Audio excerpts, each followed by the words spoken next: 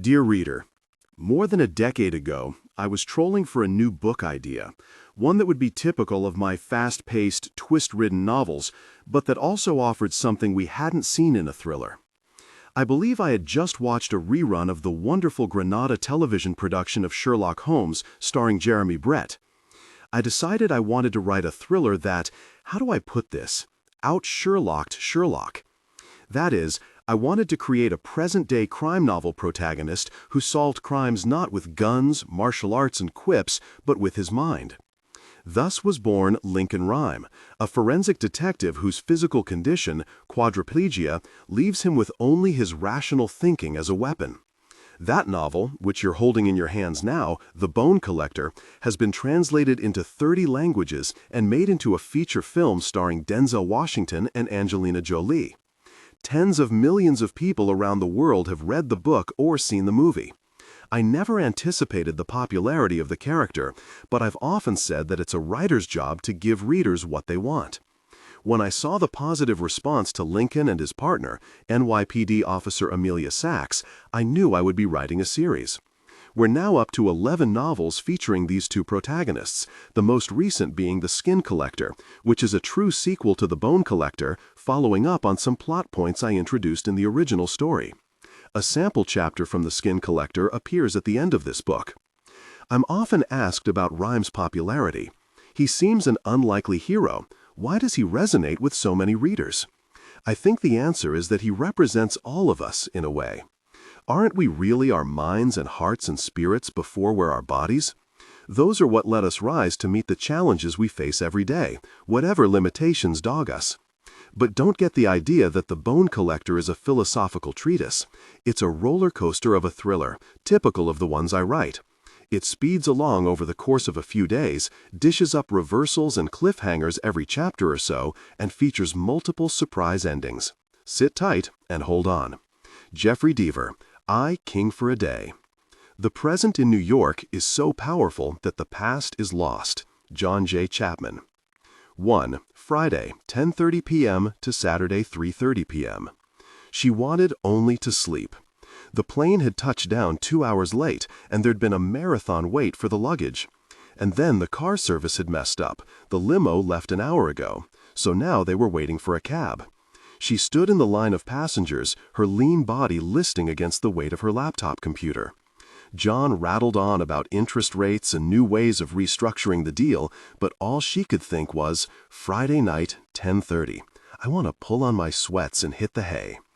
Gazing at the endless stream of yellow cabs, something about the color and the similarity of the cars reminded her of insects, and she shivered with the creepy-crawly feeling she remembered from her childhood in the mountains when she and her brother'd find a gut-killed badger or kick over a red ant nest and gaze at the wet mass of squirming bodies and legs. T.J. Colfax shuffled forward as the cab pulled up and squealed to a stop. The cabbie popped the trunk but stayed in the car. They had to load their own luggage, which ticked John off. He was used to people doing things for him. Tammy Jean didn't care. She was still occasionally surprised to find that she had a secretary to type and file for her. She tossed her suitcase in, closed the trunk, and climbed inside. John got in after her, slammed the door, and mopped his pudgy face and balding scalp as if the effort of pitching his suit bag in the trunk had exhausted him. First stop, East 72nd, John muttered through the divider. Then the Upper West Side, TJ added. The plexiglass between the front and back seats was badly scuffed, and she could hardly see the driver. The cab shot away from the curb and was soon cruising down the expressway toward Manhattan. Look, John said, that's why all the crowds. He was pointing at a billboard welcoming delegates to the UN Peace Conference, which was starting on Monday. There were going to be 10,000 visitors in town. TJ gazed up at the billboard, blacks and whites and Asians waving and smiling. There was something wrong about the artwork, though. The proportions and the colors were off, and the faces all seemed pasty. TJ muttered, body snatchers. They sped along the broad expressway, which glared an uneasy yellow under the highway lights. Past the old Navy Yard, past the Brooklyn Piers. John finally stopped talking and pulled out his Texas Instruments, started crunching some numbers. TJ sat back in the seat, looking at the steamy sidewalks and sullen faces of people sitting on the brownstone stoops overlooking the highway. They seemed half comatose in the heat. It was hot in the cab, too, and TJ reached for the button to lower the window. She wasn't surprised to find that it didn't work. She reached across John. His was broken, too. It was then that she noticed that the door locks were missing, the door handles, too. Her hand slid over the door, feeling for the nub of the handle. Nothing. It was as if someone had cut it off with a hacksaw. "What?" John asked. "Well, the doors. How do we open them?" John was looking from one to the other when the sign for the Midtown Tunnel came and went. "Hey," John rapped on the divider, "you missed the turn. Where you going?" "Maybe he's going to take the Queensboro," TJ suggested. The bridge meant a longer route but avoided the tunnel's toll. She sat forward and tapped on the plexiglass, using her ring. "Are you taking the bridge?" He ignored them. "Hey!" And a moment later they sped past the Queensboro turnoff. "Shit!" John cried. "Where you taking us?" "Harlem. I'll bet he's taking us to Harlem." TJ looked out the window. A car was moving parallel to them, passing slowly. She banged on the window hard. "Help!" she shouted. "Please!" The car's driver glanced at her once, then again, frowning. He slowed and pulled behind them, but with a hard jolt the cab skidded down an exit ramp into Queens, turned into an alley, and sped through a deserted warehouse district. They must have been going 60 miles an hour. "What are you doing?" TJ banged on the divider. "Slow down." "Where—" "Oh, God, no," John muttered. "Look!" The driver had pulled on a ski mask. "What do you want?" TJ shouted. "Money? We'll give you money." Still, silence from the front of the cab. TJ ripped open her Targus bag and pulled out her black laptop. She reared back and slammed the corner of the computer into the window. The glass held, though the sound of the bang seemed to scare the hell out of the driver.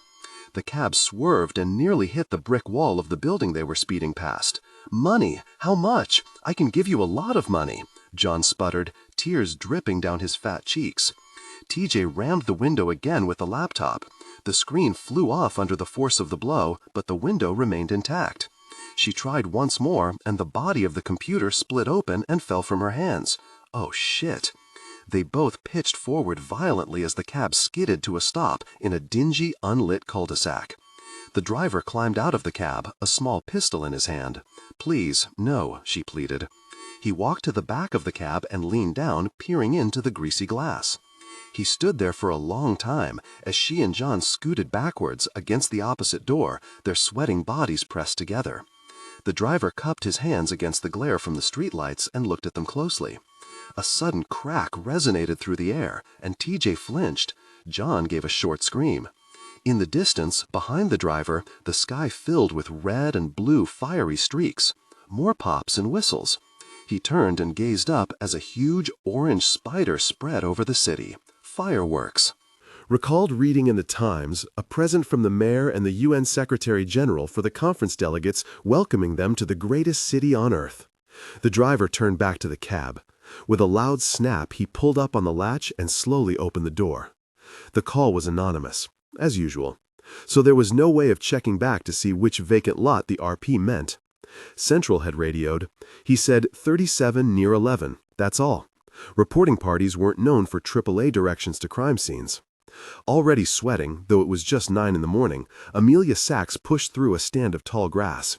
She was walking the strip search, what the crime scene people called it, an S-shaped pattern. Nothing. She bent her head to the speaker mic pinned to her navy blue uniform blouse. "Portable 5885. Can't find anything, Central. You have a further to?" Through crisp static, the dispatcher replied, "Nothing more on location 5885. But one thing.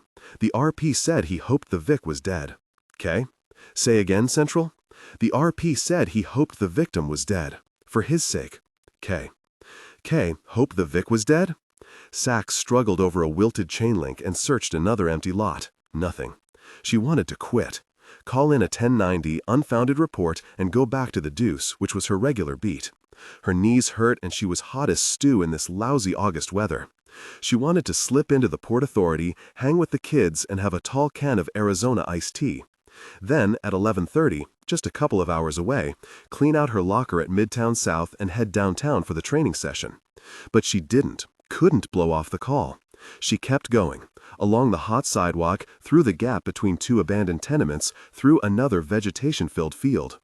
Her long index finger pushed into her flat-top uniform cap through the layers of long red hair piled high on her head. She scratched compulsively, then reached up underneath the cap and scratched some more.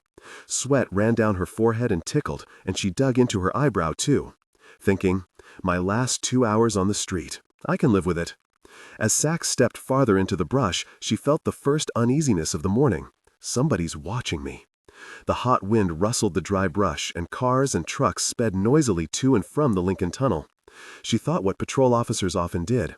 This city is so damn loud, somebody could come up right behind me, knife range away, and I'd never know it. Or line up iron sights on my back. She spun around quickly. Nothing but leaves and rusting machinery and trash. Climbing a pile of stones, wincing, Amelia Sachs, 31, a mere 31, her mother would say, was plagued by arthritis, inherited from her grandfather, as clearly as she'd received her mother's willowy build and her father's good looks and career. The red hair was anybody's guess. Another jolt of pain as she eased through a tall curtain of dying bushes. She was fortunate to stop herself one pace from a sheer 30-foot drop. Below her was a gloomy canyon cut deep into the bedrock of the west side. Through it ran the Amtrak roadbed for trains bound north. She squinted, looking at the floor of the canyon, not far from the railroad bed. What is that? A circle of overturned earth? A small tree branch sticking out of the top? It looked like... Oh my good Lord! She shivered at the sight, felt the nausea rise, prickling her skin like a wave of flame. She managed to step on that tiny part inside her that wanted to turn away and pretend she hadn't seen this. He hoped the victim was dead, for his sake. She ran toward an iron ladder that led down from the sidewalk to the roadbed. She reached for the railing, but stopped just in time. Shit, the perp might have escaped this way. If she touched it, she might screw up any prints he'd left. Okay, we do it the hard way. Breathing deeply to dull the pain in her joints, she began climbing down the rock face itself, slipping her issue shoes, polished like silver for the first day of her new assignment, into crevices cut in the stone. She jumped the last 4 feet to the roadbed and ran to the grave. Oh man, it wasn't a branch sticking out of the ground, it was a hand. The body'd been buried vertical, and the dirt piled on until just the forearm, wrist, and hand protruded. She stared at the ring finger. All the flesh had been whittled away, and a woman's diamond cocktail ring had been replaced on the bloody, stripped bone. Sachs dropped to her knees and began to dig. Dirt flying under her dog-paddling hands, she noticed that the uncut fingers were splayed, stretched beyond where they could normally bend, which told her that the Vic had been alive when the last shovelful of dirt was spooned onto the face, and maybe still was. Sachs dug furiously into the loosely packed earth, cutting her hand on a bottle shard, her dark blood mixing into the darker earth. And then she came to the hair and a forehead below it, a cyanotic, bluish-gray from the lack of oxygen. Digging further until she could see the dull eyes and the mouth, which had twisted into a horrible grin as the Vic had tried in the last few seconds to stay above the rising tide of black earth. It wasn't a woman, despite the ring. He was a heavy-set man in his 50s, as dead as the soil he floated in. Backing away, she couldn't take her eyes off his and nearly stumbled over a railroad track. She could think of absolutely nothing for a full minute, except what it must have been like to die that way. Then, come on, honey, you got yourself a homicide crime scene, and you're first officer. You know what to do. ADAP. A is for arrest a known perp. D is for detain material witnesses and suspects. A is for assess the crime scene. P is for... What was P again? She lowered her head to the mic. Portable 5885 to Central. Further to...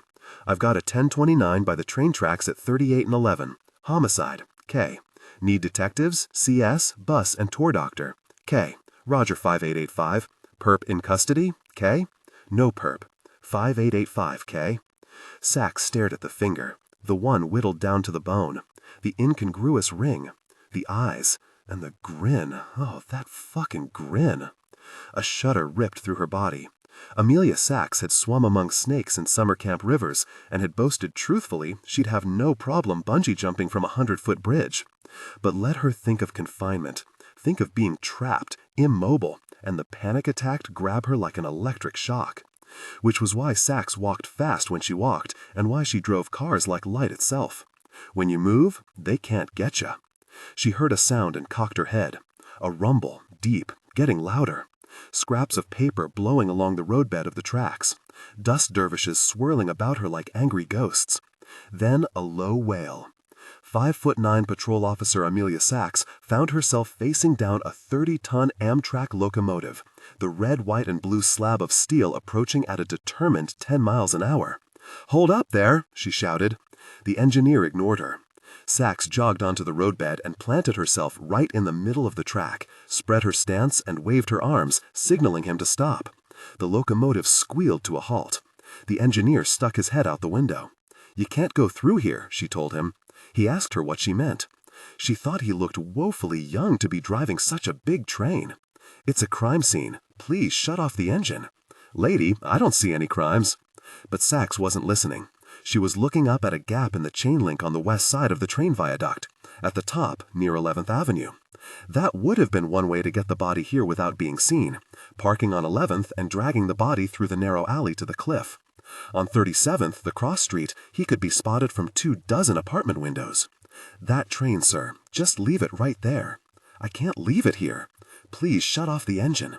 "We don't shut off the engines of trains like this. They run all the time." And call the dispatcher or somebody. Have them stop the southbound trains too. We can't do that. Now, sir, I've got the number of that vehicle of yours. Vehicle? I'd suggest you do it immediately, Sachs barked. What are you going to do, lady? Give me a ticket? But Amelia Sachs was once again climbing back up the stone walls, her poor joints creaking, her lips tasting limestone dust, clay, and her own sweat.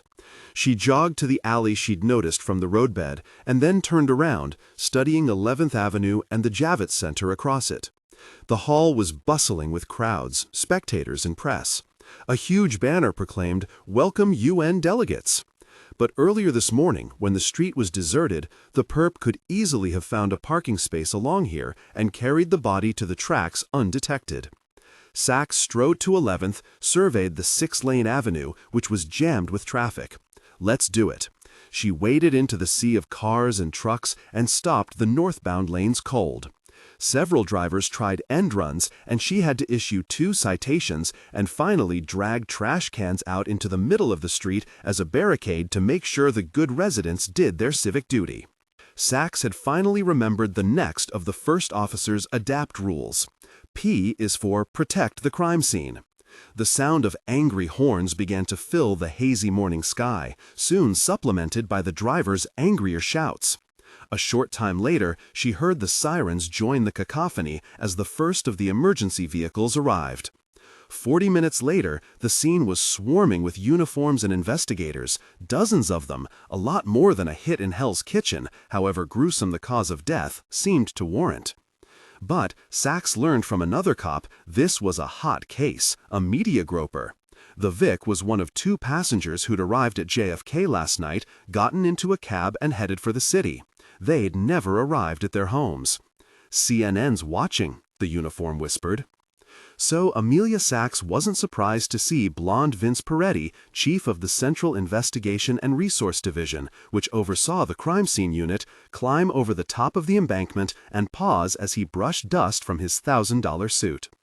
She was, however, surprised to see him notice her and gesture her over, a faint smile on his clean-cut face. It occurred to her she was about to receive a nod of gratitude for her cliffhanger routine. Save the fingerprints on that ladder, boys, maybe even a commendation. In the last hour of the last day of patrol, going out in a blaze of glory. He looked her up and down. "Patrolwoman, you're no rookie, are you? I'm safe in making that assumption." Sorry, sir? You're not a rookie, I assume." She wasn't, not technically, though she had only 3 years' service under her belt, unlike most of the other patrol officers her age. They had 9 or 10 years in. Sachs had foundered for a few years before attending the academy. "I'm not sure what you're asking." He looked exasperated, and the smile vanished. "You were first officer?" "Yes, sir." "Why'd you close down 11th Avenue? What were you thinking of?" She looked along the broad street, which was still blocked by her trash can barricade. She'd gotten used to the honking, but realized now it was really quite loud.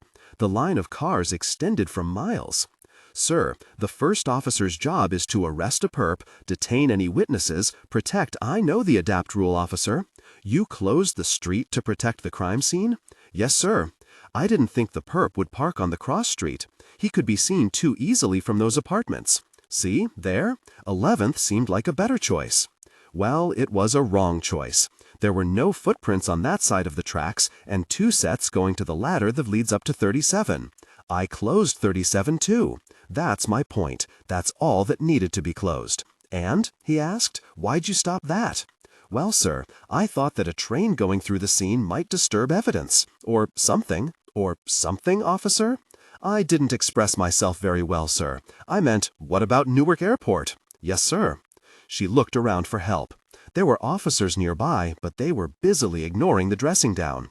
What exactly about Newark? Why didn't you shut that down too? Oh, wonderful. A schoolmarm. Her Julia Roberts' lips grew taut, but she said reasonably, Sir, in my judgment, it seemed likely that the New York Thruway would have been a good choice too, and the Jersey Pike and Long Island Expressway, I-70 all the way to St. Louis. Those are likely means of escape. She lowered her head slightly and stared back at Peretti. The two of them were exactly the same height, though his heels were higher. I've gotten calls from the commissioner, he continued, the head of the Port Authority, the UN Secretary General's office, the head of that expo, he nodded toward the Javits Center. We've fucked up the conference schedule, a U.S. Senator's speech, and traffic on the entire West Side. The train tracks were 50 feet from the Vic, and the street you closed was a good 200 feet away and 30 above. I mean, even Hurricane Eva didn't fuck up Amtrak's Northeast Corridor like this. Peretti smiled. Because Sachs was a beautiful woman, her foundering before attending the academy had involved steady assignments for the Chantel modeling agency on Madison Avenue, the cop chose to forgive her. Patrolwoman Sachs, he glanced at the name tag on her chest, flattened chastely by the American body armor vest, an object lesson. Crime scene work is a balance. It'd be nice if we could cordon off the whole city after every homicide and detain about 3 million people, but we can't do that. I say this constructively, for your edification. Actually, sir, she said brusquely, I'm transferring out of patrol, effective as of noon today. He nodded, smiled cheerfully. Then, enough said. But for the record, it was your decision to stop the train and close the street. Yes, sir, it was, she said smartly. No mistake about that. He jotted this into a black watchbook with slashing strokes of his sweaty pen. Oh, please.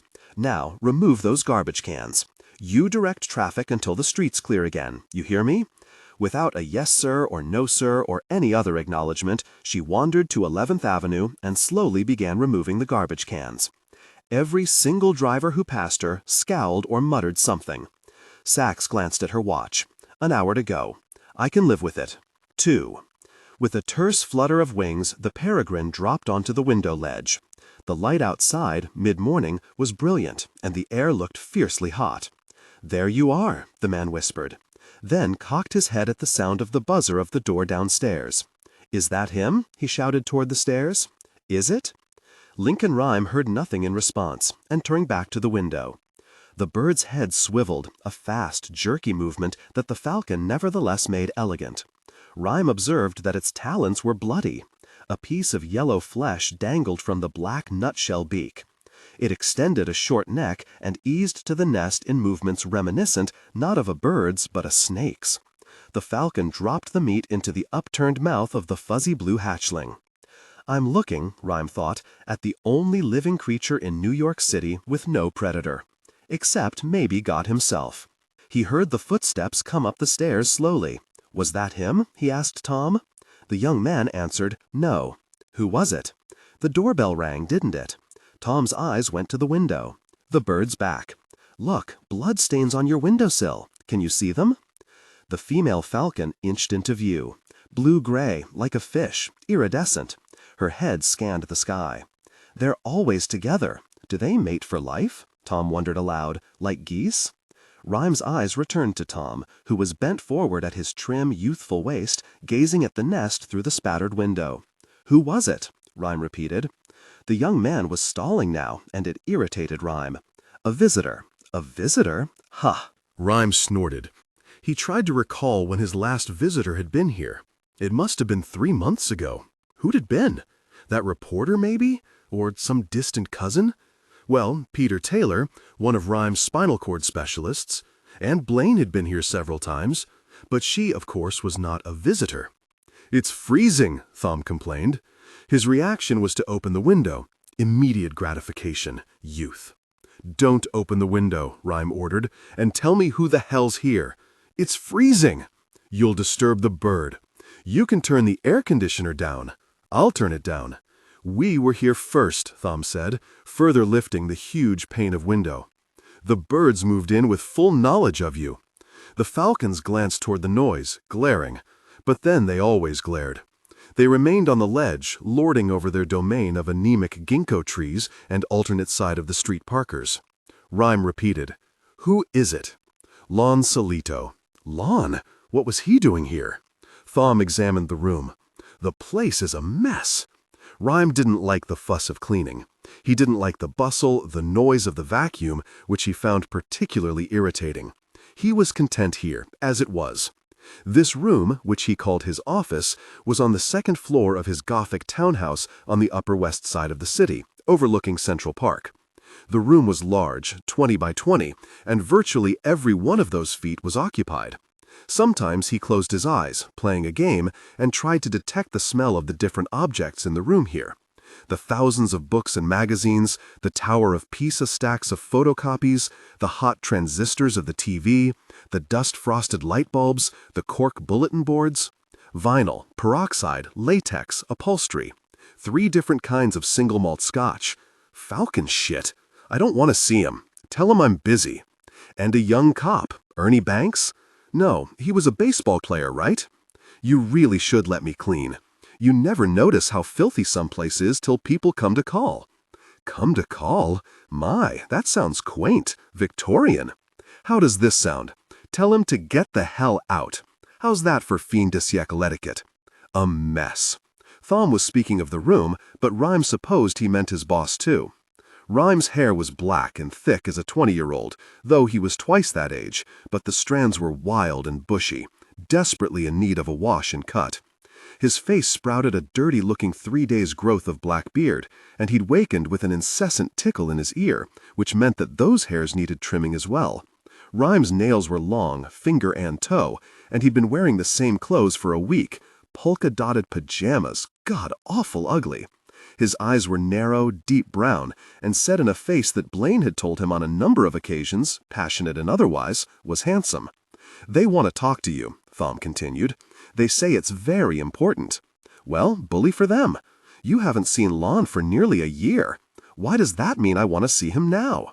Have you scared off the bird? I'll be pissed if you have."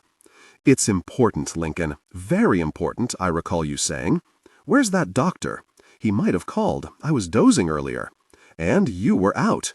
You've been awake since 6 a.m. "No," he paused.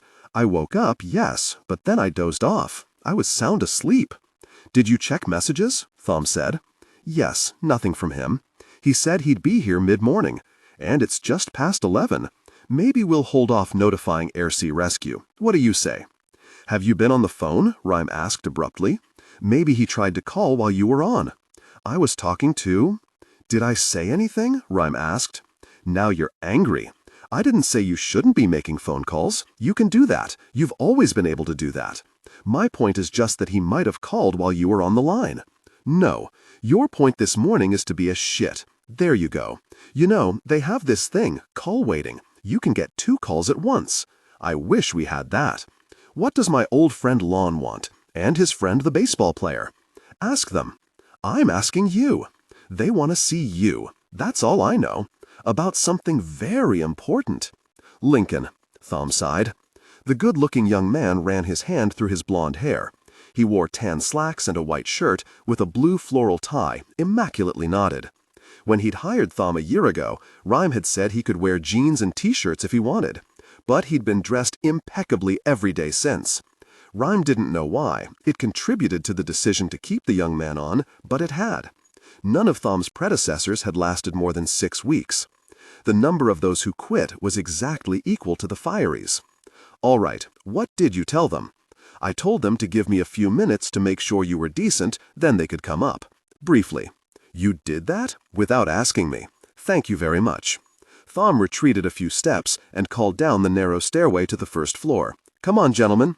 "They told you something, didn't they?" Rhyme said. "You're holding out on me." Thom didn't answer, and Rhyme watched the two men approach. As they entered the room, Rhyme spoke first. He said to Thom, "Close the curtain. You've already upset the birds way too much."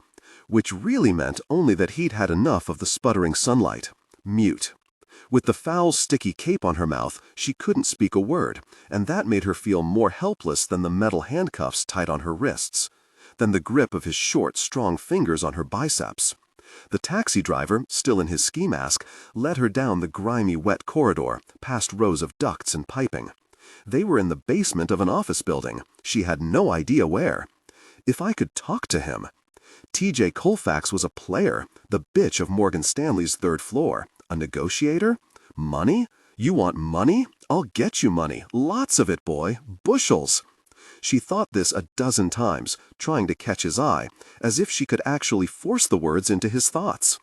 "Please," she begged silently, and began thinking about the mechanics of cashing in her 401k and giving him her retirement fund. Oh, please. She remembered last night. The man, turning back from the fireworks, dragging them from the cab, handcuffing them. He'd thrown them into the trunk, and they'd begun driving again. First over rough cobblestones and broken asphalt, then smooth roads, then rough again. She heard the whir of wheels on a bridge. More turns, more rough roads. Finally, the cab stopped, and the driver got out and seemed to open a gate or some doors. He drove into a garage, she thought. All the sounds of the city were cut off, and the car's bubbling exhaust rose in volume, reverberating off close walls. Then the cab trunk opened, and the man pulled her out. He yanked the diamond ring off her finger and pocketed it. Then he led her past walls of spooky faces, faded paintings of blank eyes staring at her, a butcher, a devil, 3 sorrowful children, painted on the crumbling plaster. Dragged her down into a moldy basement and dumped her on the floor. He clopped upstairs, leaving her in the dark, surrounded by a sickening smell, rotting flesh, garbage. There she'd lain for hours, sleeping a little, crying a lot. She'd wakened abruptly at a loud sound, a sharp explosion, nearby. Then more troubled sleep. A half hour ago he'd come for her again. Led her to the trunk, and they'd driven for another 20 minutes. Here, wherever here was. They now walked into a dim basement room. In the center was a thick black pipe. He handcuffed her to it, then gripped her feet and pulled them out straight in front of her, propping her in a sitting position. He crouched and tied her legs together with thin rope. It took several minutes. He was wearing leather gloves. Then he rose and gazed at her for a long moment, bent down and tore her blouse open. He walked around behind her, and she gasped, feeling his hands on her shoulders, probing, squeezing her shoulder blades. Crying, pleading through the tape, knowing what was coming. The hands moved down, along her arms, and then under them and around the front of her body, but he didn't touch her breasts. No, as the hands spidered across her skin, they seemed to be searching for her ribs. He prodded them and stroked. TJ shivered and tried to pull away. He gripped her tight and caressed some more, pressing hard, feeling the give of the bone. He stood. She heard receding footsteps. For a long moment there was silence except for the groans of air conditioners and elevators. Then she barked a frightened grunt at a sound right behind her. A repetitive noise. Whoosh, whoosh. Very familiar, but something she couldn't place. She tried to turn to see what he was doing, but couldn't. What was it? Listening to the rhythmic sound over and over and over, it took her right back to her mother's house. Whoosh, whoosh. Saturday morning in the small bungalow in Bedford, Tennessee. It was the only day her mother didn't work, and she devoted most of it to house cleaning. TJ would wake up to a hot sun and stumble downstairs to help her. Whoosh!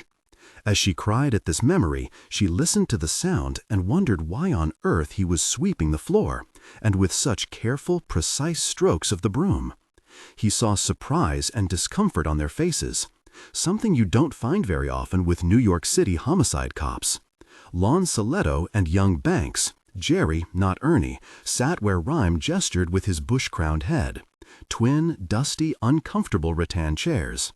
Rhyme had changed considerably since Stiletto had last been here, and the detective didn't hide his shock very well. Banks had no benchmark against which to judge what he was seeing, but he was shocked nonetheless. The sloppy room, the vagrant gazing at them suspiciously. The smell, too. Certainly, the visceral aroma surrounding the creature Lincoln Rhyme now was. He immensely regretted letting them up. "Why didn't you call first, Lon? You would have told us not to come." True. Thom crested the stairs and Rhyme preempted him. "No, Thom, we won't be needing you." Had remembered that the young man always asked guests if they wanted something to drink or eat. Such a goddamn Martha Stewart. Silence for a moment. Large, rumpled Stiletto, a 20-year vet, glanced down into a box beside the bed and started to speak. Whatever he'd been about to say was cut off by the sight of disposable adult diapers. Jerry Banks said, "I read your book, sir." The young cop had a bad hand when it came to shaving, lots of mix, and what a charming cowlick in his hair. My good Lord, he can't be more than 12. The more worn the world gets, Rhyme reflected, the younger its inhabitants seem to be. Which one? Well, your crime scene manual, of course. But I meant the picture book, the one a couple years ago. There were words, too. It was mostly words, in fact. Did you read them? Oh, well, sure, Banks said quickly. A huge stack of remaindered volumes of The Scenes of the Crime sat against one wall of his room. "I didn't know you and Lon were friends," Banks added. "Ah, Lon didn't trot out the yearbook, show you the pictures, strip his sleeve and show his scars and say, 'These wounds I had with Lincoln Rhyme'?" Stiletto wasn't smiling. "Well, I can give him even less to smile about if he likes." The senior detective was digging through his attaché case. "And what does he have in there?" "How long were you partnered?" Banks asked, making conversation. "There's a verb for you," Rhyme said, and looked at the clock. "We weren't partners," Stiletto said. "I was homicide. He was head of IRD." "Oh," Banks said, even more impressed. Running the Central Investigation and Resource Division was one of the most prestigious jobs in the department. "Yeah," Rhyme said, looking out the window as if his doctor might be arriving via Falcon. The Two Musketeers. In a patient voice, which infuriated Rhyme, Stiletto said, 7 years, off and on, we worked together." "And good years they were," Rhyme intoned. Thom scowled, but Stiletto missed the irony, or more likely ignored it. He said, "We have a problem, Lincoln. We need some help." Snap. The stack of papers landed on the bedside table. Some help? The laugh exploded from the narrow nose Blaine had always suspected was the product of a surgeon's vision, though it was not. She also thought his lips were too perfect. Add a scar, she'd once joked, and during one of their fights she nearly had. And why, he wondered, does her voluptuous apparition keep rising today? Had wakened thinking about his ex and had felt compelled to write her a letter, which was on the computer screen at that moment. He now saved the document on the disk. Silence filled the room as he entered the commands with a single finger. "Lincoln?" Stiletto asked. "Yes, sir." "Some help." "From me, I heard." Banks kept an inappropriate smile on his face while he shuffled his butt uneasily in the chair. "I've got an appointment in, well, any minute now," Rhyme said. "An appointment? A doctor? Really?" Banks asked, probably to murder the silence that loomed again. Stiletto, not sure where the conversation was going, asked, "And how've you been?" Banks and Stiletto hadn't asked about his health when they'd arrived. It was a question people tended to avoid when they saw Lincoln Rhyme. The answer risked being a very complicated and almost certainly an unpleasant one. He said simply, "I've been fine, thanks. And you? Betty?" "We're divorced," Stiletto said quickly. "Really? She got the house and I got half a kid." The chunky cop said this with forced cheer, as if he'd used the line before, and Rhyme supposed there was a painful story behind the breakup, one he had no desire to hear. Still, he wasn't surprised that the marriage had tanked. Stiletto was a workhorse. He was one of the 100 or so first-grade detectives on the force, and had been for years. He got the grade when they were handed out for merit, not just time served. He'd worked close to 80 hours a week. Rhyme hadn't even known he was married for the first few months they'd worked together. "Where are you living now?" Rhyme asked, hoping a nice social conversation would tucker them out and send them on their way. "Brooklyn. The Heights. I walk to work sometimes." You know those diets I was always on? The trick's not dieting, it's exercise. He didn't look any fatter or thinner than the lawn stiletto of 3.5 years ago, or the stiletto of 15 years ago for that matter.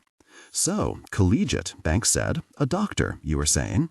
For a new form of treatment? Rhyme finished the dwindling question. Exactly. Good luck. Thank you so much. It was 11:36 a.m., well past mid-morning. Tardiness is inexcusable in a man of medicine. He watched Banks' eyes twice scan his legs. He caught the pimply boy a second time and wasn't surprised to see the detective blush. So, Rhyme said, I'm afraid I don't really have time to help you. But he's not here yet, right, the doctor? Asked Lon Stiletto in the same bulletproof tone he'd used to puncture homicide suspects' cover stories. Thom appeared at the doorway with a coffee pot. Prick, Rhyme mouthed. Lincoln forgot to offer you gentlemen something. Thom treats me like a child. If the booty fits, the egg retorted. All right, Rhyme snapped. Have some coffee. I'll have some mother's milk. Too early, Thom said. The bar isn't open. And weathered Rhyme's glowering face quite well.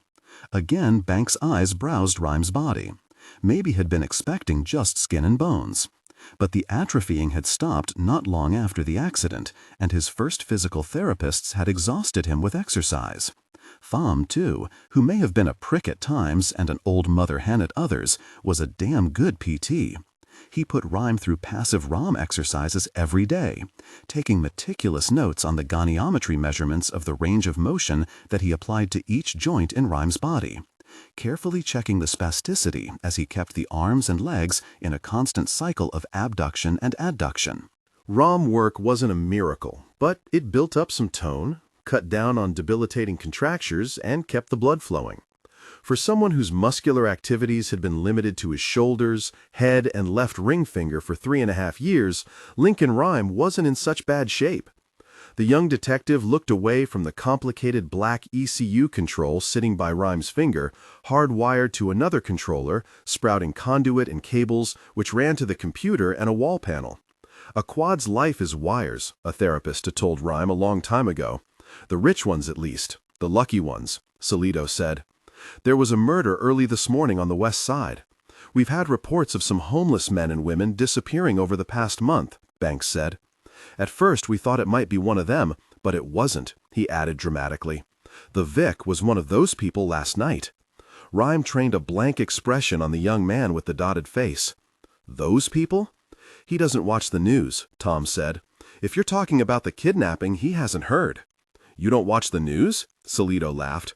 You're the SOB reads 4 papers a day and recorded the local news to watch when he got home. Blaine told me you called her Katie Couric one night when you were making love. I only read literature now, Rhyme said pompously and falsely. Tom added, literature is news that stays news. Rhyme ignored him. Solito said, man and woman coming back from business on the coast. Got into a yellow cab at JFK, never made it home. There was a report about 11:30. This cab was driving down the BQE in Queens. White male and female passenger in the back seat. Looked like they were trying to break a window out, pounding on the glass. Nobody got tags or medallion. This witness, who saw the cab. Any look at the driver? No. The woman passenger? No sign of her. 11:41. Rhyme was furious with Dr. William Berger. Nasty business, he muttered absently. Solito exhaled long and loud. Go on, Rhyme said. He was wearing her ring, Banks said. Who? Wearing what? The Vic. They found this morning. He was wearing the woman's ring. The other passengers. You're sure it was hers? Had her initials inside. So you've got an unsub, Rhyme continued, who wants you to know he's got the woman and she's still alive. What's an unsub? Tom asked. When Rhyme ignored him, Solito said, unknown subject. But you know how he got it to fit? Banks asked, a little wide-eyed for Rhyme's taste. Her ring? I give up. Cut the skin off the guy's finger, all of it, down to the bone. Rhyme gave a faint smile. Ah, he's a smart one, isn't he? Why's that smart? To make sure nobody came by and took the ring. It was bloody, right? A mess. Hard to see the ring in the first place. Then AIDS, hepatitis. Even if somebody noticed, a lot of folks would take a pass on that trophy. What's her name, Lon? The older detective nodded to his partner, who flipped open his watchbook.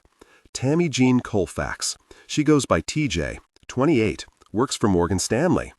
Rhyme observed that Banks too wore a ring, a school ring of some sort. The boy was too polished to be just a high school and academy grad. No whiff of Army about him. Wouldn't be surprised if the jewelry bore the name Yale.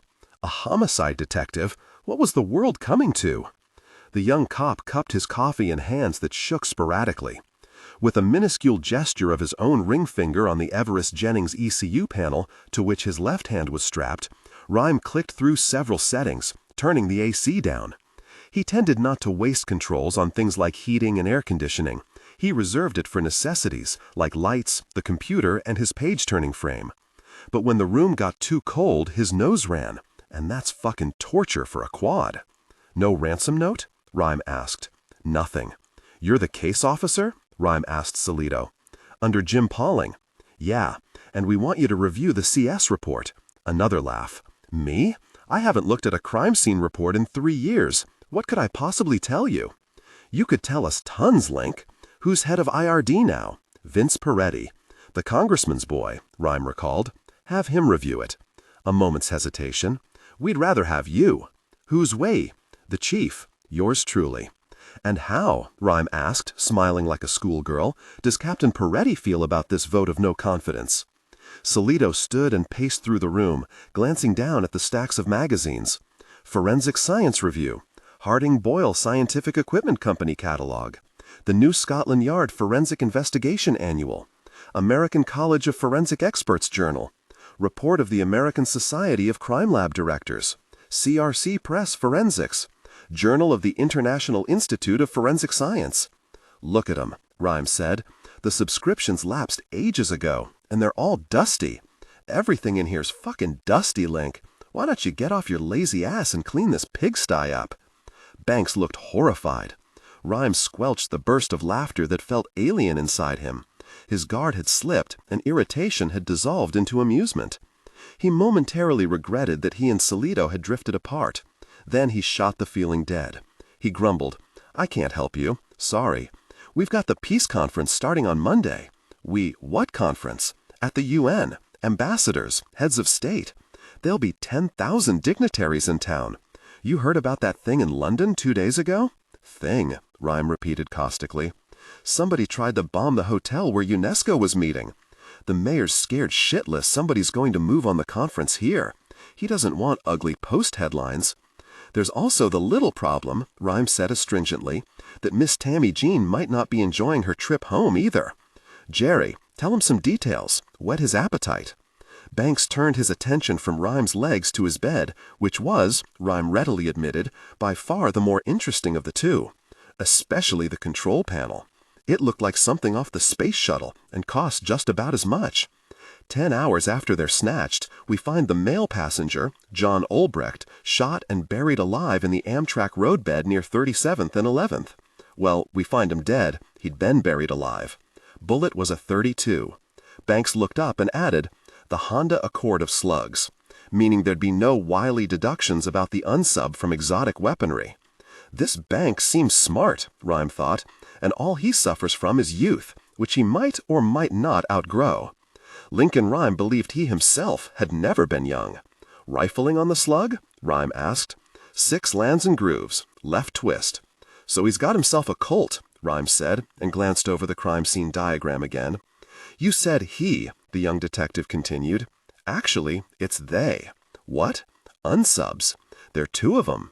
There were 2 sets of footprints between the grave and the base of an iron ladder leading up to the street, Banks said, pointing to the CS diagram. Any prints on the ladder? None. It was wiped. Did a good job of it. The footprints go to the grave and back to the ladder. Anyway, there had to be 2 of them to schlep the Vic. He weighed over 200 pounds. One man couldn't have done it. Keep going. They got him to the grave, dropped him in, shot him and buried him, went back to the ladder, climbed it, and vanished. Shot him in the grave? Rhyme inquired. Yup. There was no blood trail anywhere around the ladder or the path to the grave. Rhyme found himself mildly interested. But he said, What do you need me for? Solito grinned ragged yellow teeth. We got ourselves a mystery, Link. A bunch of PE that doesn't make any fucking sense at all. So? It was a rare crime scene when every bit of physical evidence made sense. Nah, this is real weird. Read the report. Please. I'll put it here. How's this thing work? Salito looked at Tom, who fitted the report in the page-turning frame. I don't have time, Lon, Rhyme protested. That's quite a contraption, Banks offered, looking at the frame Rhyme. Rhyme didn't respond. He glanced at the first page, then read it carefully. Moved his ring finger a precise millimeter to the left. A rubber wand turned the page. Reading. Thinking. Well, this is odd. Who was in charge of the scene? Peretti himself. When he heard the Vic was one of the taxi people, he came down and took over. Rhyme continued to read. For a minute, the unimaginative words of copywriting held his interest. Then the doorbell rang, and his heart galloped with a great shudder. His eyes slipped to Thom. They were cold and made clear that the time for banter was over. Thom nodded and went downstairs immediately. All thoughts of cab drivers and PE and kidnapped bankers vanished from the sweeping mind of Lincoln Rhyme. "It's Dr. Berger," Thom announced over the intercom. "At last, at long last. Well, I'm sorry, Lon. You'll have to ask you to leave. It was good seeing you again." A smile. "Interesting case this one is." Salito hesitated, then rose. "But will you read through the report, Lincoln? Tell us what you think." Rhyme said, "You bet," then leaned his head back against the pillow. Quads like Rhyme, who had full head and neck movement, could activate a dozen controls just by three-dimensional movements of the head. But Rhyme shunned headrests. There were so few sensuous pleasures left to him that he was unwilling to abdicate the comfort of nestling his head against his $200 down pillow. The visitors had tired him out. Not even noon, and all he wanted to do was sleep. His neck muscles throbbed in agony. When Salito and Banks were at the door, Rhyme said, "Lon, wait." The detective turned. "One thing you should know. You've only found half the crime scene. The important one is the other one, the primary scene, his house. That's where hell be, and it'll be hard as hell to find. Why do you think there's another scene? Because he didn't shoot the Vic at the grave. He shot him there, at the primary scene. And that's probably where he's got the woman. It'll be underground or in a very deserted part of the city, or both. Because," Banks, Rhyme preempted the young detective's question, "he wouldn't risk shooting someone and holding a captive there unless it was quiet and private. Maybe he used a silencer." "No traces of rubber or cotton baffling on the slug," Rhyme snapped. "But how could the man have been shot there?" Banks countered. "I mean, there wasn't any blood spatter at the scene." "I assume the victim was shot in the face," Rhyme announced. "Well, yes," Banks answered, putting a stupid smile on his own. "How'd you know?" "Very painful, very incapacitating, very little blood with a .32. Rarely lethal if you miss the brain. With the Vic in that shape, the unsub could lead him around wherever he wanted. I say unsub singular because there's only one of them." A pause. "But there were two sets of prints," Banks nearly whispered, as if he were diffusing a landmine. Rhyme sighed. "The soles are identical. They were left by the same man making the trip twice, to fool us. And the prints going north are the same depth as the prints going south. So he wasn't carrying a 200-pound load one way and not the other. Was the Vic barefoot?" Banks flipped through his notes. "Socks. Okay, then the perp was wearing the Vic's shoes for his clever little stroll to the ladder and back. If he didn't come down the ladder, how did he get to the grave? He led the man along the train tracks themselves, probably from the north. There are no other ladders to the roadbed for blocks in either direction. But there are tunnels running parallel to the tracks," Rhyme continued. "They hook up with the basements of some of the old warehouses along 11th Avenue. A gangster during Prohibition, Oni Madden, had them dug so he could slip shipments of bootleg whiskey onto New York Central trains going up to Albany and Bridgeport. But why not just bury the Vic near the tunnel? Why risk being seen schlepping the guy all the way to the overpass? Impatient now. You do get what he's telling us, don't you?" Banks started to speak, then shook his head. He had to put the body where it be seen, Rhyme said. He needed someone to find it. That's why he left the hand in the air. He's waving at us. To get our attention. Sorry, you may have only one unsub, but he's plenty smart enough for two.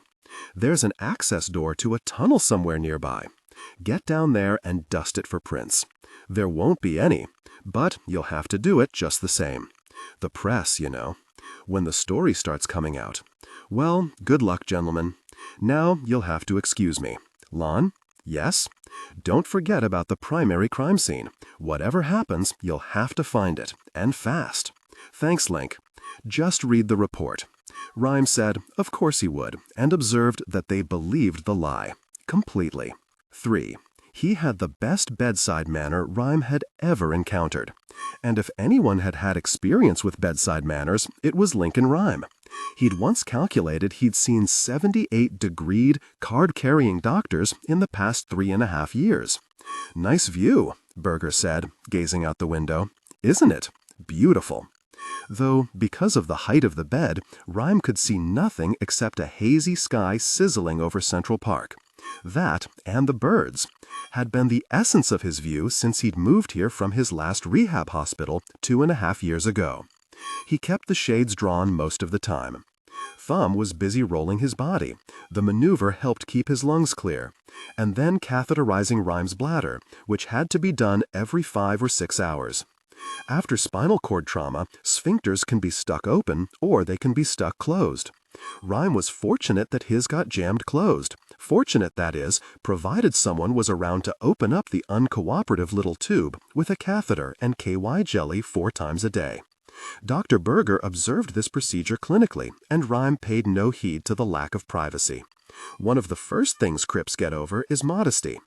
While there's sometimes a half-hearted effort at drapings, shrouding the body when cleaning, evacuating, and examining serious Crips, real Crips, macho Crips, don't care.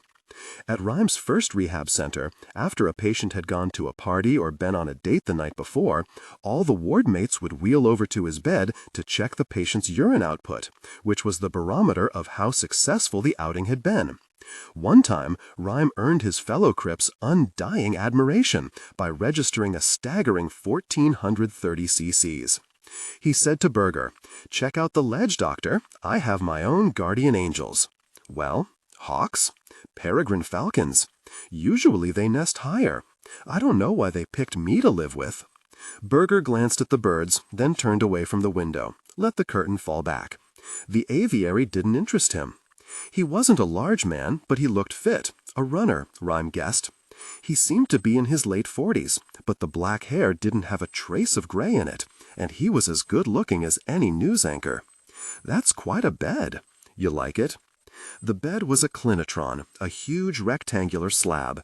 It was an air-fluidized support bed and contained nearly a ton of silicone-coated glass beads. Pressurized air flowed through the beads, which supported Rhyme's body. If he had been able to feel, it would have felt as if he was floating. Berger was sipping the coffee that Rhyme had ordered Thom to fetch, and that the young man had brought, rolling his eyes, whispering, "Aren't we suddenly social?" before retreating. The doctor asked Rhyme, "You were a policeman, you were telling me." "Yes. I was head of forensics for the NYPD. Were you shot?" "Nope. Searching a crime scene. Some workmen found a body at a subway stop construction site. It was a young patrolman who disappeared 6 months before. We had a serial killer shooting cops. I got a request to work the case personally, and when I was searching it, a beam collapsed. I was buried for about 4 hours. Someone was actually going around murdering policemen? Killed 3 and wounded another one? The perp was a cop himself, Dan Shepard, a sergeant working patrol. Berger glanced at the pink scar on Rhyme's neck, the telltale insignia of quadriplegia, the entrance wound for the ventilator tube that remains embedded in the throat for months after the accident. Sometimes for years, sometimes forever. But Rhyme had, thanks to his own mulish nature and his therapist's Herculean efforts, weaned himself off the ventilator. He now had a pair of lungs on him that he bet could keep him underwater for 5 minutes. So, cervical trauma, C4. Ah, yes. C4 is the demilitarized zone of spinal cord injuries. An SCI above the fourth cervical vertebra might very well have killed him. Below C4, he would have regained some use of his arms and hands, if not his legs. But trauma to the infamous fourth kept him alive, though virtually a total quadriplegic. He'd lost the use of his legs and arms. His abdominal and intercostal muscles were mostly gone, and he was breathing primarily from his diaphragm. He could move his head and neck, his shoulders slightly. The only fluke was that the crushing oak beam had spared a single minuscule strand of motor neuron, which allowed him to move his left ring finger. Rhyme spared the doctor the soap opera of the year following the accident. The month of skull traction, tongs gripping holes drilled into his head and pulling his spine straight. 12 weeks of the halo device, the plastic bib and steel scaffolding around his head to keep the neck immobile. To keep his lungs pumping, a large ventilator for a year, then a phrenic nerve stimulator. The catheters, the surgery, the paralytic ileus, the stress ulcers, hypotension and bradycardia, bed sores turning into decubitus ulcers, contractures as the muscle tissue began to shrink and threatened to steal away the precious mobility of his finger, the infuriating phantom pain, burns and aches in extremities that could feel no sensation. He did, however, tell Berger about the latest wrinkle, autonomic dysreflexia. The problem had been occurring more often recently. Pounding heartbeat, off-the-charts blood pressure, raging headaches. It could be brought on by something as simple as constipation. He explained that nothing could be done to prevent it except avoiding stress and physical constriction. Rhyme's SCI specialist, Dr. Peter Taylor, had become concerned with the frequency of the attacks. The last one, a month ago, was so severe that Taylor, given Tom instructions in how to treat the condition without waiting for medical help, and insisted that the aide program the doctor's number into the phone's speed dialer. Taylor had warned that a severe enough bout could lead to a heart attack or stroke. Berger took in the facts with some sympathy, then said, "Before I got into my present line, I specialized in geriatric orthopedics, mostly hip and joint replacements. I don't know much neurology. What about chances for recovery?" "None. The condition's permanent," Rhyme said, perhaps a little too quickly. He added, "You understand my problem, don't you, doctor?" "I think so, but I'd like to hear it in your words." Shaking his head to clear a renegade strand of hair, Rhyme said, "Everyone has the right to kill himself." Berger said, "I think I disagree with that. In most societies, you may have the power, but not the right. There's a difference." Rhyme exhaled a bitter laugh. "I'm not much of a philosopher, but I don't even have the power. That's why I need you." Lincoln Rhyme had asked 4 doctors to kill him. They'd all refused. He'd said, okay, he'd do it himself, and simply stopped eating. But the process of wasting himself to death became pure torture. It left him violently stomach-sick and racked with unbearable headaches. He couldn't sleep. So he'd given up on that, and, during the course of a hugely awkward conversation, asked Tom to kill him. The young man had grown tearful, the only time he'd shown that much emotion, and said he wished he could. He'd sit by and watch Rhyme die. He'd refuse to revive him, but he wouldn't actually kill him. Then, a miracle, if you could call it that. After the scenes of the crime had come out, reporters had appeared to interview him. One article, in the New York Times, contained this stark quotation from author Rhyme. "No, I'm not planning any more books. The fact is, my next big project is killing myself. It's quite a challenge. I've been looking for someone to help me for the past 6 months." That screeching stop line got the attention of the NYPD counseling service and several people from Rhyme's past, most notably Blaine, who told him he was nuts to consider it. He had to quit thinking only about himself, just like when they'd been together. And, now that she was here, she thought she should mention that she was remarrying. The quotation also caught the attention of William Berger, who'd called unexpectedly one night from Seattle. After a few moments of pleasant conversation, Berger explained that he'd read the article about Rhyme. Then a hollow pause, and he'd asked, "Ever hear of the Lethe Society?" Rhyme had. It was a pro-euthanasia group he'd been trying to track down for months. It was far more aggressive than Safe Passage or the Hemlock Society. Our volunteers are wanted for questioning in dozens of assisted suicides throughout the country, Berger explained. We have to keep a low profile. He said he wanted to follow up on Rhymes' request. Berger refused to act quickly, and they'd had several conversations over the past 7 or 8 months. Today was their first meeting. There's no way you can pass by yourself? Pass? Short of Gene Herod's approach, no, and even that's a little iffy. Herod was a young man in Boston, a quad, who decided he wanted to kill himself. Unable to find anyone to help him, he finally committed suicide the only way he was able to. With the little control he had, he set a fire in his apartment and, when it was blazing, drove his wheelchair into it, setting himself aflame. He died of third-degree burns. The case was often raised by right-to-deathers as an example of the tragedy that anti-euthanasia laws can cause. Berger was familiar with the case and shook his head sympathetically. No, that's no way for anyone to die. He essayed Rhymes' body, the wires, the control panels. What are your mechanical skills? Rhyme explained about the ECU, the EJ controller that his ring finger operated, the sip and puff control for his mouth, the chin joysticks, and the computer dictation unit that could type out words on the screen as he spoke them. But everything has to be set up by someone else? Berger asked. For instance, someone would have to go to the store, buy a gun, mount it, rig the trigger, and hook it up to your controller? Yes. Making that person guilty of a conspiracy to commit murder as well as manslaughter. What about your equipment? Rhyme asked. It's effective? Equipment? What you use? To, do the deed? It's very effective. I've never had a patient complain. Rhyme blinked, and Berger laughed. Rhyme joined him. If you can't laugh about death, what can you laugh about? Take a look. You have it with you? Hope blossomed in Rhyme's heart. It was the first time he'd felt that warm sensation in years.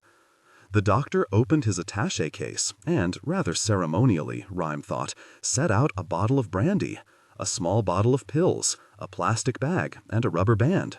What's the drug? Seconal. Nobody prescribes it anymore. In the old days, suicide was a lot easier. These babies do the trick, no question. Now, it's almost impossible to kill yourself with modern tranquilizers.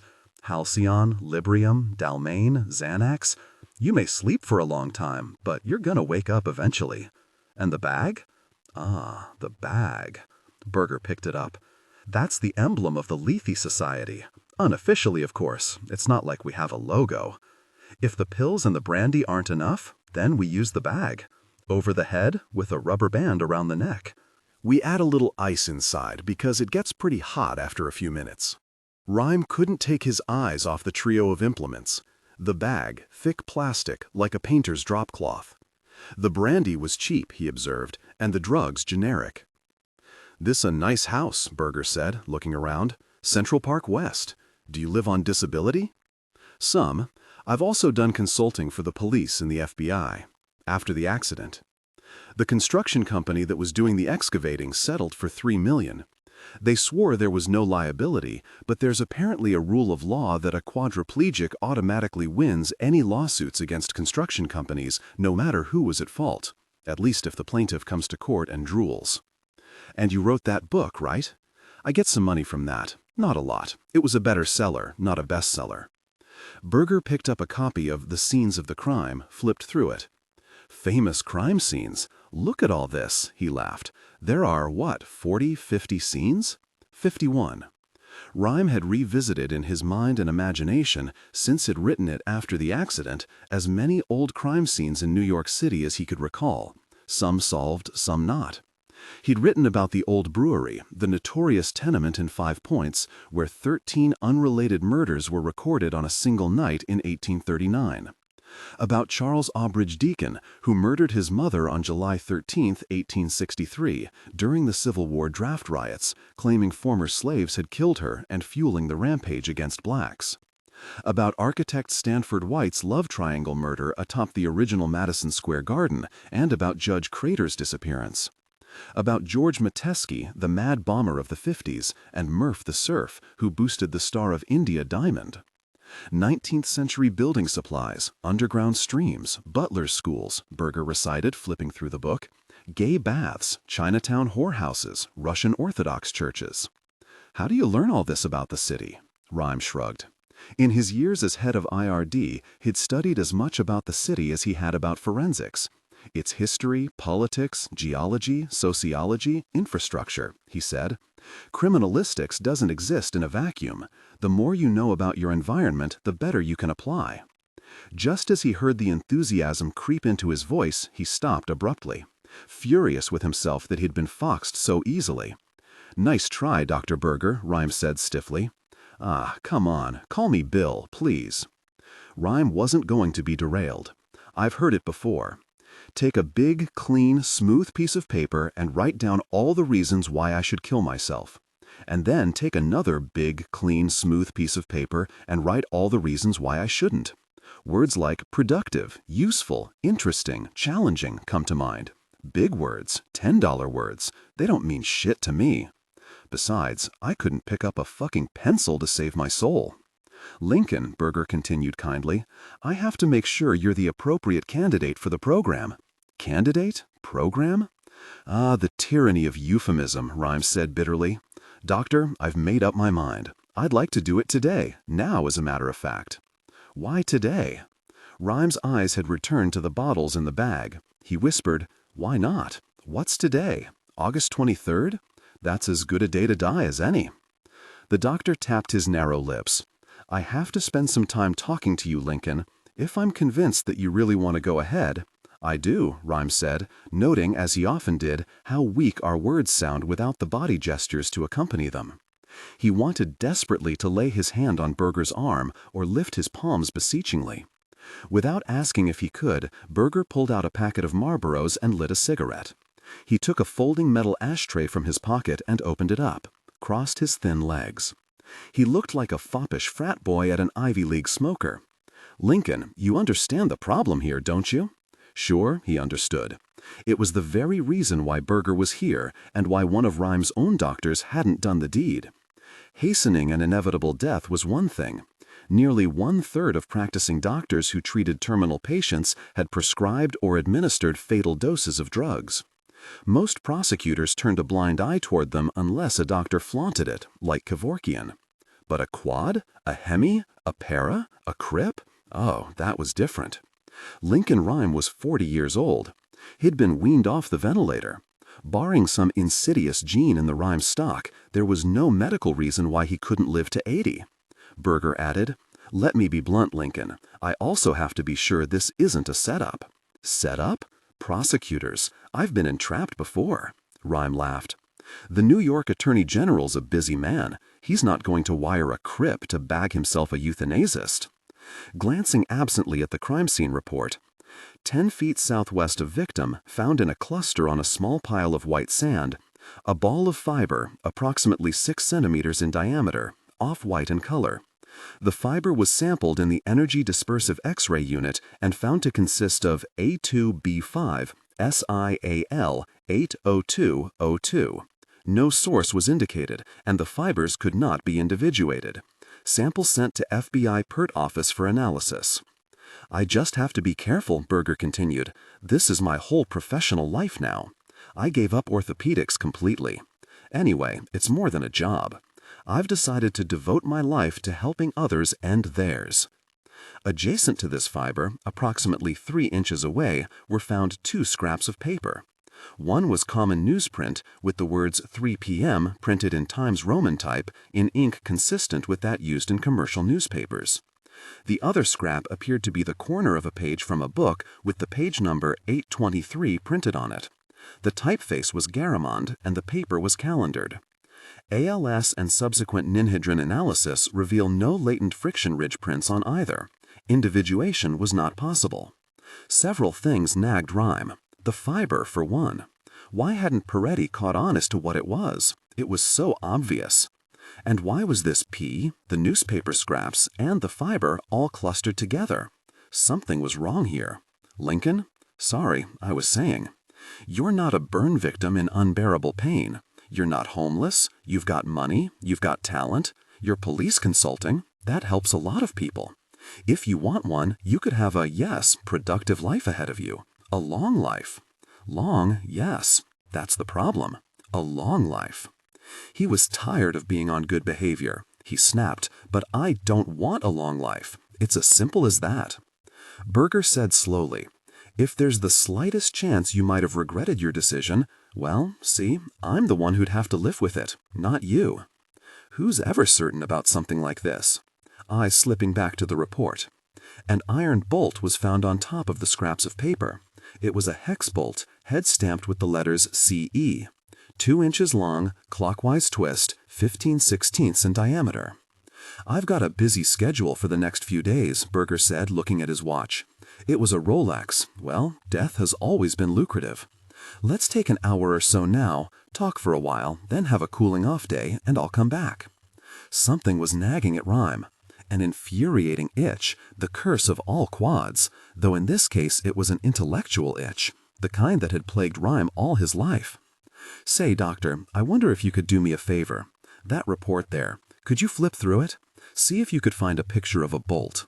Berger hesitated. "A picture? A Polaroid.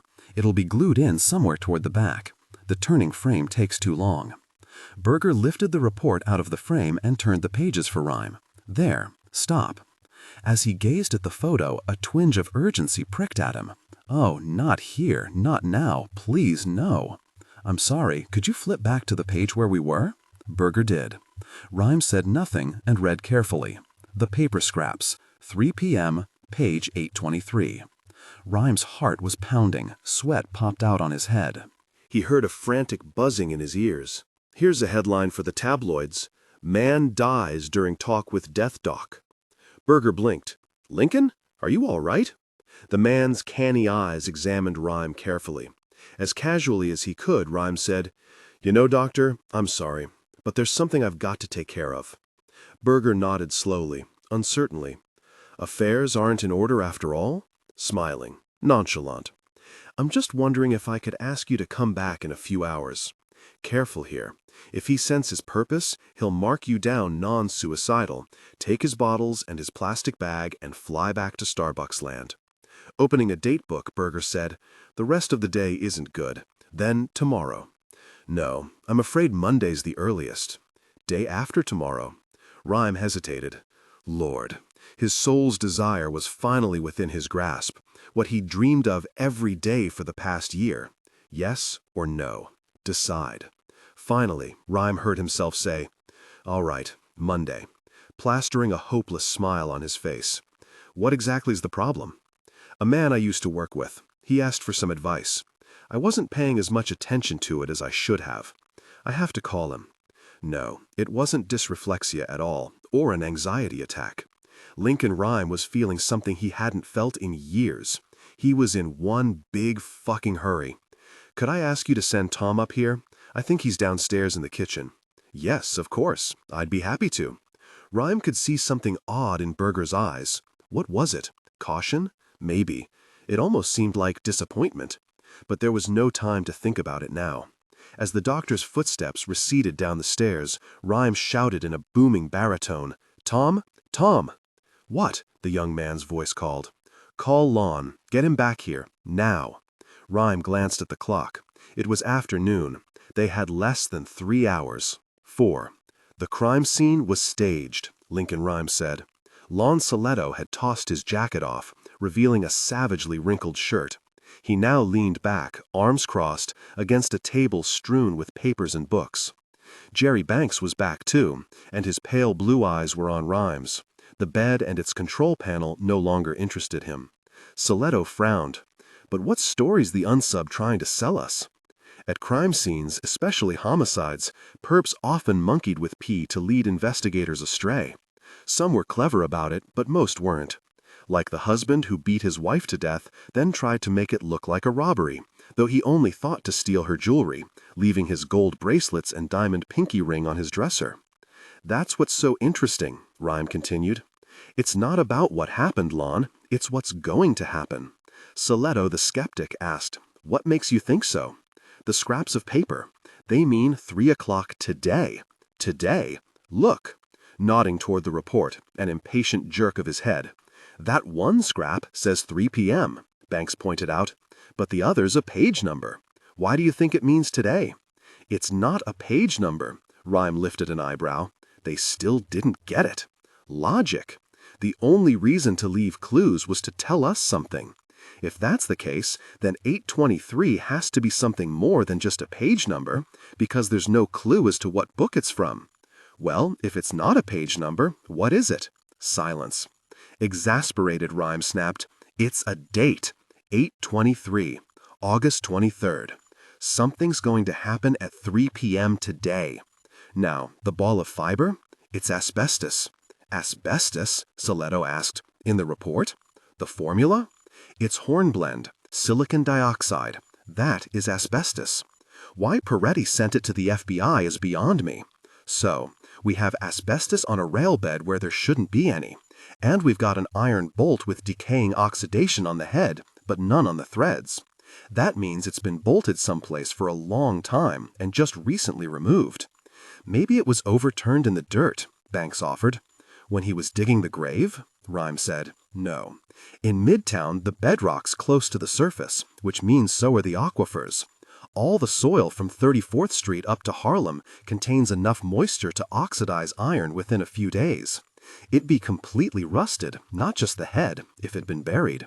No, it was unbolted from someplace, carried to the scene, and left there.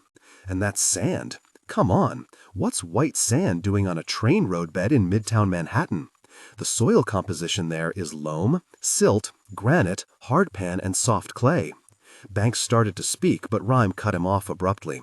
"And what were these things doing all clustered together?" "Oh, he's telling us something, our unsub. You bet he is." "Banks, what about the access door?" "You were right," the young man said. "They found one about 100 feet north of the grave, broken open from the inside. You were also right about the prints. Zip. And no tire tracks or trace evidence either. A lock of dirty asbestos, a bolt, a torn newspaper. The scene?" Rhyme asked. "Intact, released." Lincoln Rhyme, the crip with the killer lungs, exhaled a loud hiss of air, disgusted. "Who made that mistake?" "I don't know," Soletto said lamely. "Watch commander, probably." It was Peretti, Rhyme understood. "Then you're stuck with what you've got. Whatever clues as to who the kidnapper was and what he had in mind were either in the report or gone forever, trampled under the feet of cops and spectators and railroad workers. Spade work, canvassing the neighborhood around the scene, interviewing witnesses, cultivating leads, traditional detective work, was done leisurely. But crime scenes themselves had to be worked like mad lightning, Rhyme would command his officers in IRD. And he'd fired more than a few CSU techs who hadn't moved fast enough for his taste. "Peretti ran the scene himself?" he asked. "Peretti and a full complement." "Full complement?" Rhyme asked wryly. "What's a full complement?" Soletto looked at Banks, who said, 4 techs from photo, 4 from latents, 8 searchers. M.E. tour doctor. 8 crime scene searchers? There's a bell curve in processing a crime scene. 2 officers are considered the most efficient for a single homicide. By yourself, you can miss things. 3 and up, you tend to miss more things. Lincoln Rhyme had always searched scenes alone. He let the latents people do the print work and photo do the snap shooting and videoing. But he always walked the grid by himself. Peretti. Rhyme had hired the young man, son of a wealthy politico, 6-7 years ago, and he'd proved a good by-the-book CS detective. Crime scene is considered a plum, and there's always a long waiting list to get into the unit. Rhyme took perverse pleasure in thinning the ranks of applicants by offering them a look at the family album, a collection of particularly gruesome crime scene photos. Some officers would blanch, some would snicker. Some handed the book back, eyebrows raised, as if asking, "So what?" And those were the ones that Lincoln Rhyme would hire. Peretti had been one of them. Soletto had asked a question. Rhyme found the detective looking at him. He repeated, "You'll work with us on this, won't you, Lincoln?" "Work with you?" He coughed a laugh. "I can't, Lon. No. I'm just spitting out a few ideas for you. You've got it. Run with it. Tom, get me Berger." He was now regretting the decision to postpone his tete-a-tete with the death doctor. Maybe it wasn't too late. He couldn't bear the thought of waiting another day or two for his passing. And Monday. He didn't want to die on Monday. It seemed common.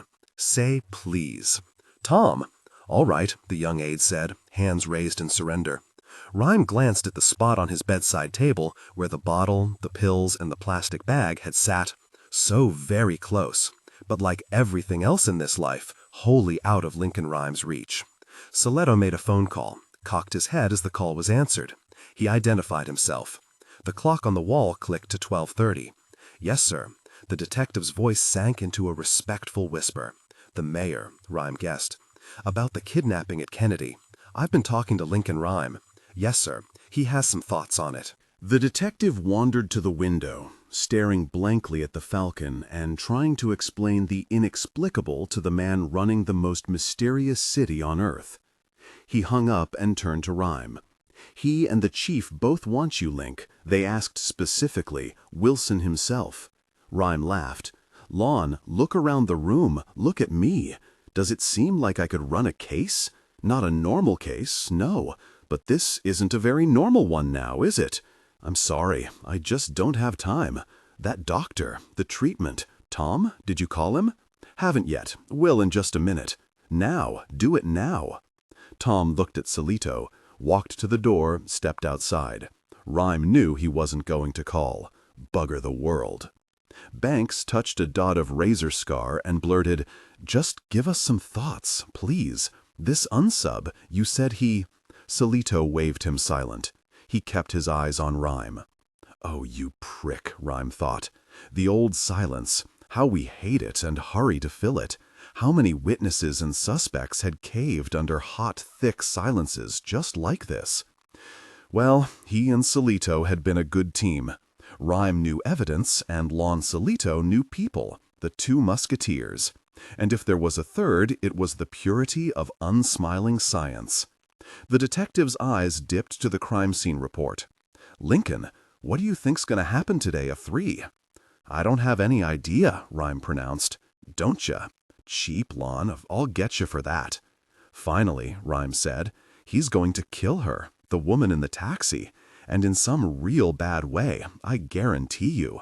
Something that'll rival getting buried alive. Jesus, Tom whispered from the doorway. Why couldn't they just leave him alone? Would it do any good to tell them about the agony he felt in his neck and shoulders? Or about the phantom pain, far weaker and far eerier, roaming through his alien body? About the exhaustion he felt from the daily struggle to do, well, everything?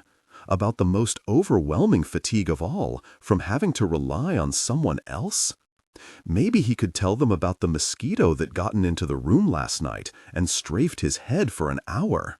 Rhyme grew dizzy with fatigue, nodding it away, until the insect finally landed on his ear, where Rhyme let it stab him, since that was a place he could rub against the pillow for relief from the itch. Solito lifted an eyebrow. Today, Rhyme sighed. One day. That's it. Thanks, Link. We owe you. Solito pulled up a chair next to the bed, nodded Banks to do the same. Now, gimme your thoughts. What's this asshole's game? Rhyme said, Not so fast. I don't work alone. Fair enough. Who do you want on board? A tech from IRD. Whoever's the best in the lab. I want him here with the basic equipment. And we better get some tactical boys, emergency services. Oh, and I want some phones, Rhyme instructed, glancing at the scotch on his dresser. He remembered the brandy Berger had in his kit. No way was he going out on cheap crap like that. His final exit number would be courtesy of either 16-year-old Lagavulin or opulent Macallan aged for decades. Or, why not, both. Banks pulled out his own cellular phone.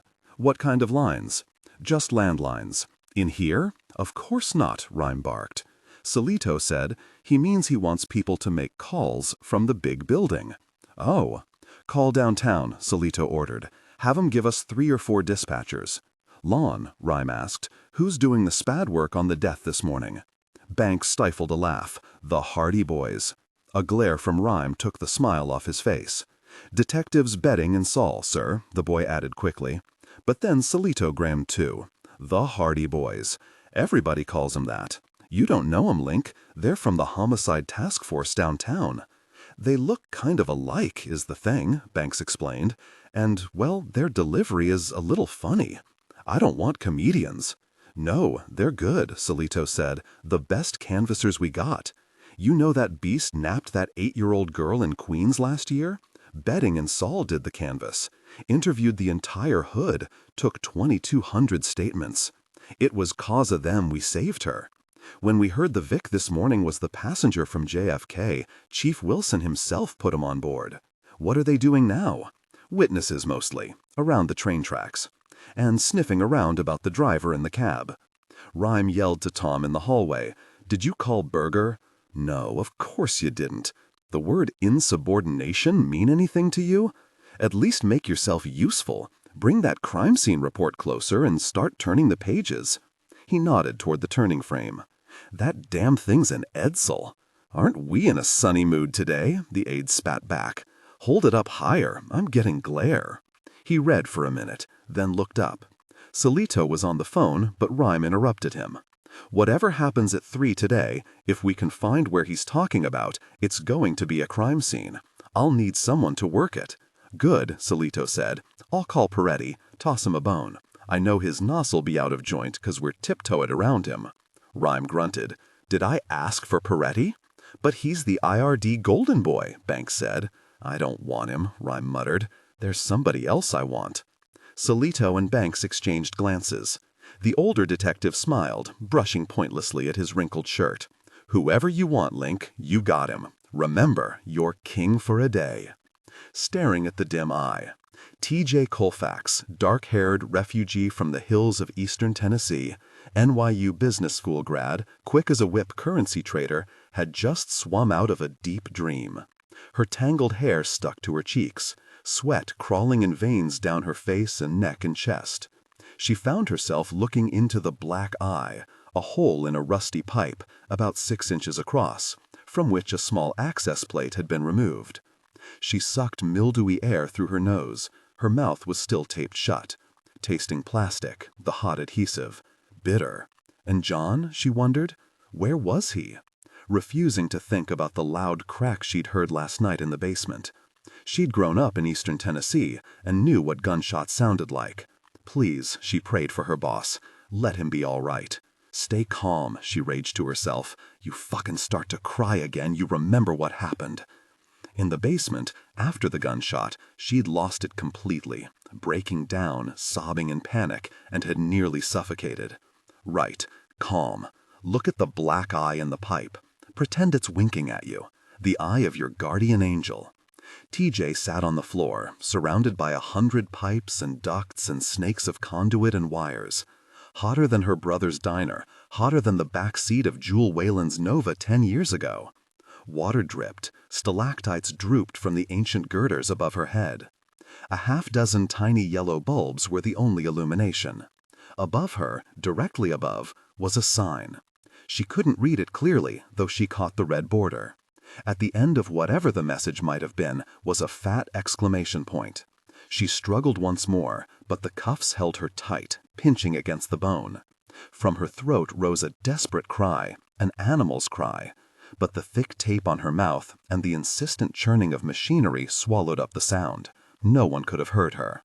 The black eye continued to stare. "You'll save me, won't you?" she thought. Suddenly the silence was broken by a clanging slam, an iron bell far away, like a ship's door slamming shut. The noise came from the hole in the pipe, from her friendly eye.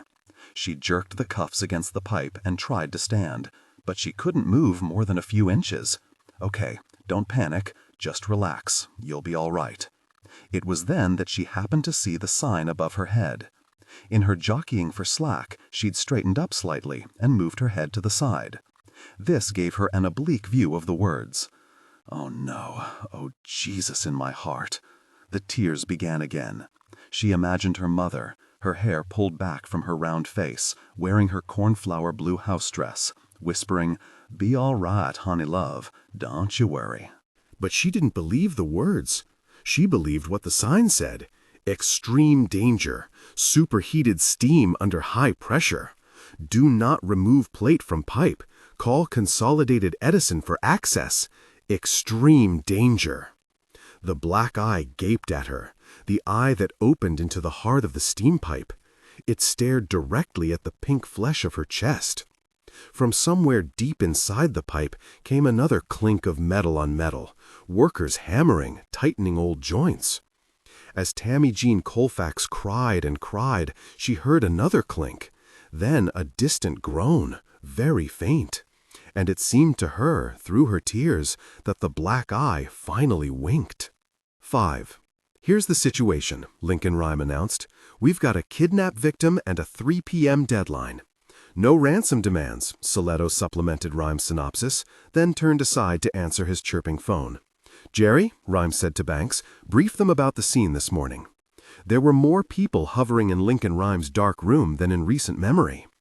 Oh, after the accident, friends had sometimes stopped by unannounced. The odds were pretty good that Rhyme'd be home, of course, but he'd discouraged that. And he'd stopped returning phone calls, too, growing more and more reclusive, drifting into solitude. He'd spend his hours writing his book, and, when he was uninspired to write another one, reading. And when that grew tedious, there were rental movies and pay-per-view and music. And then he'd given up TV in the stereo and spent hours staring at the art prints the aide had dutifully taped up on the wall opposite the bed. Finally, they too had come down. Solitude. It was all he craved, and oh, how he missed it now. Pacing, looking tense, was compact Jim Polling. Lon Soletto was the case officer, but an incident like this needed a captain on board, and Polling had volunteered for the job. The case was a time bomb and could nuke careers in a heartbeat, so the chief and the DEPCOMs were happy to have him intercept the flak. They'd be practicing the fine art of distancing, and when the Betacams rolled, their press conferences would be peppered with words like delegated and assigned and taking the advice of, and they'd be fast to glance at Polling when it came time to field the hardball questions. Rhyme couldn't imagine why any cop in the world would volunteer to head up a case like this one. Polling was an odd one. The little man had pummeled his way through Midtown North Precinct as one of the city's most successful and notorious homicide detectives. Known for his bad temper, he'd gotten into serious trouble when he'd killed an unarmed suspect. But he'd managed, amazingly, to pull his career together by getting a conviction in the Shepard case, the cop serial killer case, the one in which Rhyme'd been injured. Promoted to captain after that very public collar, Polling went through one of those embarrassing midlife changes, giving up blue jeans and Sears suits for Brooks Brothers. Today he wore navy blue Calvin Klein casual, and began his dogged climb toward a plush corner office high in One Police Plaza. Another officer leaned against a nearby table. Crew-cut Ranji Bohaman was a captain and head of the Emergency Services Unit, NYPD's SWAT team. Banks finished his synopsis just as Soletto pushed disconnect and folded his phone. The Hardy Boys. Anything more on the cab? Polling asked. Nothing. They're still beating bushes. Any sign she was fucking somebody she shouldn't have been? Polling asked. Maybe a psycho boyfriend? Nah, no boyfriends. Just dated a few guys casually. No stalkers, it looks like. And still no ransom calls? Rhyme asked. No. The doorbell rang. Tom went to answer it. Rhyme looked toward the approaching voices. A moment later, the aide escorted a uniformed police officer up the stairs. She appeared very young from a distance, but as she drew closer, he could see she was probably 30 or so. She was tall and had that sullen, equine beauty of women gazing out from the pages of fashion magazines. We see others as we see ourselves, and since the accident, Lincoln Rhyme rarely thought of people in terms of their bodies. He observed her height, trim hips, fiery red hair. Somebody else weigh those features and say, what a knockout. But for Rhyme, that thought didn't occur to him. What did register was the look in her eyes. Not the surprise, obviously, nobody'd warned he was a crip, but something else. An expression he'd never seen before. It was as if his condition was putting her at ease, the exact opposite of how most people reacted. As she walked into the room, she was relaxing. "Officer Sachs?" Rhyme asked. "Yes, sir," she said, catching herself just as she was about to extend a hand. Detective Rhyme, Soletto introduced her to Pauling and Hamann. She'd know about the latter two, by reputation if nothing else, and now her eyes grew cautious once more. She took in the room, the dust, the gloominess. Glanced at one of the ARC posters. It was partially unrolled, lying under a table. Nighthawks by Edward Hopper. The lonely people in a diner late at night. That one had been the last to come down. Rhyme briefly explained about the 3 p.m. deadline. Sachs nodded calmly, but Rhyme could see the flicker of what? Fear? Disgust? Jerry Banks, fingers encumbered by a class ring but not a wedding band, was attracted immediately by the lamp of her beauty and offered her a particular smile. But Sax's single glance in response made clear that no matches were being made here, and probably never would be. Pauling said, maybe it's a trap. We find the place he's leading us to, walk in, and there's a bomb. I doubt it, Soletto said, shrugging. Why go to all this trouble? If you want to kill cops, all you gotta do is find one and fucking shoot him. Awkward silence for a moment, as Pauling looked quickly from Soletto to Rhyme. The collective thought registered that it was on the Shepherd case that Rhyme had been injured. But faux pas meant nothing to Lincoln Rhyme. He continued, I agree with Lon, but I'd tell any search and surveillance or HRT teams to keep an eye out for ambush. Our boy seems to be writing his own rules. Sachs looked again at the poster of the Hopper painting. Rhyme followed her gaze. Maybe the people in the diner really weren't lonely, he reflected. Come to think of it, they all looked pretty damn content. We've got 2 types of physical evidence here, Rhyme continued. Standard PE. What the unsub didn't mean to leave behind. Hair, fibers, fingerprints, maybe blood, shoe prints. If we can find enough of it, and if we're lucky, that'll lead us to the primary crime scene. That's where he lives. Or his hidey hole, Soletto offered, something temporary. A safe house, Rhyme mused, nodding. Bet you're right, Lon. He needs some place to operate out of. He continued, then there's the planted evidence. Apart from the scraps of paper, which tell us the time and date, we've got the bolt, the wad of asbestos, and the sand. A fucking scavenger hunt, Hamann growled, and ran a hand through his slick buzz cut. He looked just like the drill sergeant Rhyme recalled he'd been. So I can tell the brass there's a chance of getting the Vic in time? Pauling asked. I think so, yes. The captain made a call and wandered to the corner of the room as he talked. When he hung up, he grunted, the mayor. The chief's with him. There's going to be a press conference in an hour, and I gotta be there to make sure their dicks are in their pants and their flies are zipped. Anything more I can tell the big boys? Soletto glanced at Rhyme, who shook his head. Not yet, the detective said. Pauling gave Soletto his cellular phone number and left, literally jogging out the door. A moment later, a skinny, balding man in his 30s ambled up the stairs. Nell Cooper was as goofy-looking as ever, the nerdy neighbor in a sitcom. He was followed by 2 younger cops carrying a steamer trunk and 2 suitcases that seemed to weigh 1,000 pounds each. The officers deposited their heavy loads and left. Mel, detective. Cooper walked up to Rhyme and gripped his useless right hand. The only physical contact today with any of his guests, Rhyme noted. He and Cooper had worked together for years. With degrees in organic chemistry, math, and physics, Cooper was an expert both in identification, friction ridge prints, DNA, and forensic reconstruction, and in PE analysis. "How's the world's foremost criminalist?" Cooper asked him. Rhyme scoffed good-naturedly.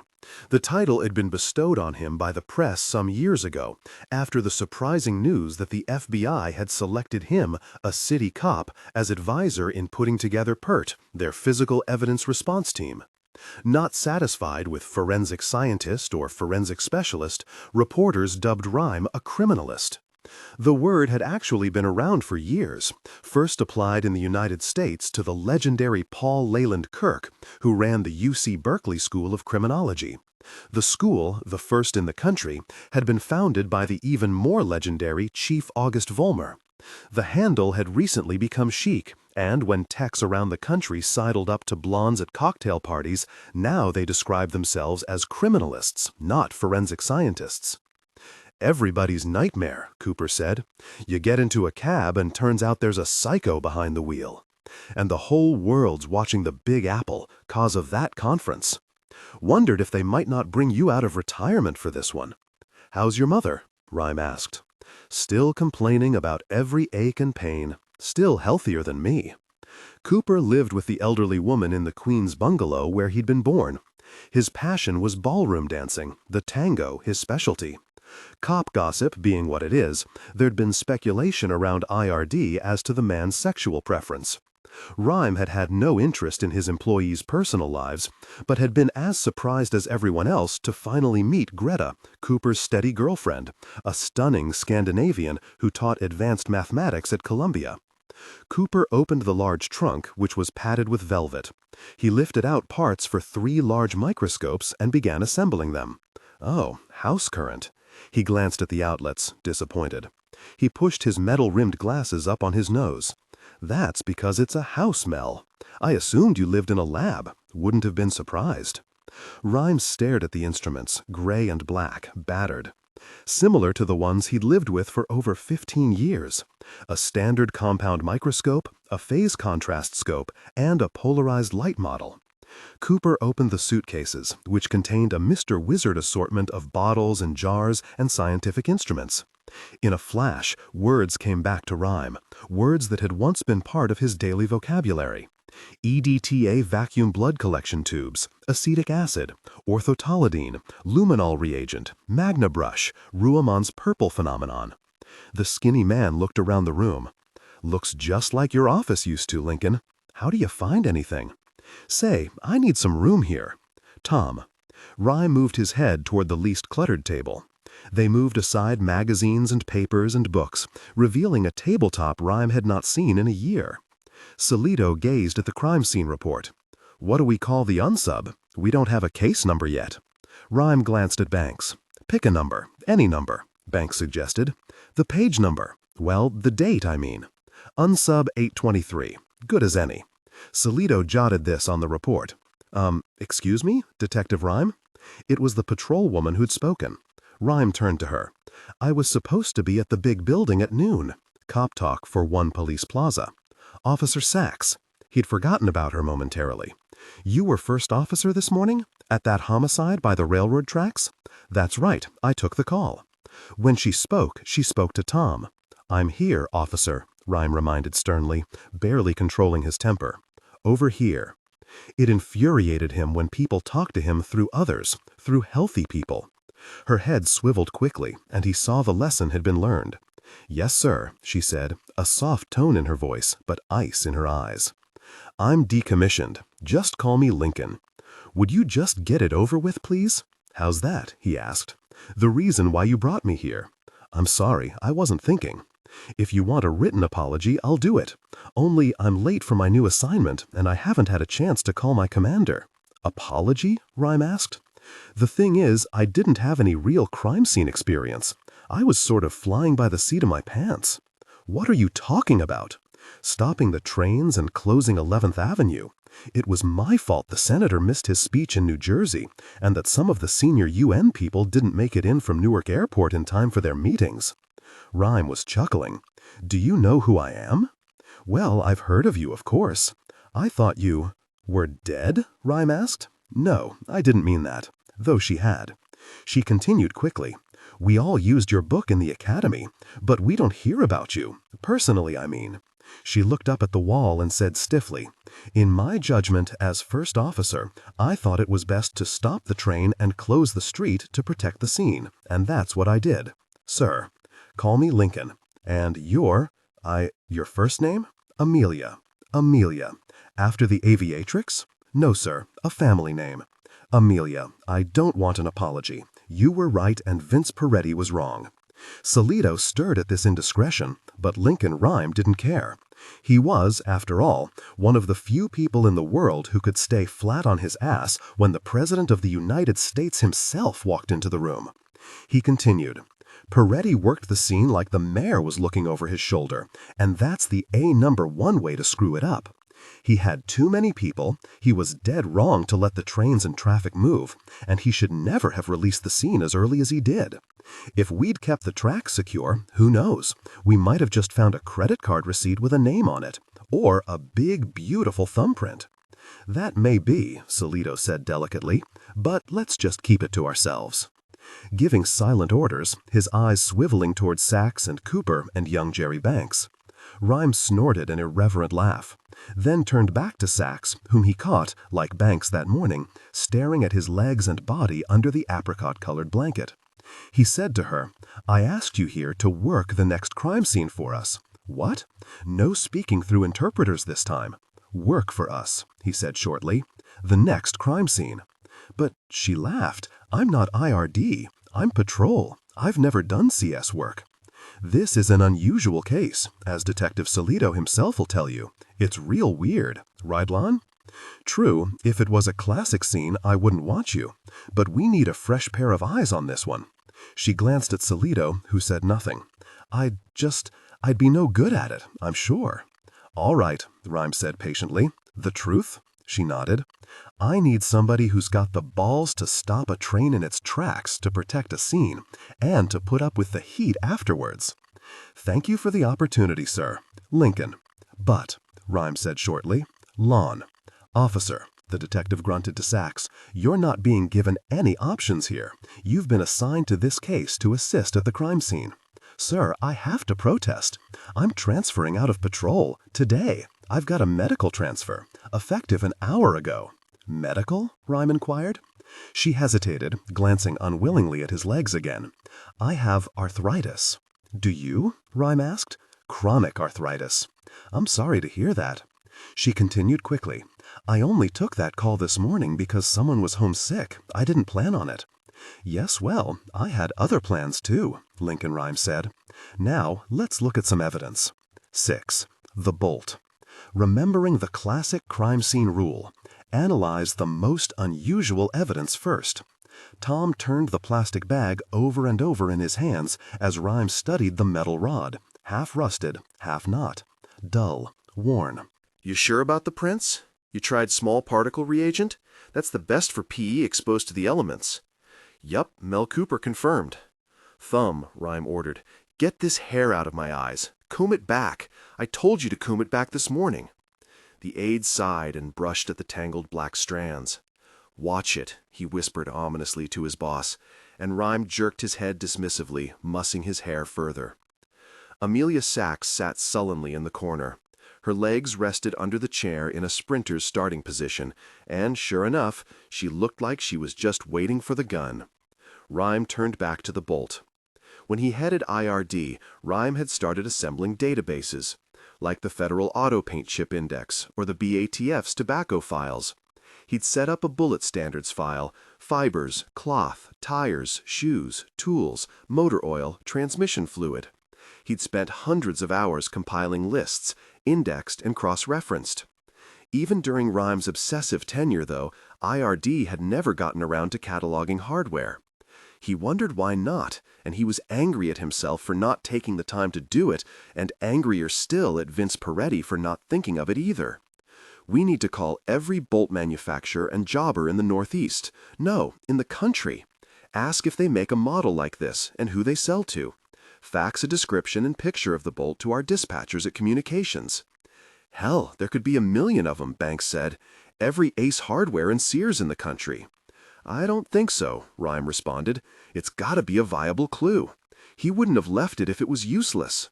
There's a limited source of these bolts, I betcha. Salito made a call and looked up a few minutes later. I've got you dispatchers, Lincoln, 4 of them. Where do we get a list of manufacturers? Get a patrolman down to 42nd Street, Rhyme replied. Public Library. They have corporate directories there. Until we get one, have the dispatchers start working through the business-to-business yellow pages. Salito repeated this into the phone. Rhyme glanced at the clock. It was 1:30. Now, the asbestos. For an instant, the word glowed in his mind. He felt a jolt in places where no jolts could be felt. What was familiar about asbestos? Something he'd read or heard about recently, it seemed, though Lincoln Rhyme no longer trusted his sense of time.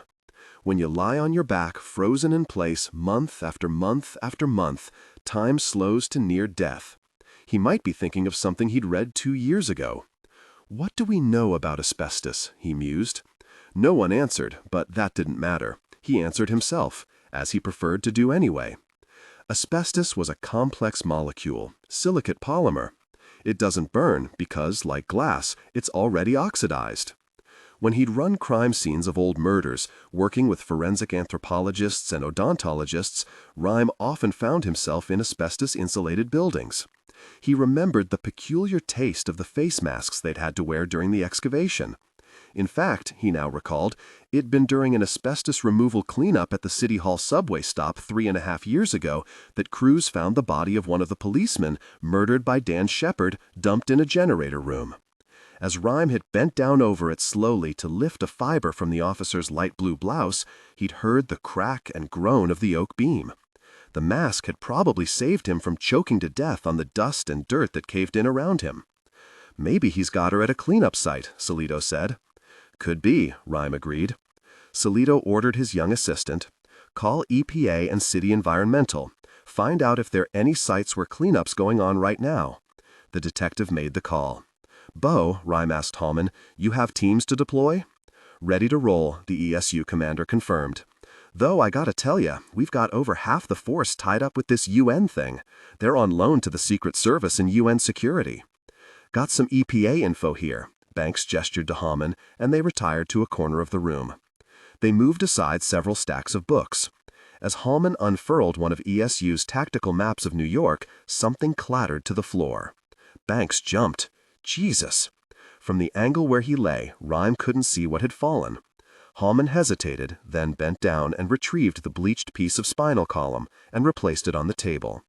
Rhyme felt several pairs of eyes on him, but he said nothing about the bone. Hallman leaned over the map as Banks, on the phone, fed him information about asbestos cleanup sites.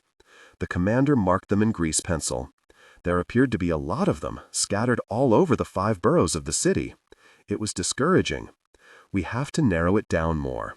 Let's see. The sand," Rhyme said to Cooper. "Scope it. Tell me what you think." Solito handed the evidence envelope to the tech, who poured the contents out onto an enamel examination tray. The glistening powder left a small cloud of dust. There was also a stone, worn smooth, which slid into the center of the pile. Lincoln Rhyme's throat caught.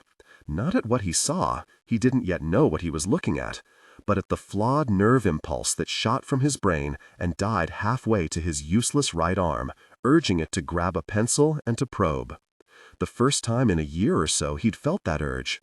It nearly brought tears into his eyes, and his only solace was the memory of the tiny bottle of Seconal and the plastic bag that Dr. Berger carried with him, images that hovered like a saving angel over the room. He cleared his throat. "Print it." "What?" Cooper asked. "The stone." Solito looked at him inquiringly. "The rock doesn't belong there," Rhyme said. "Apples and oranges. I want to know why." "Print it." Using porcelain-tipped forceps, Cooper picked up the stone and examined it. He slipped on goggles and hit the rock with a beam from a polylight, a power pack the size of a car battery with a light wand attached. "Nothing," Cooper said. "VMD? Vacuum metal deposition is the Cadillac of techniques for raising latent prints on non-porous surfaces. It evaporates gold or zinc in a vacuum chamber containing the object to be tested. The metal coats the latent print, making the whorls and peaks very visible. But Cooper didn't have a VMD with him. "What do you have?" asked Rhyme, not pleased. "Sudan black, stabilized physical developer, iodine, amido black, DFO, and gentian violet, magna brush." He'd also brought 9-hydrin for raising prints on porous surfaces and a superglue frame for smooth surfaces. Rhyme recalled the stunning news that had swept the forensic community some years ago. A technician working in a U.S. Army forensic lab in Japan had used superglue to fix a broken camera, and found to his amazement that the fumes from the adhesive raised latent fingerprints better than most chemicals made for that purpose. This was the method Cooper now used. With forceps, he set the rock in a small glass box and put a dab of glue on the hot plate inside. A few minutes later, he lifted the rock out. "We've got something," he said. He dusted it with long-wavelength UV powder and hit it with the beam from the polylight wand. A print was clearly visible, dead center. Cooper photographed it with Polaroid CU5, a 1:1 camera. He showed the picture to Rhyme. "Hold it closer." Rhyme squinted as he examined it. "Yes." He rolled it. Rolling prints, rocking a finger onto a surface, produced an impression different from one made by picking up an object. It was a subtle difference in the width of the friction ridges at various points on the pattern, but one that Rhyme now recognized clearly. "And look, what's that?" he mused. "That line." There was a faint crescent mark above the print itself. "It looks almost like—" "Yup," Rhyme said, "her fingernail. You wouldn't normally get that, but I'll bet he tipped the stone just to make sure it got picked up. It left an oil impression, like a friction ridge." "Why would he do that?" Sachs asked. Once more miffed that nobody seemed to be picking up these points as fast as he was, Rhyme explained tersely. He's telling us two things. First, he's making sure we know the victim's a woman, in case we didn't make the connection between her and the body this morning. "Why do that?" Banks asked. "To up the ante," Rhyme said. "Make us sweat more. He's let us know there's a woman at risk. He's valuated the victims, just like we all do, even though we claim we don't." Rhyme happened to glance at Sachs's hands. He was surprised to see that for such a beautiful woman, her fingers were a mess. 4 ended in fleshy band-aids, and several others were chewed to the quick. The cuticle of one was caked with brown blood. He noticed, too, the red inflammation of the skin beneath her eyebrows, from plucking them, he assumed, and a scratch mark beside her ear. All self-destructive habits. "There are a million ways to do yourself in besides pills and Armagnac," Rhyme announced. "The other thing he's telling us I already warned you about. He knows evidence. He's saying, don't bother with regular forensic pee. I won't be leaving any. That's what he thinks, of course, but we'll find something. You bet we will." Suddenly, Rhyme frowned. "The map! We need the map!" "Tom," the aide blurted, "what map?" "You know what map I mean." Tom sighed. "Not a clue, Lincoln." Glancing out the window and speaking half to himself, Rhyme mused, "The railroad underpass, the bootleg tunnels and access doors. The asbestos, those are all old. He likes historical New York. I want the Randall map."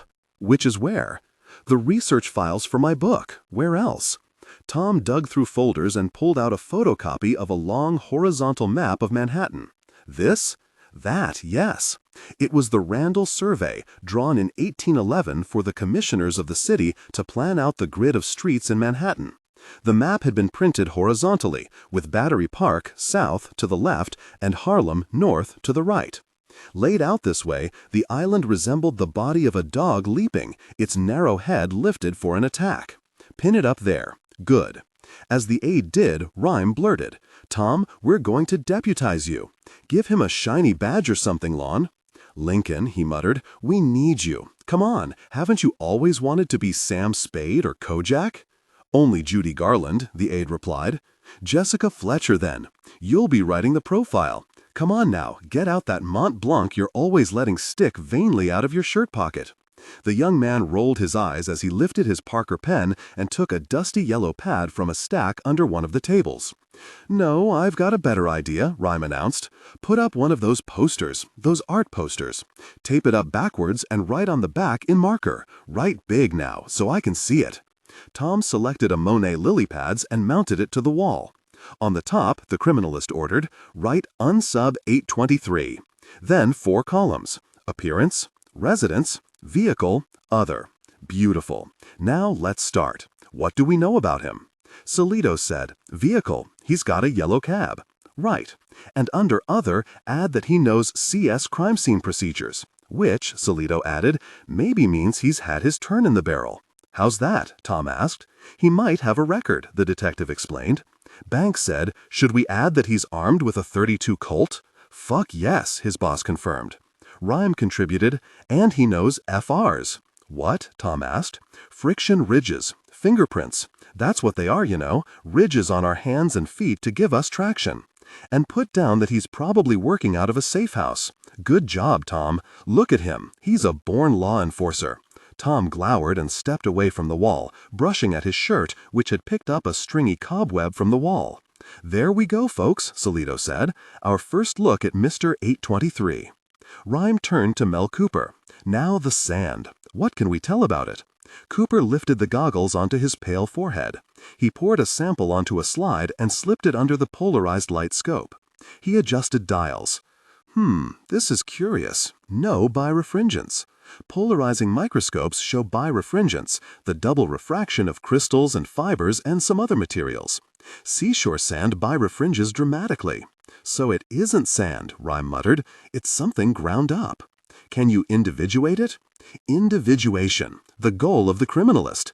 Most physical evidence can be identified, but even if you know what it is, there are usually hundreds or thousands of sources it might have come from. Individuated evidence is something that could have come from only one source or a very limited number of sources. A fingerprint, a DNA profile, a paint chip that fits into a missing spot on the perp's car like a jigsaw puzzle piece. Maybe, the tech responded, if I can figure out what it is. Ground glass, Rhyme suggested.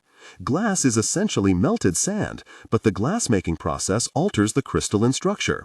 You don't get birefringence with ground glass. Cooper examined the sample closely. No, I don't think it's glass. I don't know what it is. I wish I had an EDX here. A popular crime lab tool was a scanning electron microscope married to an energy dispersive X-ray unit. It determined what elements were in trace samples found at crime scenes. Get him one, Rhyme ordered Solito, then looked around the room. We need more equipment. I want a vacuum metal fingerprint unit too, and a GCMS. A gas chromatograph broke down substances into their component elements, and mass photospectrometry used light to identify each one of them. These instruments let criminalists test an unknown sample as small as 1/1,000,000th of a gram and compare it against a database of 100,000 known substances cataloged by identity and name brand. Solito phoned the wish list into the CSU lab. But we can't wait for the fancy toys, Mel. You'll have to do it the old-fashioned way. Tell me more about our phony sand. It's mixed with a little dirt. There's loam, flecks of quartz, feldspar, and mica, but minimal leaf and decomposed plant fragments.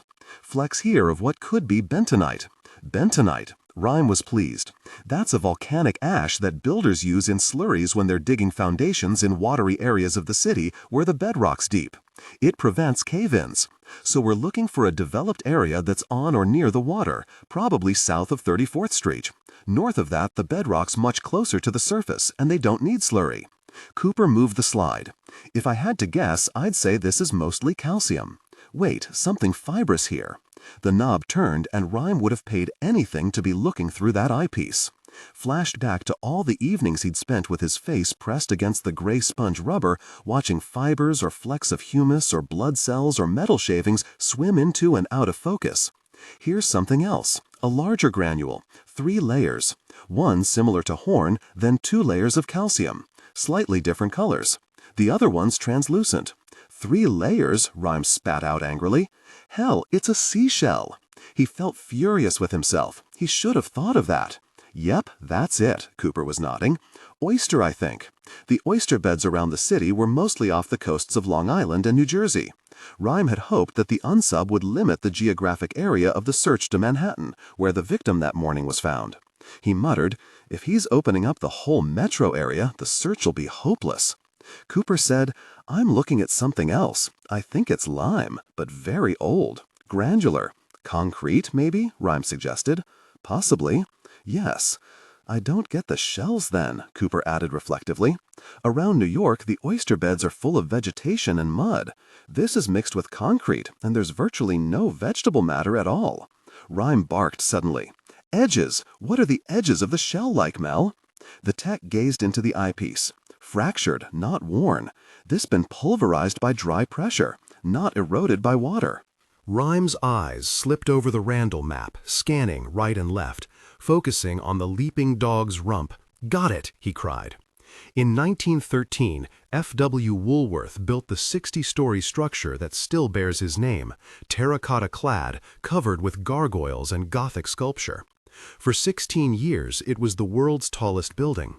Because the bedrock in that part of Manhattan was more than 100 feet below Broadway, workmen had to dig deep shafts to anchor the building. It wasn't long after the groundbreaking that workmen discovered the remains of Manhattan industrialist Talbot Soames, who'd been kidnapped in 1906. The man's body was found buried in a thick bed of what looked like white sand, but was really ground oyster shells, a fact the tabloids had a heyday with, noting the obese tycoon's obsession with rich food. The shells were so common along the lower eastern tip of Manhattan they'd been used for landfill. They were what had given Pearl Street its name. "She's downtown somewhere," Rhyme announced, "probably the east side, and maybe near Pearl.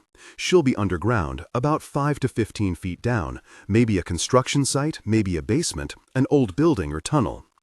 "Cross-check the EPA diagram, Jerry," Salido instructed, "where they're doing asbestos cleanup. Along Pearl? Nothing." The young officer held up the map he and Hauman were working from. "There are 36 cleanup sites in Midtown, Harlem, and the Bronx, but nothing downtown." Asbestos, asbestos, Rhyme mused again. What was so familiar about it? It was 2:05 p.m. "Bo, we've got to move. Get your people down there and start a search. All the buildings along Pearl Street. Water Street, too." "Man," the cop sighed, "that's beaucoup buildings." He started for the door. Rhyme said to Salido, "Lon, you better go too. This is going to be a photo finish. They'll need all the searchers they can get. Amelia, I want you down there too." "Look, I've been thinking." "Officer," Salido snapped, "you got your orders." A faint glower crossed her beautiful face. Rhyme said to Cooper, "Mel, you drive over here in a bus?" "An RRV," he answered. The city's big crime scene buses were large vans filled with instruments and evidence collection supplies, better equipped than the entire labs of many small towns. But when Rhyme was running IRD, he'd ordered smaller crime scene vehicles, station wagons basically, containing the essential collection and analysis equipment. The rapid response vehicles looked placid, but Rhyme had bullied transportation into getting them fitted with turbocharged police interceptor engines. They often beat patrol squad cars to the scene. On more than one occasion, the first officer was a seasoned crime scene tech, which is every prosecutor's dream. "Give Amelia the keys." Cooper handed them to Sachs, who stared briefly at Rhyme, then wheeled and hurried down the stairs. Even her footsteps sounded angry. "All right, Lon, what's on your mind?" Salido glanced at the empty hallway and walked up close to Rhyme. "You really want PD for this?" "PD, I mean her, Sachs. PD's a nickname." "For what?" "Don't say it around her. Ticks her off. Her dad was a beat cop for 40 years, so they call her the Portable's daughter." "You don't think I should have picked her?" "No, I don't. Why do you want her?" "Because she climbed down a 30-foot embankment so she wouldn't contaminate the scene. She closed a major avenue and an Amtrak line. That's initiative. Come on, Link, I know a dozen CS cops do something like that." "Well, she's the one I wanted." And Rhyme gave Salido a grave look, reminding him, subtly but without debate, what the terms of this bargain had been. "All I'll say is," the detective muttered, "I just talked to Pauling.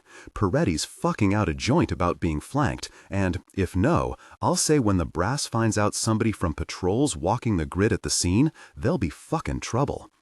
"Probably," Rhyme said softly, gazing at the profile poster, "but I have a feeling that's going to be the least of our trouble today," and let his weary head ease back into the thick down pillow. 7. The station wagon raced toward the dark, sooty canyons of Wall Street, downtown New York. Amelia Sachs's fingers danced lightly on the steering wheel as she tried to imagine where T.J. Colfax might be held captive. Finding her seemed hopeless. The approaching financial district had never looked so enormous, so full of alleys, so filled with manholes and doorways and buildings peppered with black windows. So many places to hide a hostage. In her mind she saw the hand sticking out of the grave beside the railroad tracks, the diamond ring sitting on the bloody bone of a finger. Sachs recognized the type of jewelry. She called them consolation rings, the sort lonely rich girls bought themselves, the sort she'd be wearing if she were rich. Speeding south, dodging bicycle messengers and cabs. Even on this glaring afternoon, under a choked sun, this was a spooky part of town. The buildings cast grim shadows and were coated with grime dark as dried blood. Sachs took a turn at 40, skidding on the spongy asphalt, and punched the pedal to bring the station wagon back up to 60. Excellent engine, she thought, and decided to see how well the wagon handled at 70. Years before, while her old man slept, he worked the 3 to 11 watch. Usually, teenage Amy Sachs would palm the keys to his Camaro and tell her mother Rose she was going shopping. Did she want anything from the Fort Hamilton pork store? And before her mother could say, "No, but you take the train, you're not driving," the girl would disappear out the door, fire up the car, and race west. Coming home 3 hours later, porkless, Amy would sneak up the stairs to be confronted by a mother frantic and angry, who, to her daughter's amusement, would lecture her about the risks of getting pregnant and how that would ruin her chances to use her beautiful face to make $1 million at modeling.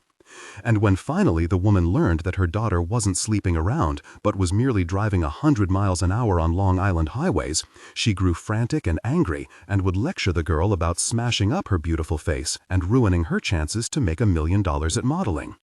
Things grew even worse when she got her driver's license. Sachs now sliced between 2 double-parked trucks, hoping that neither a passenger nor a driver would open his door. In a Doppler whisper, she was past them. When you move, they can't get you. Lon Solito kneaded his rotund face with blunt fingertips and paid no attention to the Indy 500 driving. He talked with his partner about the case like an accountant discussing a balance sheet. As for Banks, though, he was no longer stealing infatuated glances at Sachs's eyes and lips and had taken to checking the speedometer every minute or so. They skidded in a frantic turn past the Brooklyn Bridge. She thought again of the woman captive, picturing TJ's long, elegant nails while she tapped her own picked fingers on the wheel. She saw again in her mind the image that refused to go away, the white birch branch of a hand sticking up out of the moist grave, the single bloody bone. "He's kinda loony," she blurted suddenly, to change the direction of her thoughts. "Who?" Solito asked. "Rhyme." Banks added, "Ask me, he looks like Howard Hughes's kid brother." "Yeah, well, that surprised me," the older detective admitted. "Wasn't looking too good. Used to be a handsome guy. But, well, after what he's been through. How come if you drive like this, Sachs, you're a portable?" "Where I got assigned. They didn't ask, they told me. Just like you did," she reflected. Was he really as good as that? Rhyme. Better. Most CSU guys in New York handled 200 bodies a year. Tops. Rhyme did double that, even when he was running IRD. Take Peretti, he's a good man, but he gets out once every 2 weeks or so, and only on media cases. You're not hearing this from me, officer. No, sir. But Rhyme'd run the scenes himself. And when he wasn't running scenes, he'd be out walking around. Doing what? Just walking around, looking at stuff. He walked miles, all over the city, buying things, picking up things, collecting things. What kinds of things? Evidence standards. Dirt, food, magazines, hubcaps, shoes, medical books, drugs, plants. You name it, he'd find it and catalog it. So when some PE came in, he'd have a better idea where the perp might have been or what he'd been doing. You'd page him, and he'd be in Harlem or the Lower East Side or Hell's Kitchen. Police in his blood? Nah. Father was some kind of scientist at a national laboratory or something. Is that what Rhyme studied? Science? Yeah. Went to school at Champaign-Urbana, got a couple of fancy degrees, chemistry and history, which I have no idea why. His folks are gone since I knew him. That'd be hell, coming on 15 years now. And he doesn't have any brothers or sisters. He grew up in Illinois. That's why the name, Lincoln. She wanted to ask if he was or had been married, but didn't. She settled for, is he really that much of a, you can say it, officer, a shit? Banks laughed. Solito said, my ma had this expression. She said somebody was of a mind. Well, that describes Rhyme. He's of a mind. One time this dumbass tech sprayed luminol, that's a blood reagent on a fingerprint, instead of ninhydrin. Ruined the print. Rhyme fired him on the spot. Another time a cop took a leak at a scene and flushed the toilet. Man, Rhyme went ballistic, told him to get his ass down to the basement and bring back whatever was in the sewer trap. Solito laughed. The cop, he had rank, he said, I'm not doing that, I'm a lieutenant. And Rhyme said, got news, you're a plumber now. I could go on and on. Fuck, officer, you doing 80? They streaked past the big building, and she thought, achingly, that's where I ought to be right now. Meeting fellow information officers, sitting through the training session, soaking up the air conditioning. She steered expertly around a taxi that was oozing through a red light. Jesus, this is hot. Dust hot, stink hot, gas hot. The ugly hours of the city. Tempers spurted like gray water shooting from hydrants up in Harlem. 2 Christmases ago, she and her boyfriend had an abbreviated holiday celebration from 11 p.m. to midnight, the only mutual free time their watches allowed, in the 4-degree night. She and Nick, sitting at Rockefeller Center, outside, near the skating rink, drinking coffee and brandy. They'd agreed they'd rather have a week of cold than a single hot August day. Finally, streaking down Pearl, she spotted Hammond's command post.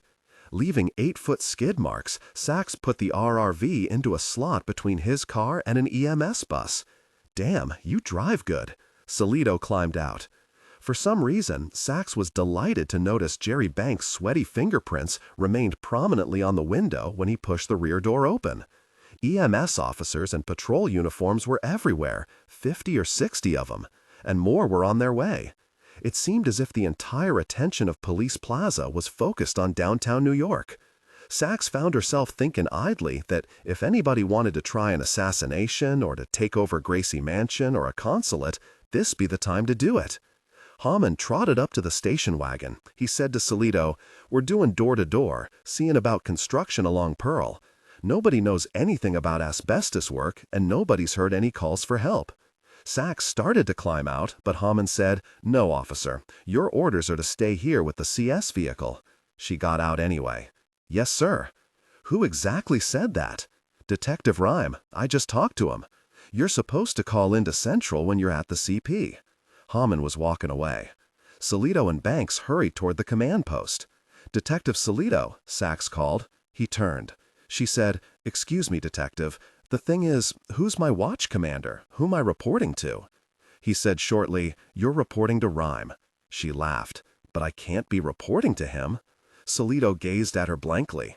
"I mean, aren't there liability issues or something? Jurisdiction? He's a civilian. I need somebody, a shield, to report to." Salito said evenly, "Officer, listen up. We're all reporting to Lincoln Rhyme. I don't care whether he's a civilian or he's the chief or he's the fucking Caped Crusader. Got that? But you want to complain? Do it in writing and do it tomorrow." And he was gone. Sachs stared after him for a moment, then returned to the front seat of the wagon and called into Central that she was 1084 at the scene, awaiting instructions. She laughed grimly as the woman reported, 10-4, portable 5885. Be advised, Detective Rhyme will be in touch shortly. Okay. Detective Rhyme? 10-4. Okay, Sachs responded, and looked in the back of the wagon, wondering idly what was in the black suitcases. 2:40 p.m. The phone rang in Rhyme's townhouse. Tom answered. "It's a dispatcher from headquarters." Put him through. The speakerphone burst to life. "Detective Rhyme, you don't remember me, but I worked at IRD when you were there. Civilian. Did phone detail then. Emma Rollins." "Of course. How are the youngsters, Emma?" Rhyme had a memory of a large, cheerful black woman supporting 5 children with 2 jobs. He recalled her blunt finger stabbing buttons so hard she once actually broke one of the government-issue phones. Jeremy's starting college in a couple weeks, and Dora's still acting, or she thinks she is. The little ones are doing just fine. "Lon Salito recruited you, did he?" "No, sir. I heard you were working on the case, and I booted some child back to 911. "Emma's taken this job," I told her. "What have you got for us?" "We're working out of a directory of companies making bolts, and a book that lists places wholesaling them. Here's what we found." It was the letters did it, the ones stamped on the bolt, the CE. They're made special for Con Ed. Hell, of course. They're marked that way because they're a different size than most bolts this company sells, 15/16 of an inch, and a lot more threads than most other bolts. That'd be Michigan Tool and Die in Detroit. They use them in old pipes only in New York. One's made 60, 70 years ago. The way the parts of the pipe fit together, they have to be real close seals. Fit closer than a bride and groom on their wedding nights, what the man told me, trying to make me blush. "Emma, I love you. You stay on call, will ya?" "You bet I will." "Tom," Rhyme shouted, "this phone isn't gonna work. I need to make calls myself. That voice activation thing in the computer, can I use it?" "You never ordered it." "I didn't?" "No." "Well, I need it." "Well, we don't have it." "Do something. I want to be able to make calls." "I think there's a manual EQ somewhere."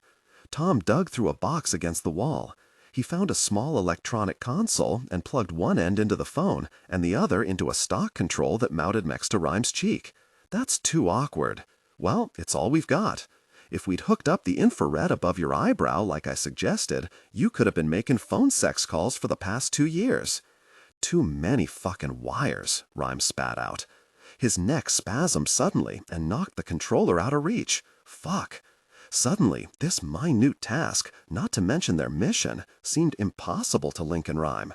He was exhausted. His neck hurt, his head, his eyes particularly. They stung, and this was more painful to him. He felt a chip of urge to rub the backs of his fingers across his closed lids. A tiny gesture of relief, something the rest of the world did every day. Tom replaced the joystick. Rhyme summoned patience from somewhere and asked his aide, "How does it work?"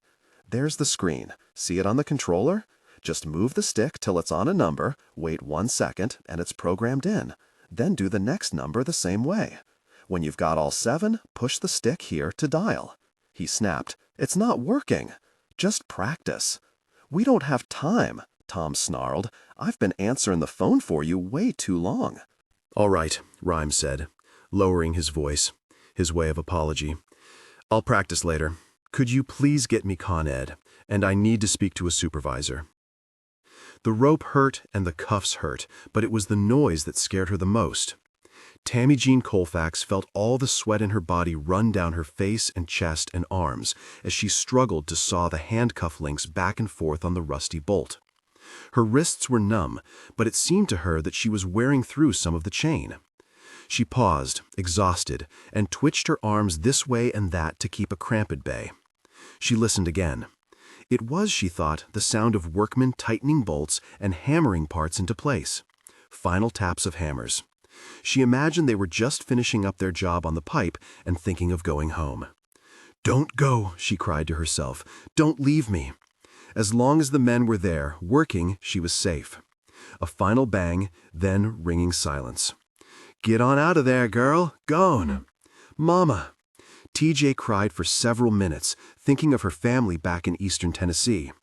Her nostrils clogged, but as she began to choke, she blew her nose violently, felt an explosion of tears and mucus. Then she was breathing again. It gave her confidence, strength. She began to saw once more. "I appreciate the urgency, Detective, but I don't know how I can help you.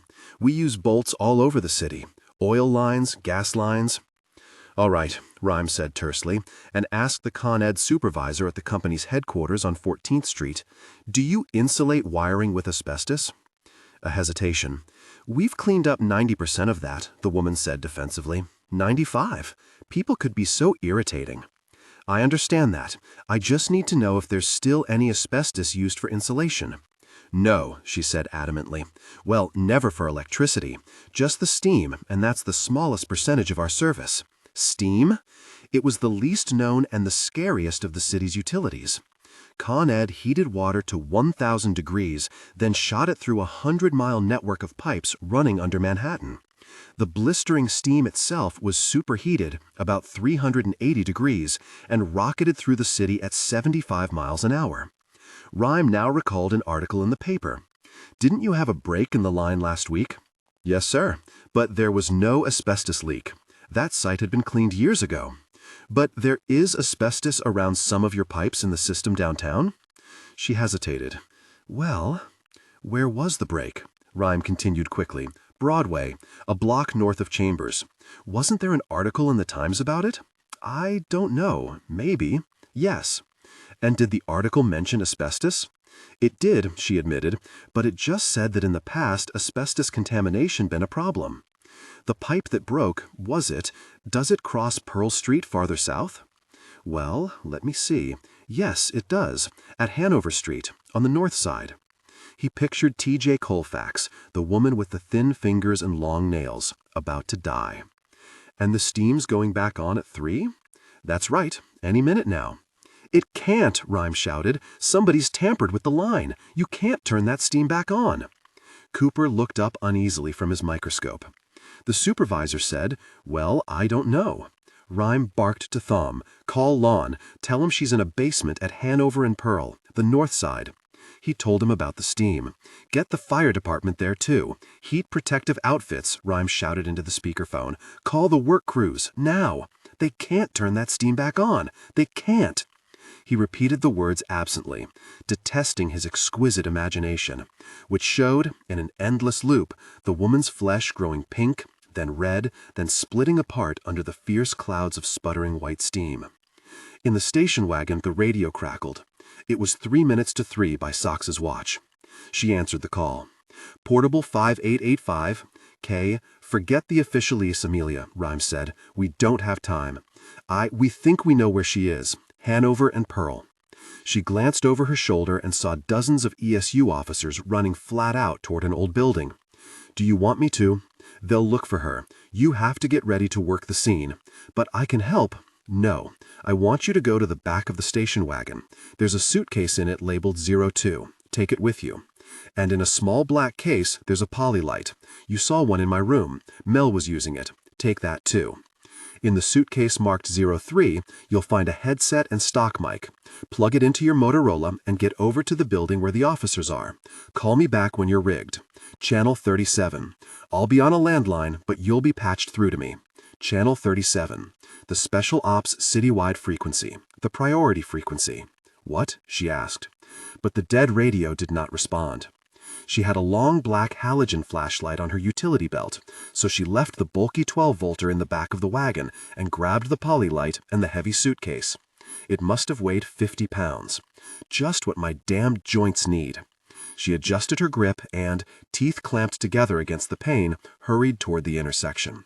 Salito, breathless, ran to the building. Banks joined them. "You here?" the older detective asked. Sachs nodded. "This is it?" she asked.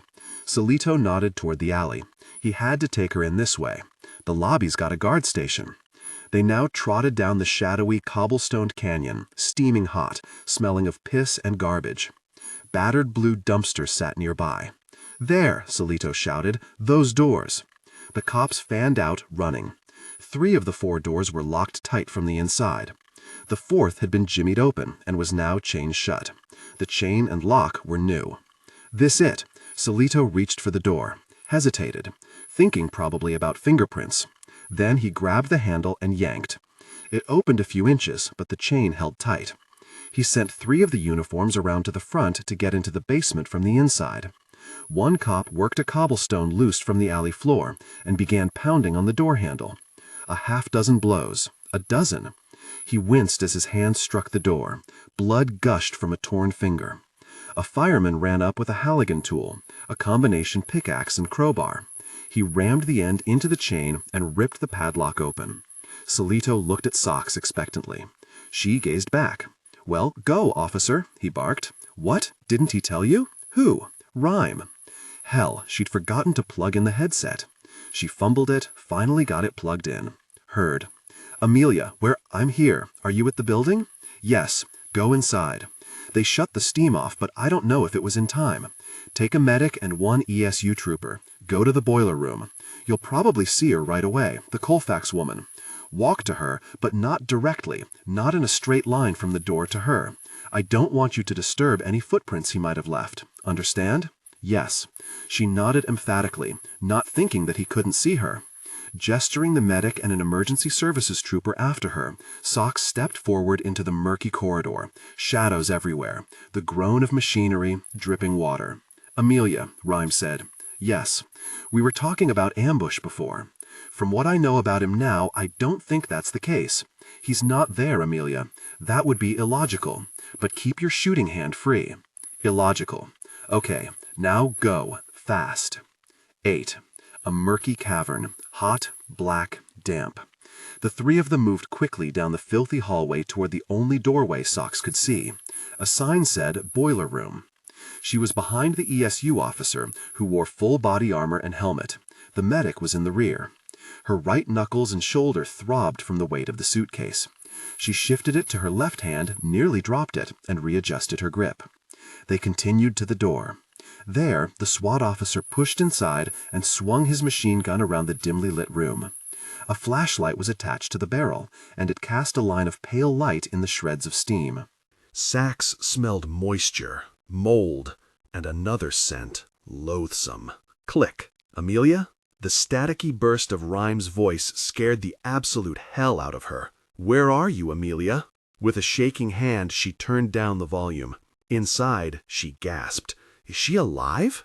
Sachs walked on her feet, staring at the sight. She squinted, not sure at first what she was seeing. Then she understood. Oh no. Whispering, feeling the nausea. The sickening boiled meat smell wafted around her. But that wasn't the worst of it.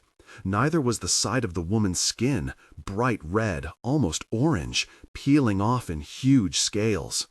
The face completely stripped of skin. No, what brought the dread home was the angle of T.J. Colfax's body. The impossible twisting of her limbs and torso as she'd tried to get away from the spray of ravaging heat. He hoped the Vike was dead, for his sake. Is she alive? Rhyme repeated. No, Sachs whispered. I don't see how. No. Is the room secure? Sachs glanced at the officer, who'd heard the transmission, and nodded. Scene secure. Rhyme told her, I want the ESU trooper out, then you and the medic go check on her. Sachs gagged once on the smell and forced herself to control the reflex. She and the medic walked in an oblique path to the pipe. He bent unemotionally forward and felt the woman's neck. He shook his head. Amelia? Rhyme asked. Her second body in the line of duty. Both in one day. The medic said, DCDs. Sachs nodded, said formally into the mic, We have a deceased, confirmed dead at the scene. Scalded to death? Rhyme asked. Looks like it. Tied to the wall? A pipe. Handcuffed, hands behind. Feet tied with clothesline. Duct tape gag. He opened the steam pipe. She was only a couple of feet from it. God. Rhyme continued, Back the medic out the way you can. To the door. Watch where you put your feet. She did this, staring at the body. How could the skin be so red, like a boiled crab shell? All right, Amelia, you're going to work the scene. Open the suitcase. She said nothing, kept staring. Amelia, are you at the door? Amelia? What? She shouted. Are you at the door? His voice was so fucking calm, so different from the snide, demanding voice of the man she remembered in the bedroom. Calm. And something else. She didn't know what. Yes, I'm at the door. You know, this is crazy. Utterly insane, Rhyme agreed, almost cheerfully. Is the suitcase open? She flipped up the lid and glanced inside. Pliers and forceps, a flex mirror on a handle, cotton balls, eyedroppers, pinking shears, pipettes, spatulas, scalpels.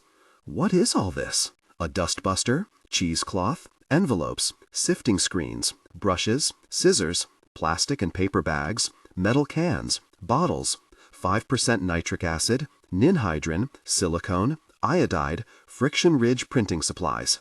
Impossible. Into the mic, she said, I don't think you believed me, detective. I really don't know anything about CS work. Eyes on the woman's ruined body. Water dripped off her peeled nose. A bit of white bone showed through the cheek, and her face was drawn into an anguished grin. Just like the Vike that morning. I believed you, Amelia, he said dismissively. Now, the case is open? He was calm, and he sounded. What? Yes, that was the tone. Seductive. He sounds like a lover. I hate him, she thought. It's wrong to hate a cripple, but I fucking hate him. You're in the basement, right? Yes, sir. Listen, you've got to call me Lincoln. We're going to know each other very well by the time this is over, which is going to be about 60 minutes tops. You'll find some rubber bands in the suitcase, if I'm not mistaken. I see some. Put them around your shoes, where the ball of your foot is. If there's any confusion as to footprints, you'll know which ones are yours. Okay, done. Take some evidence bags and envelopes. Put a dozen of each in your pocket. Can you use chopsticks? What did you say? You live in the city, right? You ever go to Mott Street? For General Chow's chicken? Cold noodles with sesame paste. Her gorge rose at the talk of food. She refused to glance at the woman dangling in front of her. I can use chopsticks, she said icily. Look in the suitcase. I'm not sure you'll find them. They kept them there when I was running scenes. I don't see any. Well, you'll find some pencils. Put those in your pocket. Now you're going to walk a grid. Cover every inch. Are you ready? Yes. First, tell me what you see. One big room, maybe 20 by 30, full of rusted pipes, cracked concrete floor. Walls are brick, mold. Any boxes? Anything on the floor? No, it's empty. Except for the pipes, oil tanks, the boiler. There's the sand, the shells, a pile of it, spilling out of a crack in the wall. And there's some gray stuff, too. Stuff, he jumped. I don't recognize that word. What's stuff? A burst of anger tore through her. She calmed and said, "It's the asbestos, but not wadded up like this morning. It's in crumbling sheets. Good. Now the first sweep. You're looking for footprints and any staged clues that he's left for us. You think he left more?" "Oh, I'll betcha," Rhymes said. "Put on the goggles and use the polylight. Keep it low. Grid the room. Every inch. Get going. You know how to walk a grid?" "Yes. How?" She bristled. "I don't need to be tested." "Ah, humor me. How?" "Back and forth in one direction, then back and forth in the perpendicular direction. Each step no more than 1 foot in length." She hadn't known that. "I know," she said. "Go ahead." The polylight flashed on with an eerie, otherworldly glow. She knew it was something called an ALS, alternative light source, and that it made fingerprints and semen and blood and some shoe prints fluoresce. The brilliant bile green light made shadows dance and jump, and more than once she nearly drew down on a dark form that turned out to be a mere phantom of darkness. "Amelia." Rhymes' voice was sharp. She jumped again. "Yes? What? Do you see any footprints?" She continued to stare at the floor. No. I see streaks in the dust. Or something." She cringed at the careless word. But Rhyme, unlike Peretti that morning, paid no attention. He said, "So, he swept up afterwards." She was surprised. "Yeah, that's it. Broom marks." "How'd you know?" Rhyme laughed, a jarring sound to Sachs in this rank tomb, and he said, "He was smart enough to cover his tracks this morning. No reason to stop now." "Oh, he's good, this boy is. But we're good too. Keep going." Sachs bent over, her joints on fire, and began the search. She covered every square foot of the floor. Nothing here, nothing at all. He picked up on the note of finality in her voice. "You've only just started, Amelia. Crime scenes are three-dimensional. Remember that. What you mean is there's nothing on the floor. Now search the walls. Start with the spot farthest away from the steam and cover every inch." She slowly circled the horrible marionette in the center of the room. She thought of a maypole game she'd played at some Brooklyn street feast when she was 6 or 7, as her father proudly took home movies. Circling slowly. It was an empty room, and yet there were 1,000 different places to search. Hopeless. Impossible. But it wasn't. On a ledge, about 6 feet above the floor, she found the next set of clues. She barked a fast laugh. "Got something here." "In a cluster?" "Yes. A big splinter of dark wood. Chopsticks." "What?" she asked. "The pencils. Use them to pick it up." "Is it wet?" "Everything in here's wet." "Sure it would be. The steam." "Put it in a paper evidence bag. Plastic keeps the moisture in, and in this heat, bacterially destroy the trace evidence." "What else is there?" he asked eagerly. I don't know. Hairs, I think? Short, trimmed, a little pile of them. Loose or attached to skin? Loose. There's a roll of 2-inch tape in the suitcase, 3M. Pick them up with that." Sachs lifted most of the hairs, placed them in a paper envelope. She studied the ledge around the hairs. "I see some stains. Looks like rust or blood." She thought to hit the spot with the polylight. "They're fluorescing. Can you do a presumptive blood test?" "No. Let's just assume it's blood." Could it be the victim's? Doesn't seem to be. It's too far away and there's no trail to her body. Does it lead anywhere? Looks like it. To a brick in the wall. It's loose. No prints on it. I'm going to move it aside. Oh, Jesus! Sachs gasped and stumbled back a foot or two, nearly fell. "What?" Rhyme asked. She eased forward, staring in disbelief. "Amelia, talk to me. It's a bone. A bloody bone. Human?" "I don't know," she answered. "How would I? I don't know." "Recent kill?" "Looks like it. About 2 inches long and 2 in diameter. There's blood and flesh on it. It's been sawn off. Jesus, who the fuck to do something?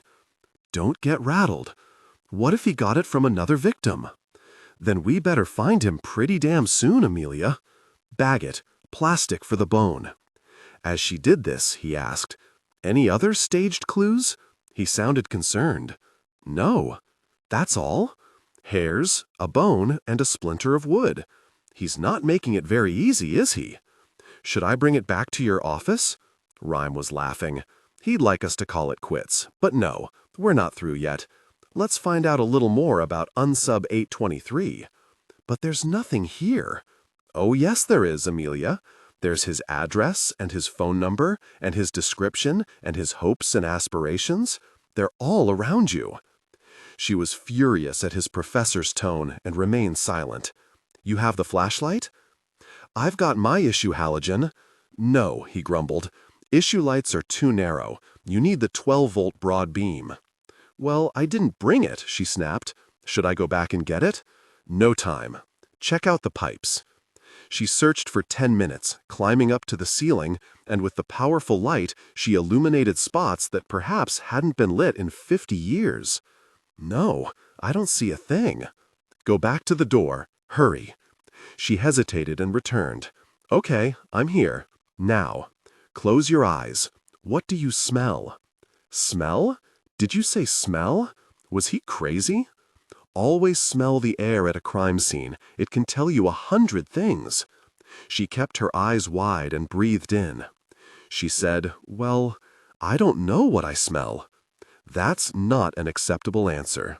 She exhaled in exasperation and hoped the hiss was coming through his telephone loud and clear. She jammed her lids closed, inhaled, fought the nausea again. Mold, mustiness, the smell of hot water from the steam. You don't know where it's from? Just describe it. Hot water. The woman's perfume? Are you sure it's hers? Well, no. Are you wearing any? No. How about aftershave? The medic? The ESU officer? I don't think so. No. Describe it. Dry, like gin. Take a guess, man's aftershave or woman's perfume? What had Nick worn? Arid, extra dry. I don't know, she said. Man's. Walk to the body. She glanced once at the pipe, then down to the floor. I do it, Lincoln Rhyme said. She did. The peeling skin was like black and red birch. Smell her neck. It's all. There isn't much skin left. I'm sorry, Amelia, but you have to do it. We have to see if it's her perfume. She did, inhaled, gagged, nearly vomited. I'm going to puke, she thought. Just like Nick and me that night at Poncho's, done in by those damn frozen daiquiris. 2 hard-ass cops swigging down sissy drinks with blue plastic swordfish swimming in them. Do you smell the perfume? Here it comes, gagging again. No, no. She closed her eyes, concentrated on her aching joints. The most painful one, her knee. And, miraculously, the wave of nausea passed. It's not her perfume. Good. So maybe our boy's vain enough to wear a lot of aftershave. That could be a social class indicator. Or maybe he wants to cover up some other smell he might have left. Garlic, cigars, fish. We'll have to see. Now, Amelia, listen carefully. What? I want you to be him. Oh, psycho shit. Just what I need. I really don't think we have time for this. There's never enough time in crime scene work, Rhyme continued soothingly. But that doesn't stop us. Just get into his head. You've been thinking the way we think. I want you to think the way he does. Well, how do I do that? Use your imagination. That's why God gave us one. Now, you're him. You've got her cuffed and gagged. You take her into the room there. You cuff her to the pipe. You scare her. You're enjoying this. How do you know he's enjoying it? You're enjoying it, not him. How do I know? Because nobody goes to this much trouble to do something they don't enjoy. Now, you know your way around. You've been here before. Why do you think that? You had to check it out earlier, to find a deserted place with a feeder pipe from the steam system, and to get the clues he left by the train tracks. Sachs was mesmerized by his fluid, low voice. She forgot completely that his body was destroyed. Oh, right. You take the steam pipe cover off. What are you thinking? I don't know. That I want to get it over with? Get out. But the words were hardly out of her mouth before she thought, wrong. And she wasn't surprised when she heard Rhyme's tongue click in her headset. Do you really? He asked. No. I want to make it last. Yes, I think that's exactly what you want. You're thinking about what the steam will do to her. What else do you feel? A thought formed in her mind, vague. She saw the woman struggling to free herself. Saw something else. Someone else. Him, she thought. Unsub 823. But what about him? She was close to understanding. What? But suddenly the thought vanished. Gone. I don't know, she whispered. Do you feel any urgency? Or are you pretty cool about what you're doing? I'm in a hurry. I have to leave. The cops could be here at any minute. But I still... What? Shh, she ordered, and scanned the room again, looking for whatever had put the seed of the vanished thought in her mind. The room was swimming, a black, starry night. Swirls of darkness and distant, jaundiced lights. Lord, don't let me faint. Maybe he... There, that's it. Sachs' eyes were following the steam pipe. She was looking at another access plate in a shadowy alcove of the room. It would have been a better hiding place for the girl. You couldn't see it from the doorway if you were walking past. And the second plate had only 4 bolts on it, not 8 like the one he chose. Why not that pipe? Then she understood. He doesn't want. I don't want to leave just yet, because I want to keep an eye on her. Why do you think that? He inquired, echoing her own words just moments before. There's another pipe I could have chained her to, but I picked the one that was in the open. So you could see her? I think so. Why? Maybe to make sure she can't get away. Maybe to make sure the gag's tight. I don't know. Good, Amelia. But what does it mean? How can we use that fact? Sachs looked around the room for the place where he'd have the best view of the girl without being seen. It turned out to be a shadowy spot between 2 large heating oil tanks. Yes, she said excitedly, looking at the floor. He was here. Forgetting the role-playing, he swept up. She scanned the area with the bile glow of the polylite wand. No footprints, she said, disappointed. But as she lifted the light to shut it off, a smudge glowed on one of the tanks. I've got a print, she announced. A print? You get a better view of the girl if you lean forward and support yourself on a tank. That's what he did, I'm sure. Only it's weird, Lincoln. It's deformed. His hand. She shivered looking at the monstrous palm. In the suitcase, there's an aerosol bottle labeled DFO. It's a fluorescent stain. Spray that on the print, hit the polylight, and shoot the image with the 1-to-1 Polaroid. She told him when she'd finished this, and he said, now dust bust the floor between the tanks. If we're lucky, he scratched off a hair or chewed a fingernail. My habits, Sachs thought. It was one of the things that had finally ruined her modeling career. The bloody nail, the worried eyebrow. She'd tried and tried and tried to stop. Finally gave up, discouraged, bewildered that a tiny habit could change the direction of your life so dramatically. Bag the vacuum filter. In paper? Yes, paper. Now, the body, Amelia. What? Well, you've got to process the body. Her heart sank. Somebody else, please. Have somebody else do it, she said. Not until the ME's finished. That's the rule. No rules today, Amelia. We're making up our own. The medical examiner will get her after us. Sachs approached the woman. You know the routine? Yes. She stepped close to the destroyed body, then froze, hands inches from the victim's skin. I can't do it, she shuddered. Told herself to keep going, but she couldn't. The muscles weren't responding. Sachs, you there? She couldn't answer. I can't do this. It was as simple as that. Impossible. I can't. Sachs? And then she looked into herself and somehow saw her father, in uniform, stooping low on the hot, pitted sidewalk of West 42nd Street, sliding his arm around a scabby drunk to help him home. Then was seeing her Nick, as he laughed and drank beer in a Bronx tavern with a hijacker who'd kill him in a second if he knew the young cop was working undercover. The two men in her life, doing what they had to do. Amelia? These two images bobbed in her thoughts, and why they calmed her, or where that calm came from, she couldn't begin to guess. "I'm here," she said to Lincoln Rhyme, and went about her business as she'd been taught, taking the nail scrapings, combing the hair, pubic and head, telling Rhyme what she did as she did it, ignoring the dull orbs of eyes, ignoring the crimson flesh, trying to ignore the smell. "Get her clothing," Rhyme said. "Cut off everything. Put a sheet of newsprint under them first to pick up any trace that falls off. Should I check the pockets? No, we'll do that here. Wrap them up in the paper." Sachs cut the blouse and skirt off, the panties. She reached out for what she thought was the woman's bra, dangling from her chest. It felt curious, disintegrating in her fingers. Then, like a slap, she realized what she held, and she gave a short scream. It wasn't cloth, it was skin. "Amelia, are you all right?" "Yes," she gasped. "I'm fine." "Describe the restraints." "Duct tape for the gag, 2 inches wide.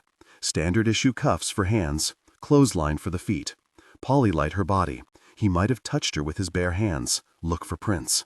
She did. Nothing. "Okay, now cut the clothesline, but not through the knot. Bag it, in plastic." Sachs did. Then Rhyme said, "We need the cuffs." "Okay, I've got a cuff key." "No, Amelia, don't open them." "What?" "The cuff lock mechanism is one of the best ways to pick up trace from the perp." "Well, how am I supposed to get them off without a key?" She laughed. "There's a razor saw in the suitcase. You want me to cut off the cuffs?" There was a pause. Rhyme said, "No, not the cuffs, Amelia." "Well, what do you want me to?" "Oh, you can't be serious." "Her hands?" "You have to." He was irritated at her reluctance. "Okay, that's it. Salito and Pauling have picked a nutcase for a partner. Maybe their careers are tanking, but I'm not going down with them. Forget it." "Amelia, it's just another way to collect evidence." Why did he sound so reasonable? She thought desperately for excuses. "They'll get blood all over them if I cut." Her heart's not beating. "Besides," he added like a TV chef, "the blood will be cooked into a solid." The gorge rising again. "Go on, Amelia. Go to the suitcase. In the lid." He added a frosty, "Please." "Why'd you have me scrape under her nails? I could have just brought you back her hands." "Amelia, we need the cuffs. We have to open them here, and we can't wait for the ME. It has to be done."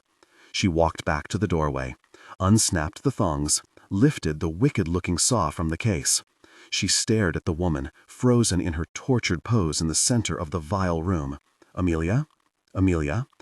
Outside, the sky was still clogged with stagnant, yellow air, and the buildings nearby were covered with soot like charred bones. But Sachs had never been so glad to be out in the city air as now. The CU suitcase in one hand, the razor saw in the other, the headset dangling dead around her neck.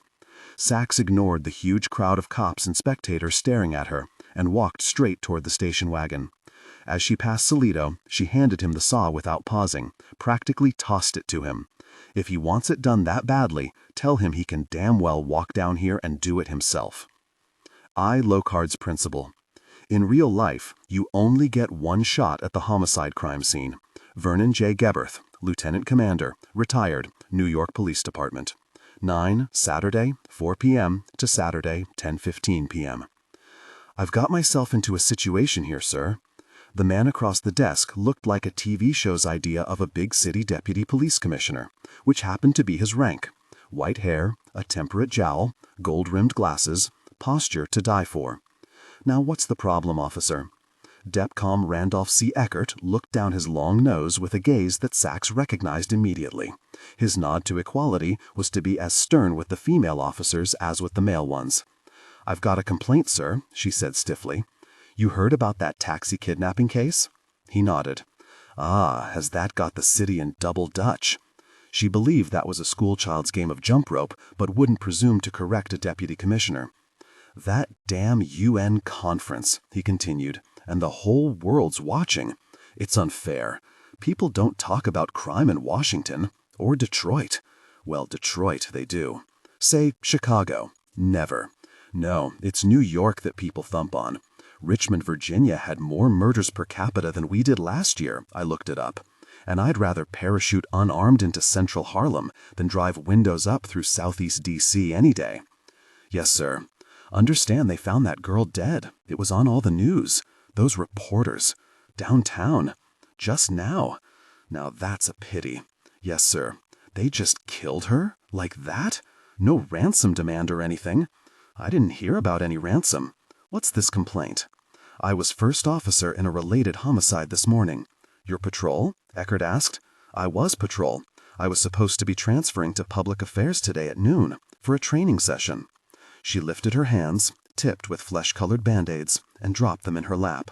But they shanghaied me. Who? Detective Lon Salito, sir, and Captain Howman, and Lincoln Rhyme. Rhyme? Yes, sir. Not the fellow was in charge of IRD a few years ago?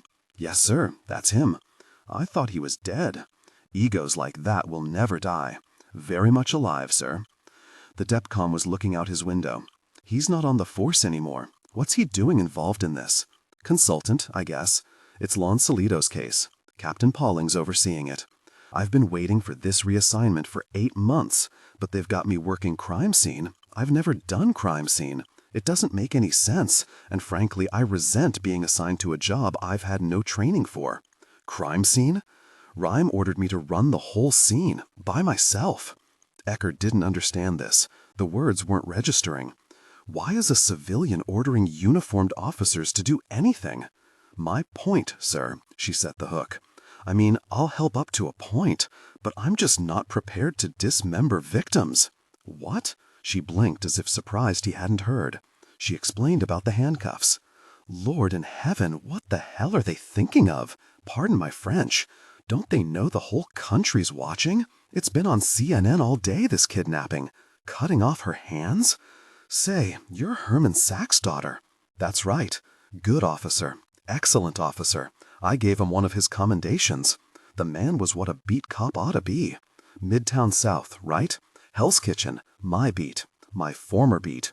Herman Sachs probably prevented more crime than the entire detective division solves in a year. Just calming everything down, you know. That was pop. Sure. Her hands? Eckert snorted. The girl's family'll sue us as soon as they find out about it. They sue us for everything. There's a rapist suing us now 'cause he got shot in the leg coming at an officer with a knife. His lawyer's got this theory he's calling the least deadly alternative. Instead of shooting, we're supposed to tase them or use mace. Or ask them politely. I don't know. I better give the chief and the mayor a heads up on this one. I'll make some calls, officer. He looked at a wall clock. It was a little after 4. Your watch over for the day? I have to report back to Lincoln Rhymes' house. That's where we're working out of. She thought of the hacksaw. She said coolly, his bedroom, really? That's our CP? A civilian's bedroom is your command post? I'd appreciate anything you can do, sir. I've waited a long time for that transfer. Cut her hands off. My good Lord. She stood and walked to the door and out into one of the corridors that would soon be her new assignment. The feeling of relief took only a little longer to arrive than she'd expected. He stood at the bottle-glass window, watching a pack of wild dogs prowl the lot across the street. He was on the first floor of this old building, a marble-clad federal dating to the early 1800s. Surrounded by vacant lots and tenements, some abandoned, some occupied by paying tenants, though most by squatters, this old mansion had been empty for years. The bone collector took the piece of emery paper in his hand once more and continued to rub. He looked down at his handiwork, then out the window again.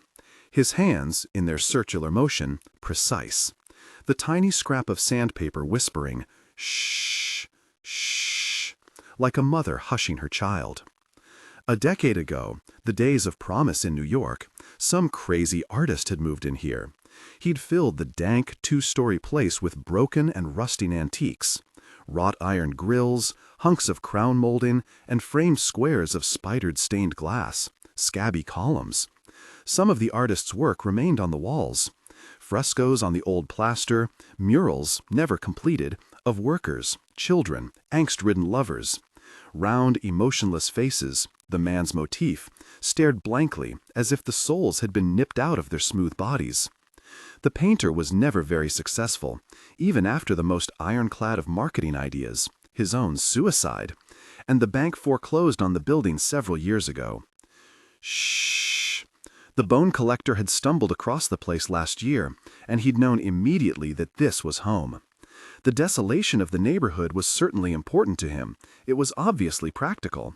But there was another appeal, more personal, the lot across the street. During some excavation several years ago, a backhoe had unearthed a load of human bones. It turned out this had been one of the city's old cemeteries. Newspaper articles about it suggested the graves might contain the remains not only of federal and colonial New Yorkers, but Manatee and Lenape Indians as well. He now set aside what he'd been smoothing with the emery paper, a carpal, the delicate palm bone, and picked up the wrist, which he'd carefully detached from the radius and ulna last night, just before leaving for Kennedy Airport to collect the first victims. It had been drying for over a week, and most of the flesh was gone, but it still took some effort to separate the elaborate cluster of bones. They snapped apart with faint plops, like fish breaking the surface of a lake. Oh, the constables! They were a lot better than he'd anticipated. He'd been watching them search along Pearl Street, wondering if they'd ever figure out where he'd left the woman from the airport. Astonished when they suddenly ran toward the right building. He'd guessed it would take 2 or 3 victims until they got a feel for the clues. They hadn't saved her, of course, but they might have. A minute or 2 earlier would have made all the difference, as with so much in life. The navicular, the lunate, the hamate, the capitate, the bones, intertwined like a Greek puzzle ring, came apart under his strong fingers. He picked bits of flesh and tendon off them. He selected the greater multangulum at the base of where the thumb had once been and began to sand once more. Shh! Shh! The bone collector squinted as he looked outside and imagined he saw a man standing beside one of the old graves. It must have been his imagination, because the man wore a bowler hat and was dressed in mustard-colored gabardine. He rested some dark roses beside the tombstone and then turned away from it, dodging the horses and carriages on his way to the elegantly arched bridge over the Collect Pond outlet at Canal Street. Who'd he been visiting? Parents? A brother? Family who died of consumption or in one of the terrible influenza epidemics that'd been ravaging the city recently? Recently? No, not recently, of course. 100 years ago, that's what he meant. He squinted and looked again. No sign of the carriages or the horses, or the man with the bowler hat, though they'd seemed as real as flesh and blood, however real they are. Shh! It was intruding again, the past. He was seeing things that happened before, that had happened then, as if they were now. He could control it. He knew he could. But as he gazed out the window, he realized that, of course, there was no before or after. Not for him. He drifted back and forth through time. A day, 5 years, 100 years or 2, like a dried leaf on a windy day. He looked at his watch. It was time to leave. Setting the bone on the mantel, he washed his hands carefully, like a surgeon. Then, for 5 minutes, he ran a pet hair roller over his clothes to pick up any bone dust or dirt or body hairs that might lead the constables to him. He walked into the carriage house, past the half-finished painting of a moon-faced butcher in a bloody white apron. The bone collector started to get into the taxi, but then changed his mind. Unpredictability is the best defense. This time, he'd take the carriage, the sedan, the Ford. He started it, he drove into the street, closed and locked the garage door behind him. No before or after. As he passed the cemetery, the pack of dogs glanced up at the Ford, then returned to scuffling through the brush, looking for rats and nosing madly for water in the unbearable heat. No then or now. He took the ski mask and gloves from his pocket, set them on the seat beside him as he sped out of the old neighborhood. The bone collector was going hunting. 10. Something had changed about the room, but she couldn't quite decide what. Lincoln Rhymes saw it in her eyes. "We missed you, Amelia," he said coyly. "Errands?" She looked away from him. "Apparently nobody told my new commander I wouldn't be showing up for work today. I thought somebody ought to." "Ah, yes." She was gazing at the wall, slowly figuring it out. In addition to the basic instruments that Mel Cooper had brought with him, there was now a scanning electron microscope fitted with the X-ray unit, flotation and hot stage scope setups for testing glass, a comparison microscope, a density gradient tube for soil testing, and 100 beakers, jars, and bottles of chemicals. And in the middle of the room, Cooper's pride, the computerized gas chromatography and mass spectrometer, along with another computer online with Cooper's own terminal at the IRD lab. Sachs stepped over the thick cable snaking downstairs. House current worked, yes, but the amperage was too taxed for the bedroom outlets alone. And in that slight sidestep, an elegant, practiced maneuver, Rhyme observed how truly beautiful she was. Certainly the most beautiful woman he'd ever seen in the police department ranks. For a brief instant, he found her immeasurably appealing. People said that sex was all in the mind, and Rhyme knew that this was true. Cutting the cord didn't stop the urge. He remembered, still with a faint crunch of horror, a night 6 months after the accident. He and Blaine had tried. Just to see what happened, they disclaimed, trying to be casual. No big deal. But it had been a big deal. Sex is a messy business to start with, and when you add catheters and bags to the equation, you need a lot of stamina and humor, and a better foundation than they'd had. Mostly, though, what killed the moment, and killed it fast, was her face. He saw in Blaine Chapman Rhymes' tough, game smile that she was doing it from pity, and that stabbed him in the heart. He filed for divorce 2 weeks later. Blaine had protested, but she signed the papers on the first go-round. Salito and Banks had returned and were organizing the evidence Sachs had collected. She looked on, mildly interested. Rhyme said to her, "The latents unit only found 8 other recent partials, and they belong to the 2 maintenance men in the building." "Oh," he nodded broadly. "Only 8?" "His complimenting you, Tom," explained. "Enjoy it. That's the most you'll ever get out of him." "No translations needed, please and thank you, Tom." She responded, "I'm happy I could help." Pleasant as could be. Well, what was this? Rhyme had fully expected her to storm into his room and fling the evidence bags onto his bed. Maybe the saw itself, or even the plastic bag containing the Vic's severed hands. He'd been looking forward to a real knockdown drag-out. People rarely take the gloves off when they fight with a crip. He'd been thinking of that look in her eyes when she'd met him, perhaps evidence of some ambiguous kinship between them. But no, he saw now he was wrong. Amelia Sachs was like everybody else, patting him on the head and looking for the nearest exit. With a snap, his heart turned to ice. When he spoke, it was to a cobweb high on the far wall. "We've been talking about the deadline for the next victim, officer. There doesn't seem to be specific time." "What we think," Salito continued, "whatever this prick's got planned for the next one is something ongoing. He doesn't know exactly when the time of death will be. Lincoln thought maybe he's buried some poor SOB someplace where there's not much air." Sachs's eye narrowed slightly at this. Rhyme noticed it. Burial alive. If you've got to have a phobia, that's as good as any.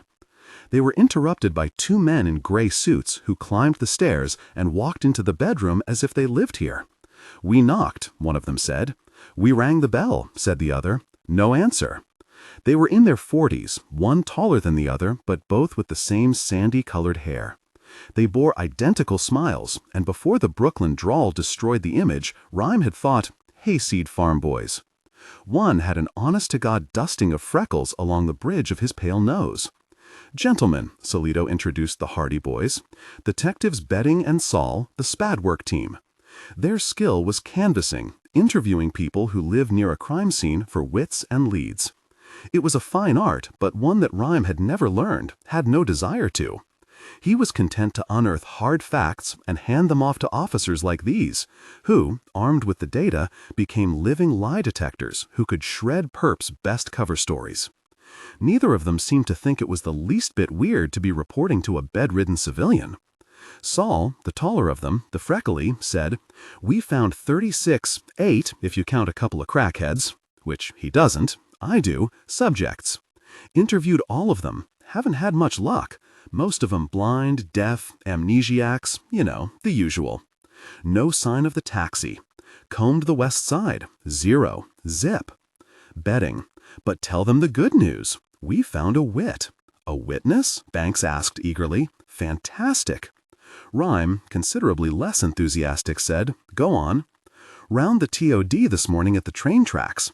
He saw a man walk down 11th Avenue, turn, suddenly, he said, added no freckle betting, and go through an alley that led to the train underpass. He just stood there for a while, looking down. Rhyme was troubled by this. That doesn't sound like our boy. He's too smart to risk being seen like that." But Saul continued, raising a finger and glancing at his partner. "There was only one window in the whole hood you could see the place from, which is where our wit happened to be standing, up early, bless his heart." Before he remembered he was angry with her, Rhyme asked, "Well, Amelia, how's it feel?" "I'm sorry?" Her attention returned from the window.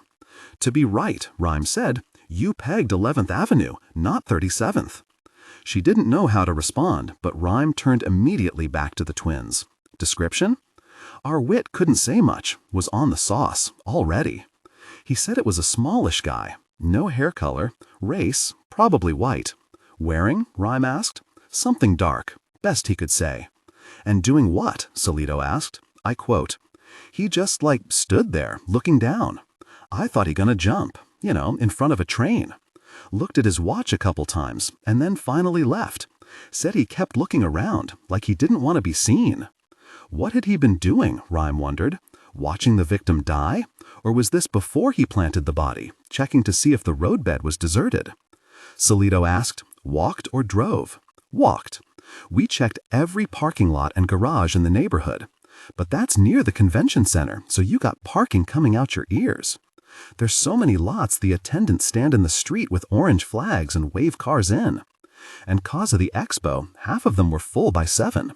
We got a list of about 900 tags." Solito shook his head. "Follow up on it." "It's delegated," said Betting. "But I betcha this one unsub who ain't putting cars in lots," the detective continued, "or getting parking tickets." Rhyme nodded his agreement and asked, "The building at Pearl Street?" One or both of the twins said, "That's next on our list. We're on our way." Rhyme caught Sachs checking her watch, which sat on her white wrist near her ruddy fingers. He instructed Tom to add these new characteristics of the unsub to the profile chart. "You want to interview that guy?" Banks asked. "The one by the railroad?" "No. I don't trust witnesses," Rhyme said bombastically. "I want to get back to work." He glanced at Mel Cooper. "Hairs, blood, bone, and a sliver of wood." "The bone first," Rhyme instructed. "Morgan." Young Monelle Gerger opened her eyes and slowly sat up in the sagging bed. In her 2 years in East Greenwich Village, she'd never gotten used to morning. Her round, 21-year-old body eased forward, and she got a blast of unrelenting August sunlight in her bleary eyes. Mein Gott! She'd left the club at 5, home at 6, made love with Brian until 7. What time was it now? Early morning, she was sure. She squinted at the clock. Oh, 4:30 in the afternoon. Not so Fru Morgan's after all. Coffee or laundry? It was around this time of day that she'd wander over to Dojo's for a veggie burger breakfast and 3 cups of their tough coffee. There she'd meet people she knew, clubbies like herself, downtown people. But she'd let a lot of things go lately, the domestic things. And so now she pulled on 2 baggy t-shirts to hide her chubby figure and jeans, hung 5 or 6 chains around her neck, and grabbed the laundry basket. Tossed the whisk onto it. Monelle undid the 3 dead bolts barring the door. She hefted the laundry basket and walked down the dark staircase of the residence hall. At the basement level, she paused. Irgendwas stimmt hier nicht. Feeling uneasy, Monelle looked around the deserted stairway, the murky corridors. What's different? The light, that's it. The bulbs in the hall are burned out. No, she looked closely. They were missing. Fucking kids'll steal anything. She'd moved in here, the Deutsche House, because it was supposedly a haven for German artists and musicians. It turned out to be just another filthy, way overpriced East Village walk-up, like all the other tenements around here. The only difference was that she could bitch to the manager in her native tongue. She continued through the basement door into the incinerator room, which was so dark she had to grope her way along the wall to make sure she didn't trip over the junk on the floor. Pushing open the door, she stepped into the corridor that led to the laundry room. A shuffling, a skitter. She turned quickly and saw nothing but motionless shadows. All she heard was the sound of traffic, the groans of an old building, through the dimness, past stacks of boxes and discarded chairs and tables, under wires caked with greasy dust. Monel continued toward the laundry room. No bulbs here either. She was uneasy, recalling something that hadn't occurred to her for years. Walking with her father down a narrow alley off Langestrasse, near the Obermain-Brücke, on their way to the zoo. She must have been 5 or 6. Her father had suddenly gripped her by the shoulder and pointed to the bridge, and told her matter-of-factly that a hungry troll lived underneath it. When they crossed it on their way home, he warned, they'd have to walk quickly. She now felt a ripple of panic rise up her spine to her crew-cut blonde hair. Stupid trolls. She continued down the dank corridor, listening to the humming of some electrical equipment. Far off she heard a song by the feuding brothers in Oasis. The laundry room was dark. Well, if those bulbs were gone, that was it. She'd go upstairs and pound on Herr Neischen's door until he came running. She'd given him hell for the broken latches on the front and back doors and for the beer-guzzling kids he never kicked off the front stoop. She'd give him hell for the missing bulbs, too. She reached inside and flicked the switch. Brilliant white light. 3 large bulbs glowed like suns, revealing a room that was filthy but empty. Monel strode up to the bank of 4 machines and dumped the whites in one, the colors in the next. She counted out quarters, dropped them into slots, and shoved the levers forward. Nothing. Monel jiggled the lever, then hit the machine itself. No response. Shit, this Gottverdammt building. Then she saw the power cord. Some idiot had unplugged the machines. She knew who. Neischen had a 12-year-old son who was responsible for most of the carnage around the building. When she'd complained about something last year, the little shit had tried to kick her. She picked up the cord and crouched, reaching behind the machine to find the outlet. She plugged it in, and felt the man's breath on her neck. 9! He was sandwiched between the wall and the back of the washer. Barking a fast scream, she caught a glimpse of ski mask and dark clothes. Then his hand clamped down on her arm like an animal's jaws. She was off balance, and he easily jerked her forward. She tumbled to the floor, hitting her face on the rough concrete, and swallowed the scream forming in her throat. He was on her in an instant, pinning her arms to the concrete, slapping a piece of thick gray tape over her mouth. Hilfe! Nein! Bitte nicht! Bitte nicht! He wasn't large, but he was strong. He easily rolled her over onto her stomach, and she heard the ratcheting of the handcuffs closing on her wrists. Then he stood up. For a long moment, no sound but the drip of water, the rasp of Monel's breath, the click of a small motor somewhere in the basement, waiting for the hands to touch her body, to tear off her clothes. She heard him walk to the doorway to make sure they were alone. Oh, he had complete privacy, she knew, furious with herself. She was one of the few residents who used the laundry room. Most of them avoided it because it was so deserted, so close to the back doors and windows, so far away from help. He returned and rolled her over onto her back, whispered something she couldn't make out. Then, Hannah? Hannah? It's a mistake. He thinks I'm somebody else. She shook her head broadly, trying to make him understand this. But then, looking at his eyes, she stopped. Even though he wore a ski mask, it was clear that something was wrong. He was upset. He scanned her body, shaking his head. He closed his gloved fingers around her big arms, squeezed her thick shoulders, grabbed a pinch of fat. She shivered in pain. That's what she saw. Disappointment. He'd caught her, and now he wasn't sure he wanted her after all. He reached into his pocket and slowly withdrew his hand. The click of the knife opening was like an electric shock. It started a jag of sobbing. 9, 9, 9! A hiss of breath escaped from his teeth like wind through winter trees. He crouched over her, debating. Hannah, he whispered, what am I going to do? Then, suddenly, he made a decision. He put the knife away and yanked her to her feet, then led her out to the corridor and through the rear door, the one with the broken lock she'd been hounding Herr Neischen for weeks to fix. 11. A criminalist is a Renaissance man. He's got to know botany, geology, ballistics, medicine, chemistry, literature, engineering. If he knows facts, that ash with a high strontium content probably came from a highway flare. That faca is Portuguese for knife. That Ethiopian diners use no utensils and eat with their right hands exclusively. That a slug with 5 land and groove rifling marks, right twist, could not have been fired by a Colt pistol. If he knows these things, he may just make the connection that places an unsub at the crime scene. One subject all criminalists know is anatomy, and this was certainly a specialty of Lincoln Rhymes, for he had spent the past 3.5 years enmeshed in the quirky logic of bone and nerve. He now glanced at the evidence bag from the steam room dangling in Jerry Banks' hand and announced, "Leg bone, not human. So it's not from the next Vic." It was a ring of bone about 2 inches around, sawn through evenly. There was blood in the tracks left by the saw blade. "A medium-sized animal," Rhyme continued. "Large dog, sheep, goat. Its support, I'd guess, 100 to 150 pounds of weight. Let's make sure the blood's from an animal, though. Still could be the Vicks.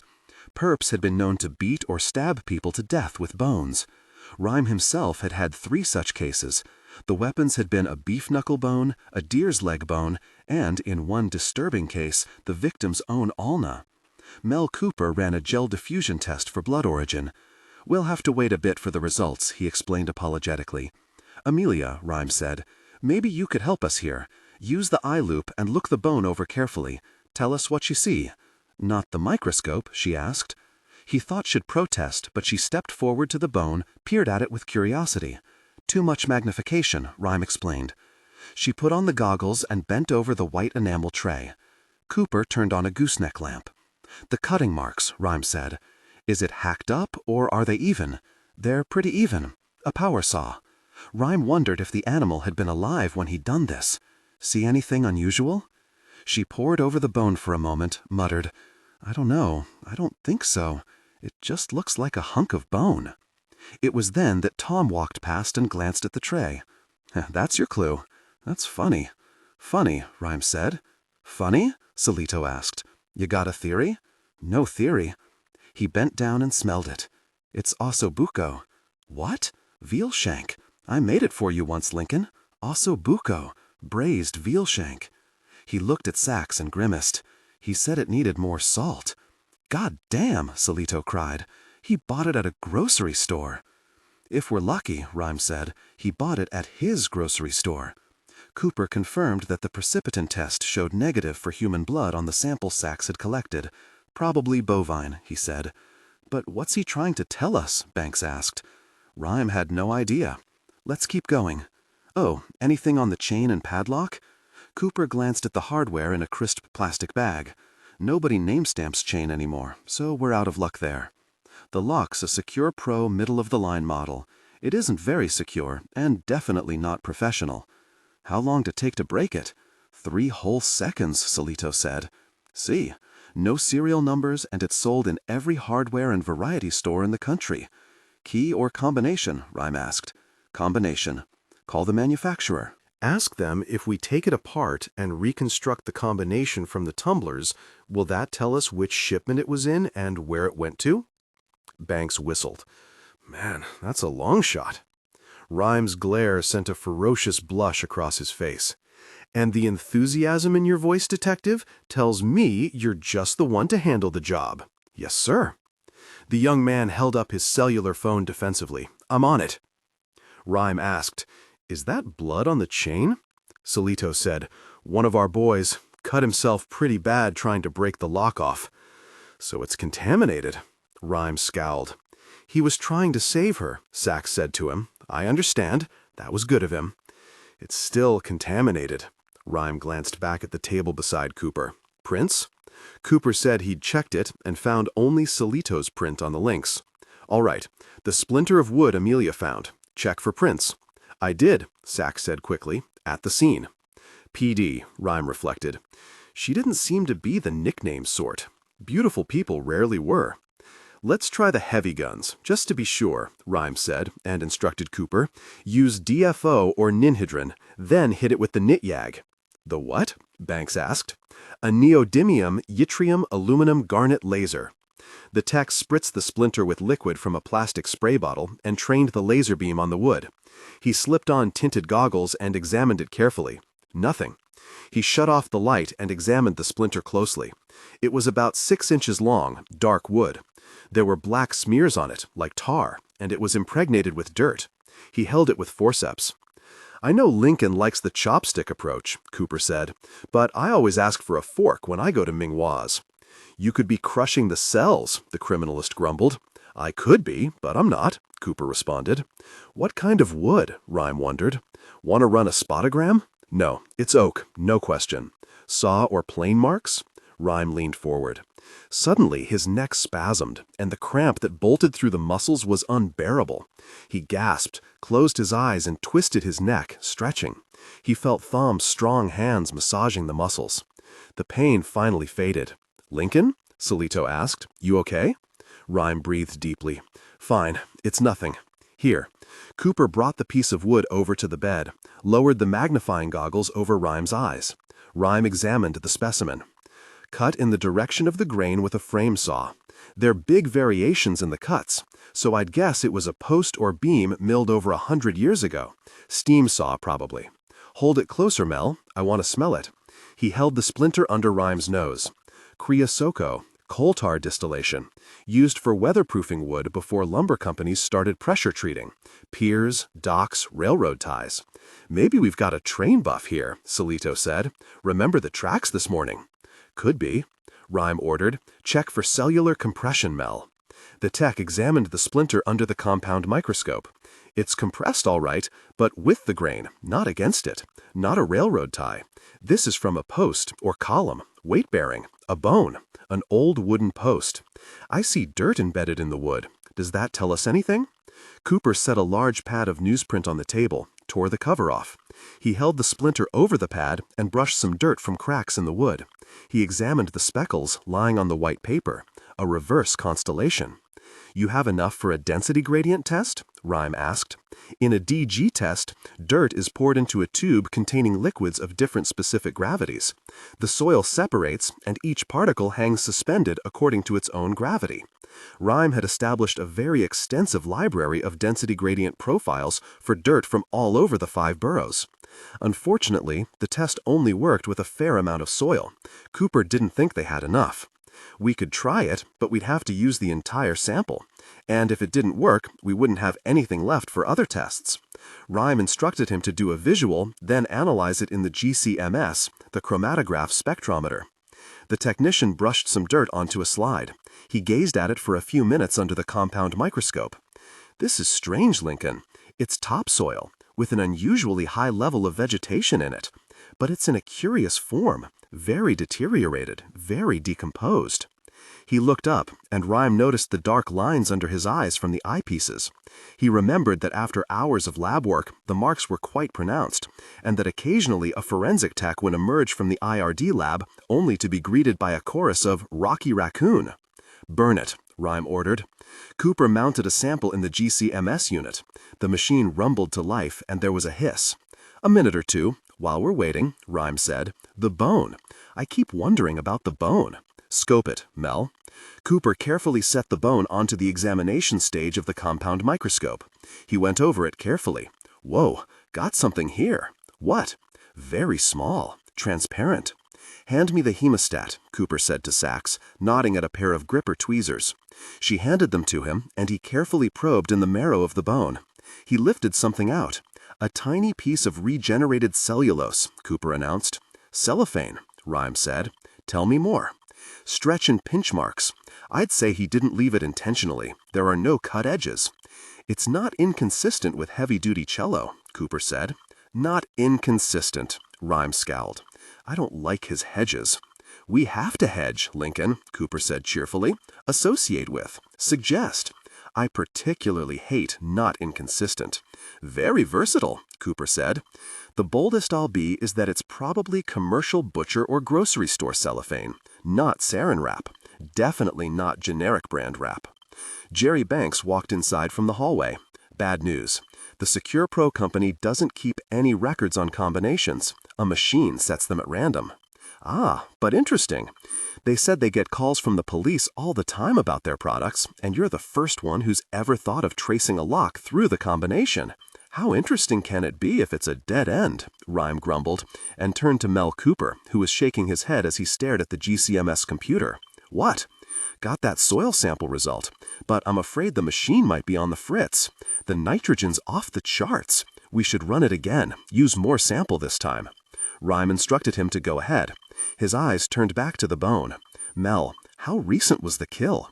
He examined some scrapings under the electron microscope. Minimal bacteria clusters. Bambi here was recently deceased, looks like, or just out of the fridge about 8 hours. So our perp just bought it? Rhyme said. Or a month ago and froze it, Solito suggested.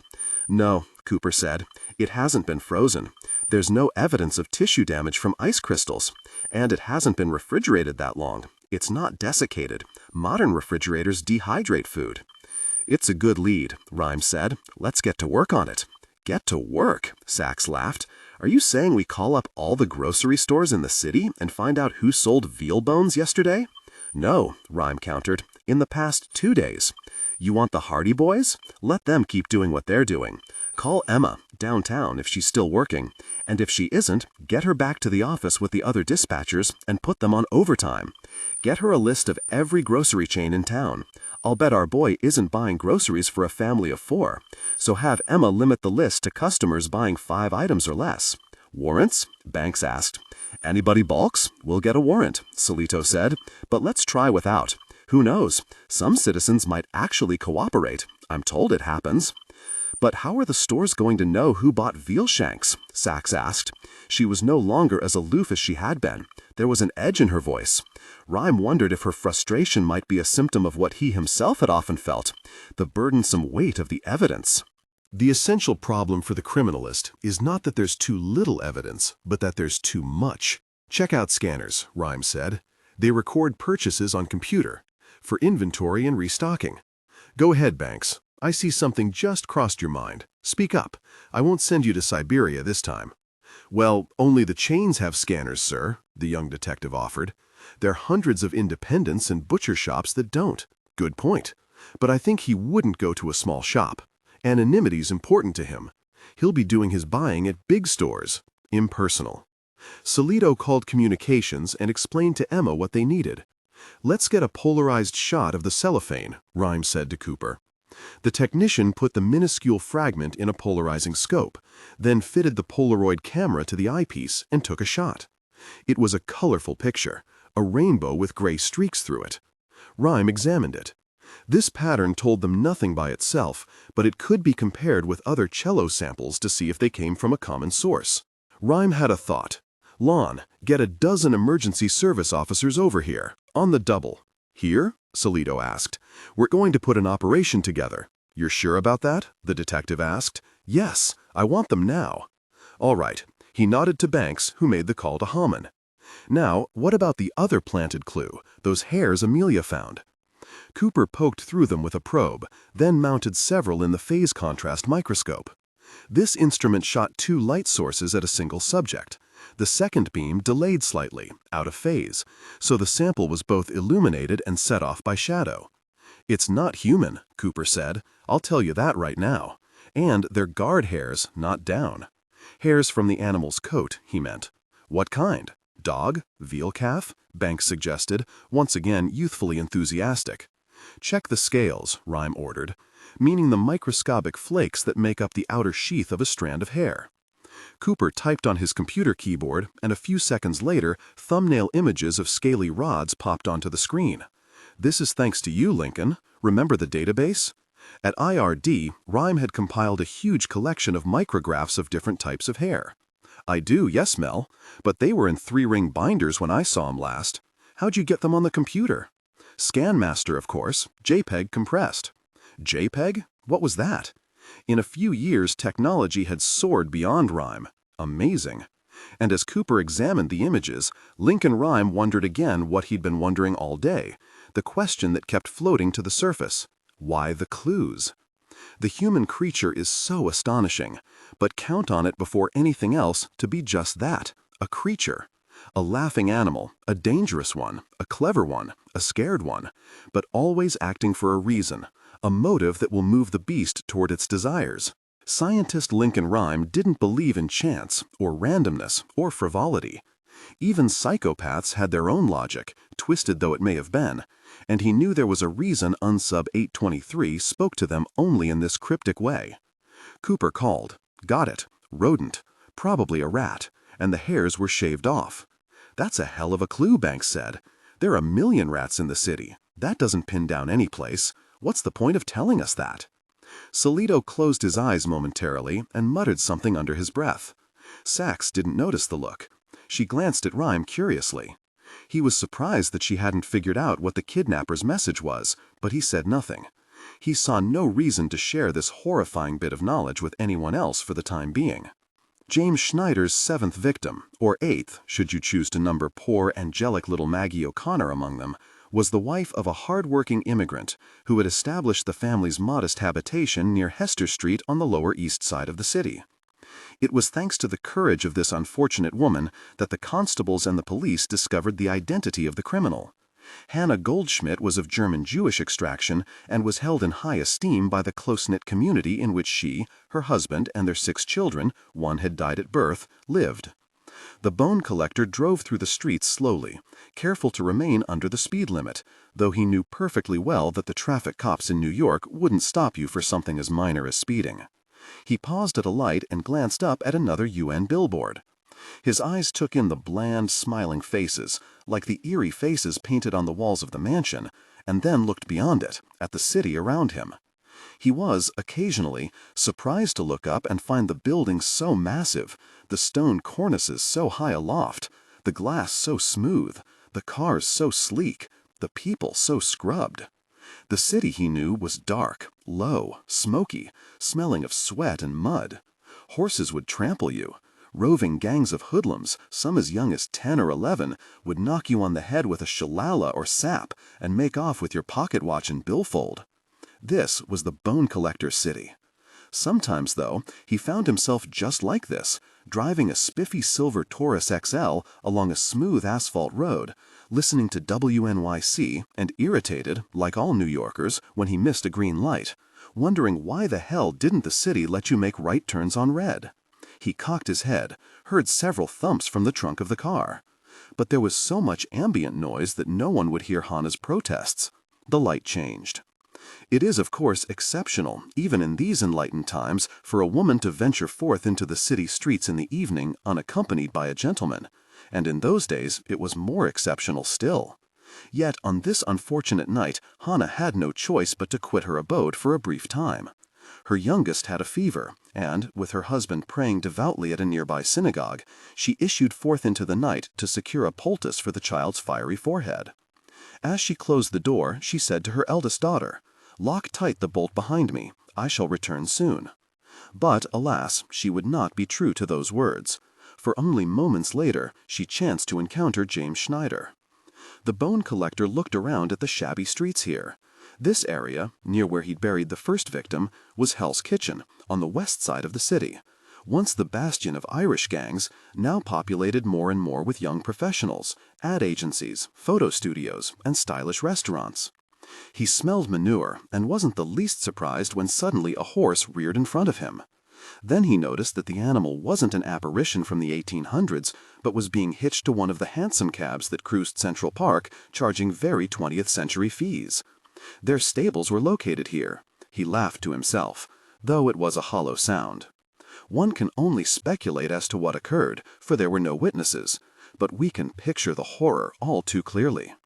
The villain drew the struggling woman into an alley and stabbed her with a dagger, his cruel intent not to kill but to subdue, as was his wont.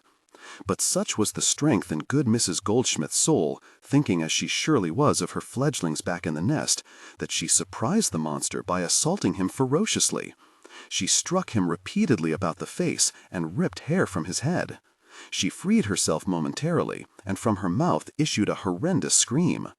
The cowardly Schneider struck her several times more and fled. The brave woman staggered to the sidewalk and collapsed, where she died in the arms of a constable who had responded to the alarm neighbors had raised. This story appeared in a book, which was with the bone collector now, resting in his hip pocket. Crime in Old New York. He couldn't explain his overwhelming attraction to the slim volume. If he had to describe his relation to this book, he would have to say he was addicted to it. 75 years old and still in remarkable shape, a bookbinding jewel. It was his good luck charm and his talisman. He'd found it at a small branch of the public library and committed one of the few larcenies of his life by slipping it into his raincoat one day and strolling out of the building. He'd read the chapter on Schneider 100 times and virtually had it memorized. Driving slowly, they were almost there. When Hannah's poor, weeping husband huddled over her lifeless body, he looked upon her face, one last time before she was taken to the funeral home, for in the Jewish faith it is dictated that the dead must be interred as quickly as possible. And he noticed upon her porcelain cheek a bruise in the shape of a curious emblem. It was a round symbol and appeared to be a crescent moon and a cluster of what might be taken to be stars hovering over the same. The constable exclaimed that this must have been an imprint made by the ring of the heinous butcher himself when he struck the poor victim.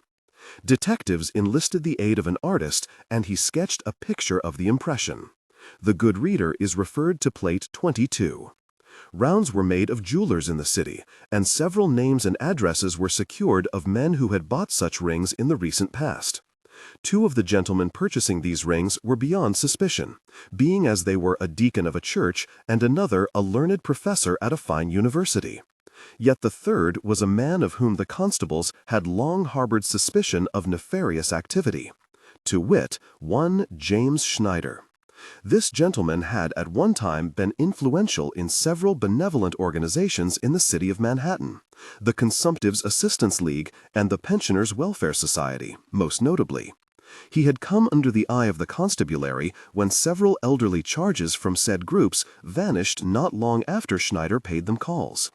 He was never charged with any offense, but soon after the investigations he dropped from sight. In the aftermath of Hannah Goldschmidt's heinous murder, a still search of the dubious haunts of the city revealed no abode where Schneider might be found. The constables posted broadsides throughout the downtown and riverfront areas, setting forth the description of the villain, but he could not be apprehended. A true tragedy, to be sure, in light of the carnage that was soon to befall the city at his vile hands. The streets were clear. The bone collector drove into the alley. He opened the warehouse door and drove down a wooden ramp into a long tunnel. After making sure the place was deserted, he walked to the back of the car. He opened the trunk and pulled Hannah out. She was fleshy, fat, like a bag of limp mulch. He grew angry again, and he carried her roughly down another wide tunnel. Traffic from the West Side Highway sped over them.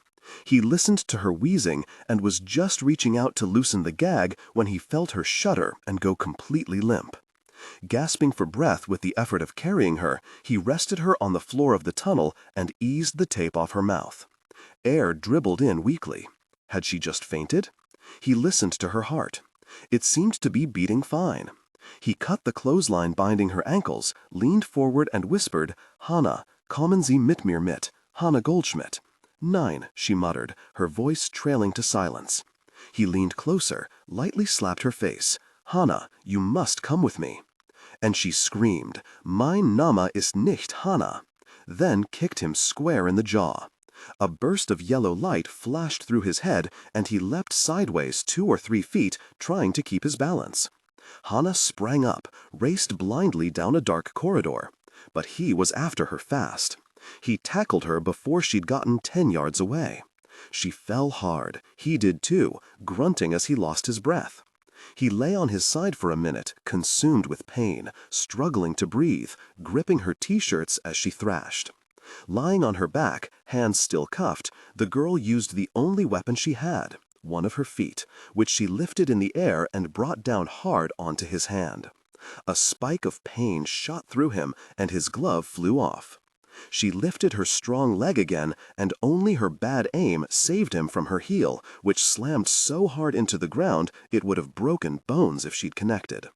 "So nicht," he growled madly, and grabbed her by the throat with his bare hand and squeezed until she squirmed and whined and then stopped squirming and whining.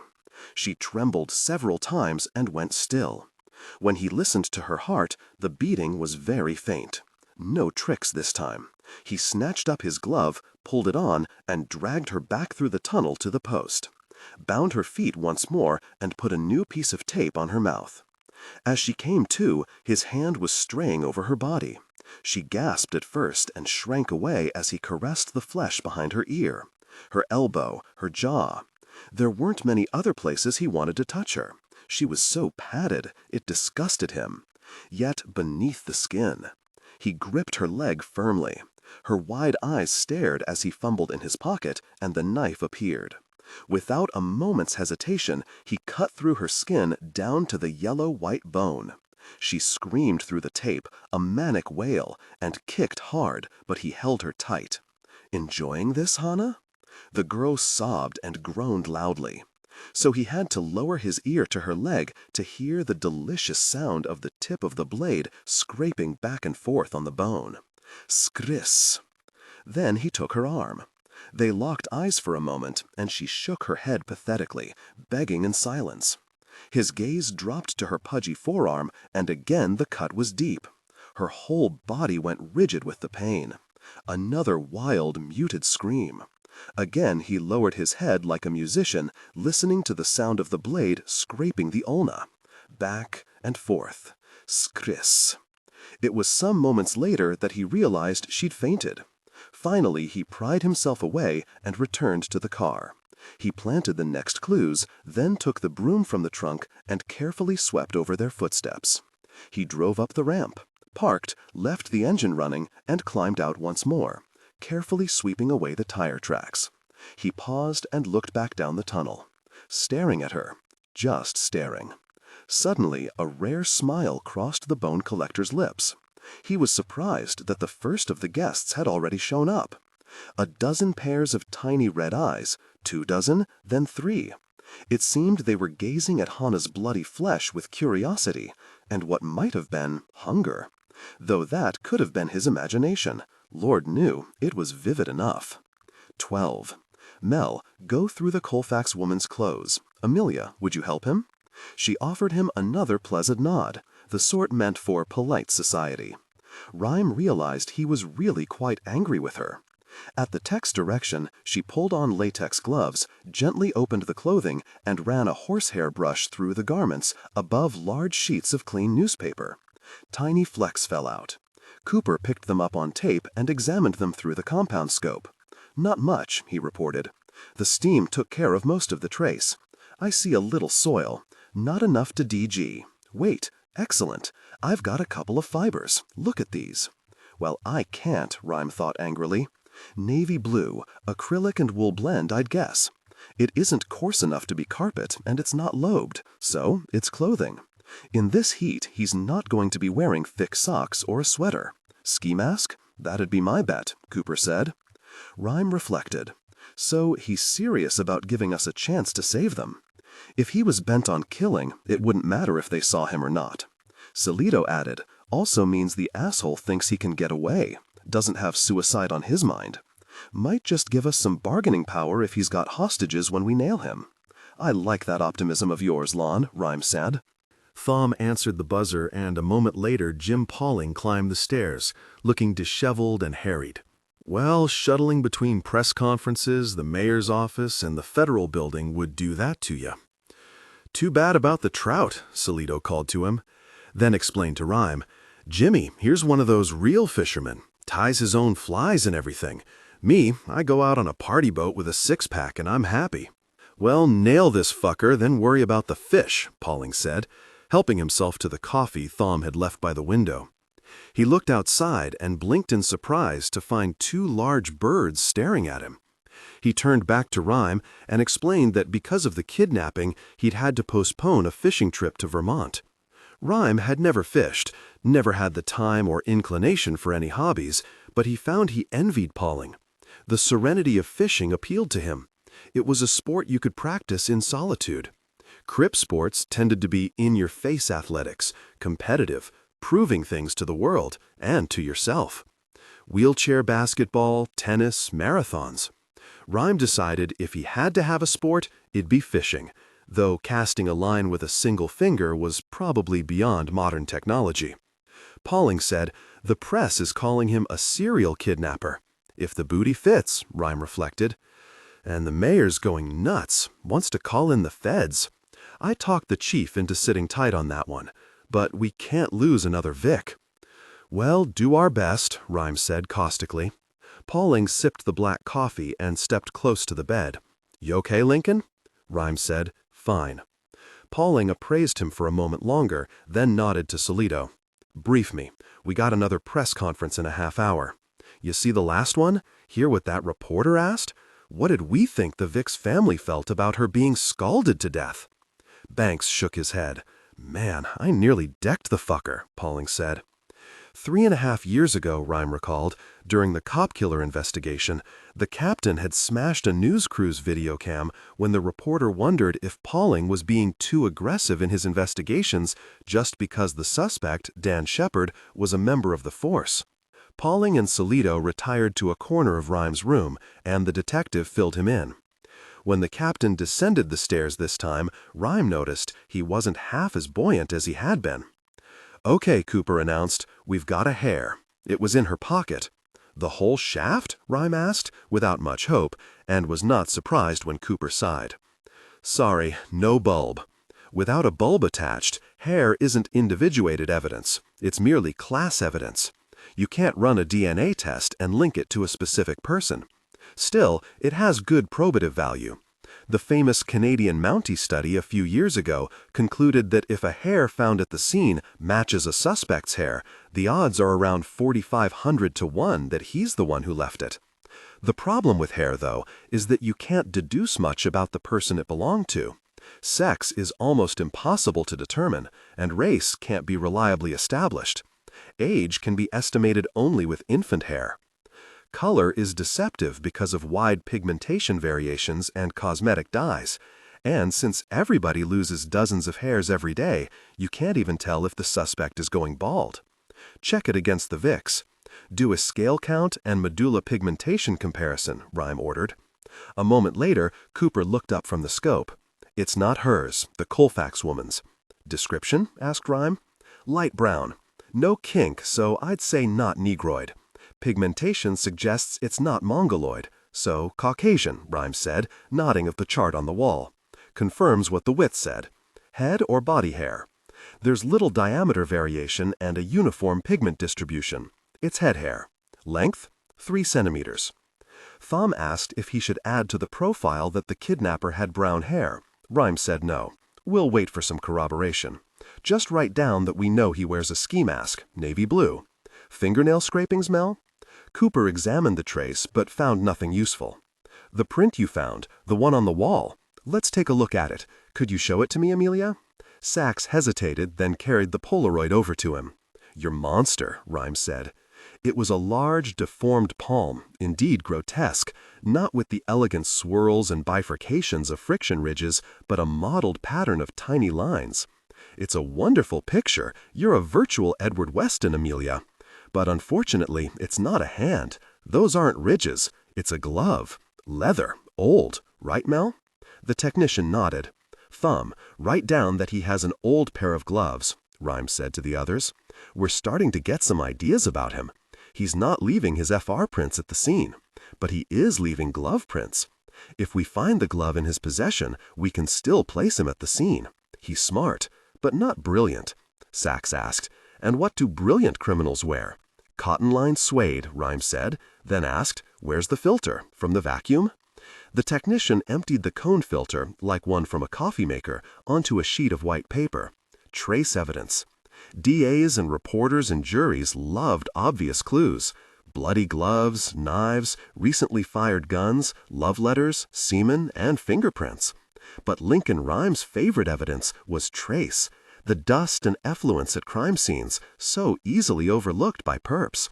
But the vacuum had captured nothing helpful. All right, Rhyme said, let's move on. Let's look at the handcuffs. Sachs stiffened as Cooper opened the plastic bag and slid the cuffs out onto a sheet of newsprint. There was, as Rhyme had predicted, minimal blood. The tour doctor from the medical examiner's office had done the honors with the razor saw, after an NYPD lawyer had faxed a release to the ME. Cooper examined the cuffs carefully. Boyd Keller, bottom of the line, no serial number. He sprayed the chrome with DFO and hit the pulley light. No prints, just a smudge from the glove. Let's open them up. Cooper used a generic cuff key to click them open. With a lens-cleaning air puffer, he blew into the mechanism. "You're still mad at me, Amelia?" Rhyme said. "About the hands." The question caught her off guard. "I wasn't mad," she said after a moment. "I thought it was unprofessional, what you were suggesting. Do you know who Edmond Locard was?" She shook her head. "A Frenchman, born in 1877. He founded the University of Lyons Institute of Criminalistics. He came up with the one rule I lived by when I ran IRD, Locard's exchange principle. He thought that whenever two human beings come into contact, something from one is exchanged to the other, and vice versa. Maybe dust, blood, skin cells, dirt, fibers, metallic residue. It might be tough to find exactly what's been exchanged, and even harder to figure out what it means. But an exchange does occur, and because of that, we can catch our unsubs." This bit of history didn't interest her in the least. "You're lucky, Mel," Cooper said to Sachs, not looking up. "He was going to have you and the medic do a spot autopsy and examine the contents of her stomach." "It would have been helpful," Rhyme said, avoiding her eyes. "I talked him out of it," Cooper said. "Autopsy," Sachs said, sighing, as if nothing about Rhyme could surprise her. "Why, she isn't even here," he thought angrily. "Her mind's 1,000 miles away." "Ah," Cooper said, "found something. I think it's a bit of the glove." Cooper mounted a fleck on the compound microscope, examined it. Leather, reddish-colored, polished on one side. "Red, that's good," Salito said. To Sachs he explained, "The wilder their clothes, the easier it is to find the perp. They don't teach you that at the academy, bet. Sometime I'll tell you about the time we collared Jimmy Plaid from the Gambino crew. You remember that, Jerry? You could spot those pants a mile away," the young detective said.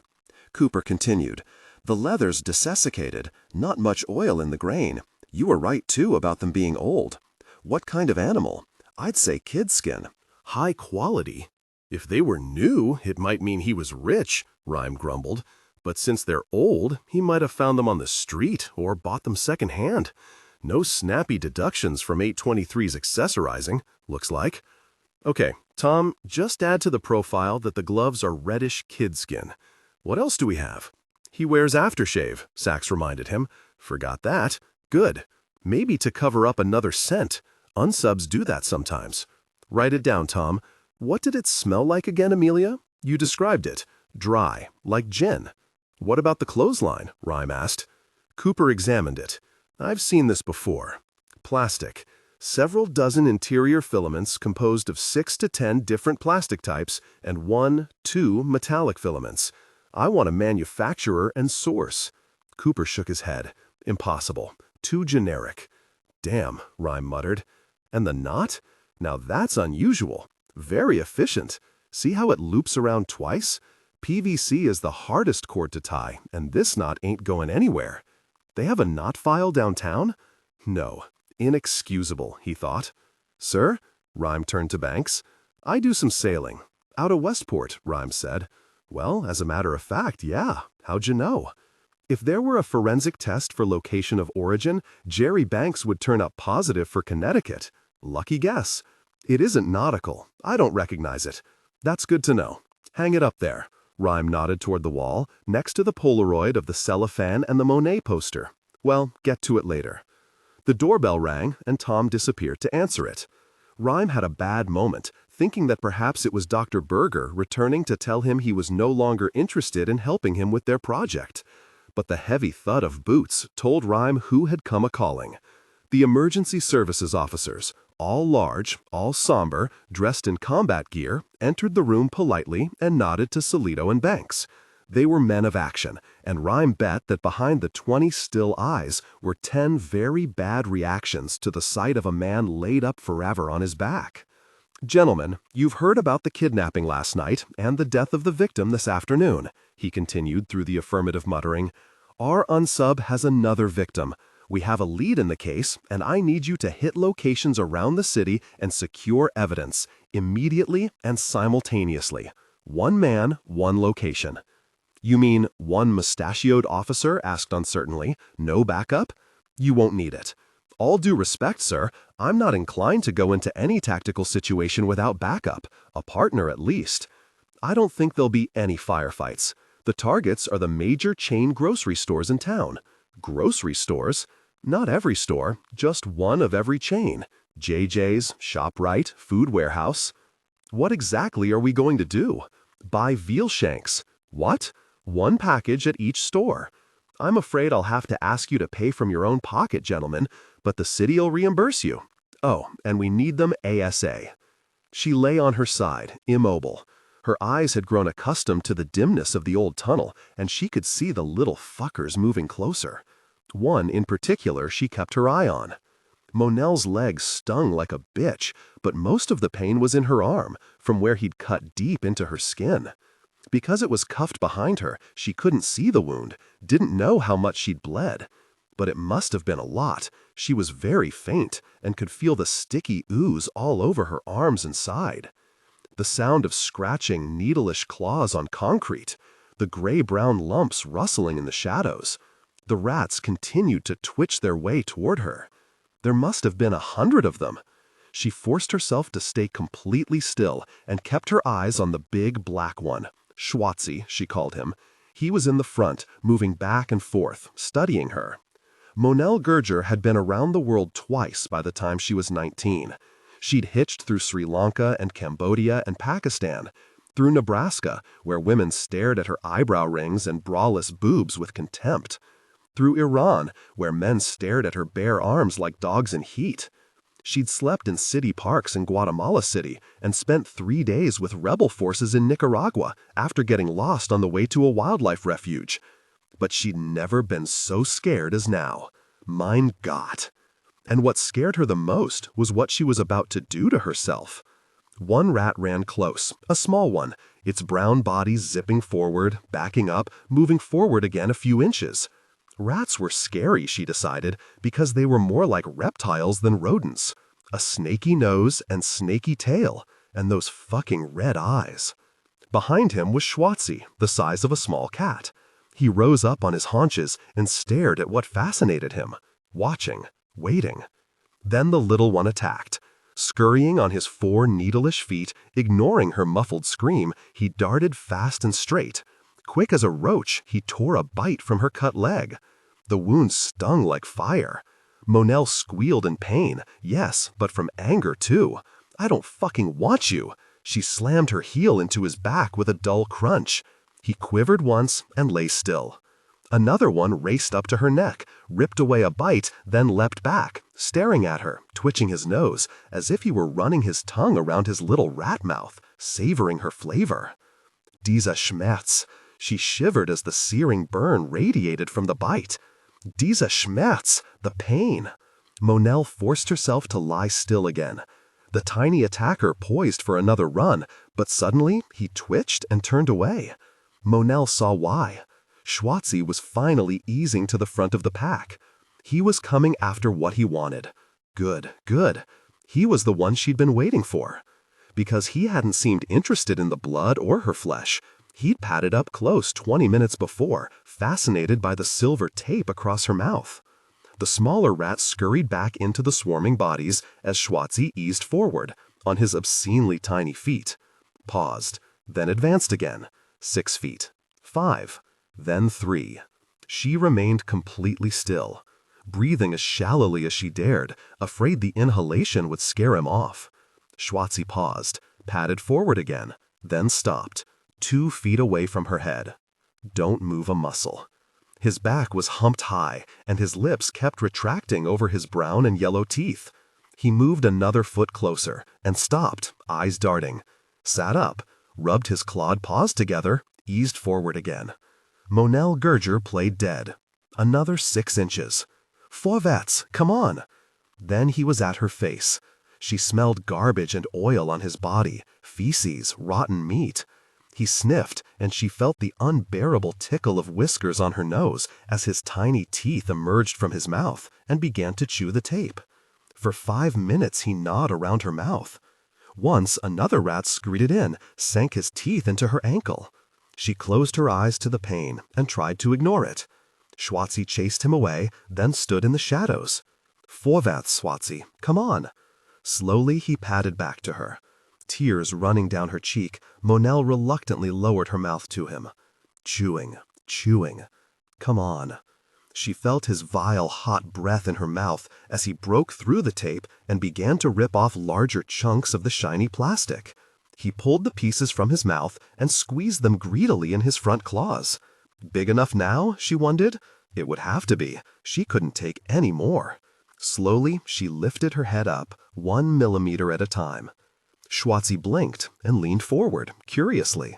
Monel spread her jaws and heard the wonderful sound of the ripping tape. She sucked air deep into her lungs. She could breathe again, and she could shout for help. Bitte helfen Sie mir! Please help me! Schwartzy backed away, startled by her ragged howl, dropping his precious silver tape. But he didn't go very far. He stopped and turned back, rose on his pudgy haunches.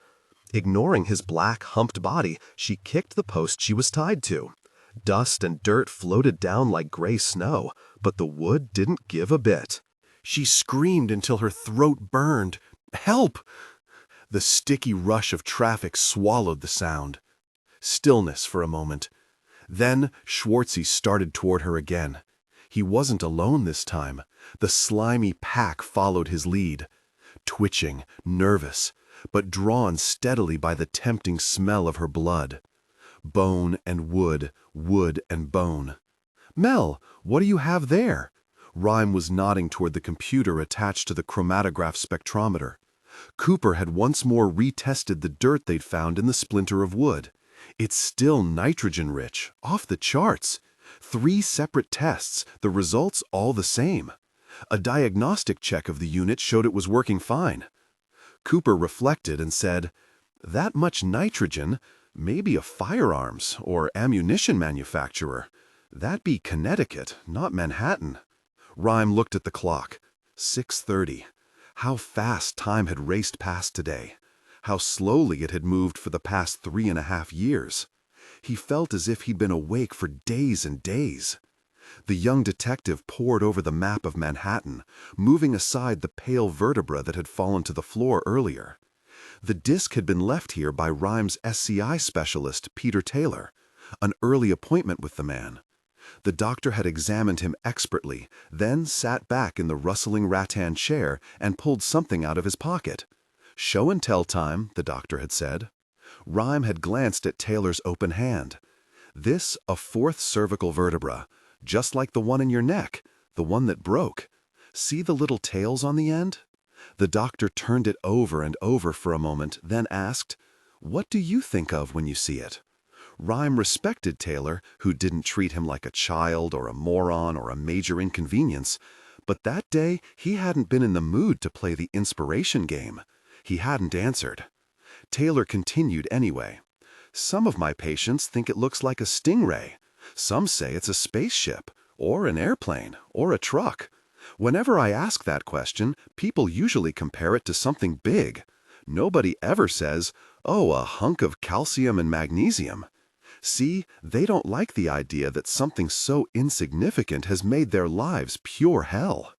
Rhyme had glanced back at the doctor skeptically, but the placid, gray-haired medico was an old hand at SCI patients, and he said kindly, "Don't tune me out, Lincoln."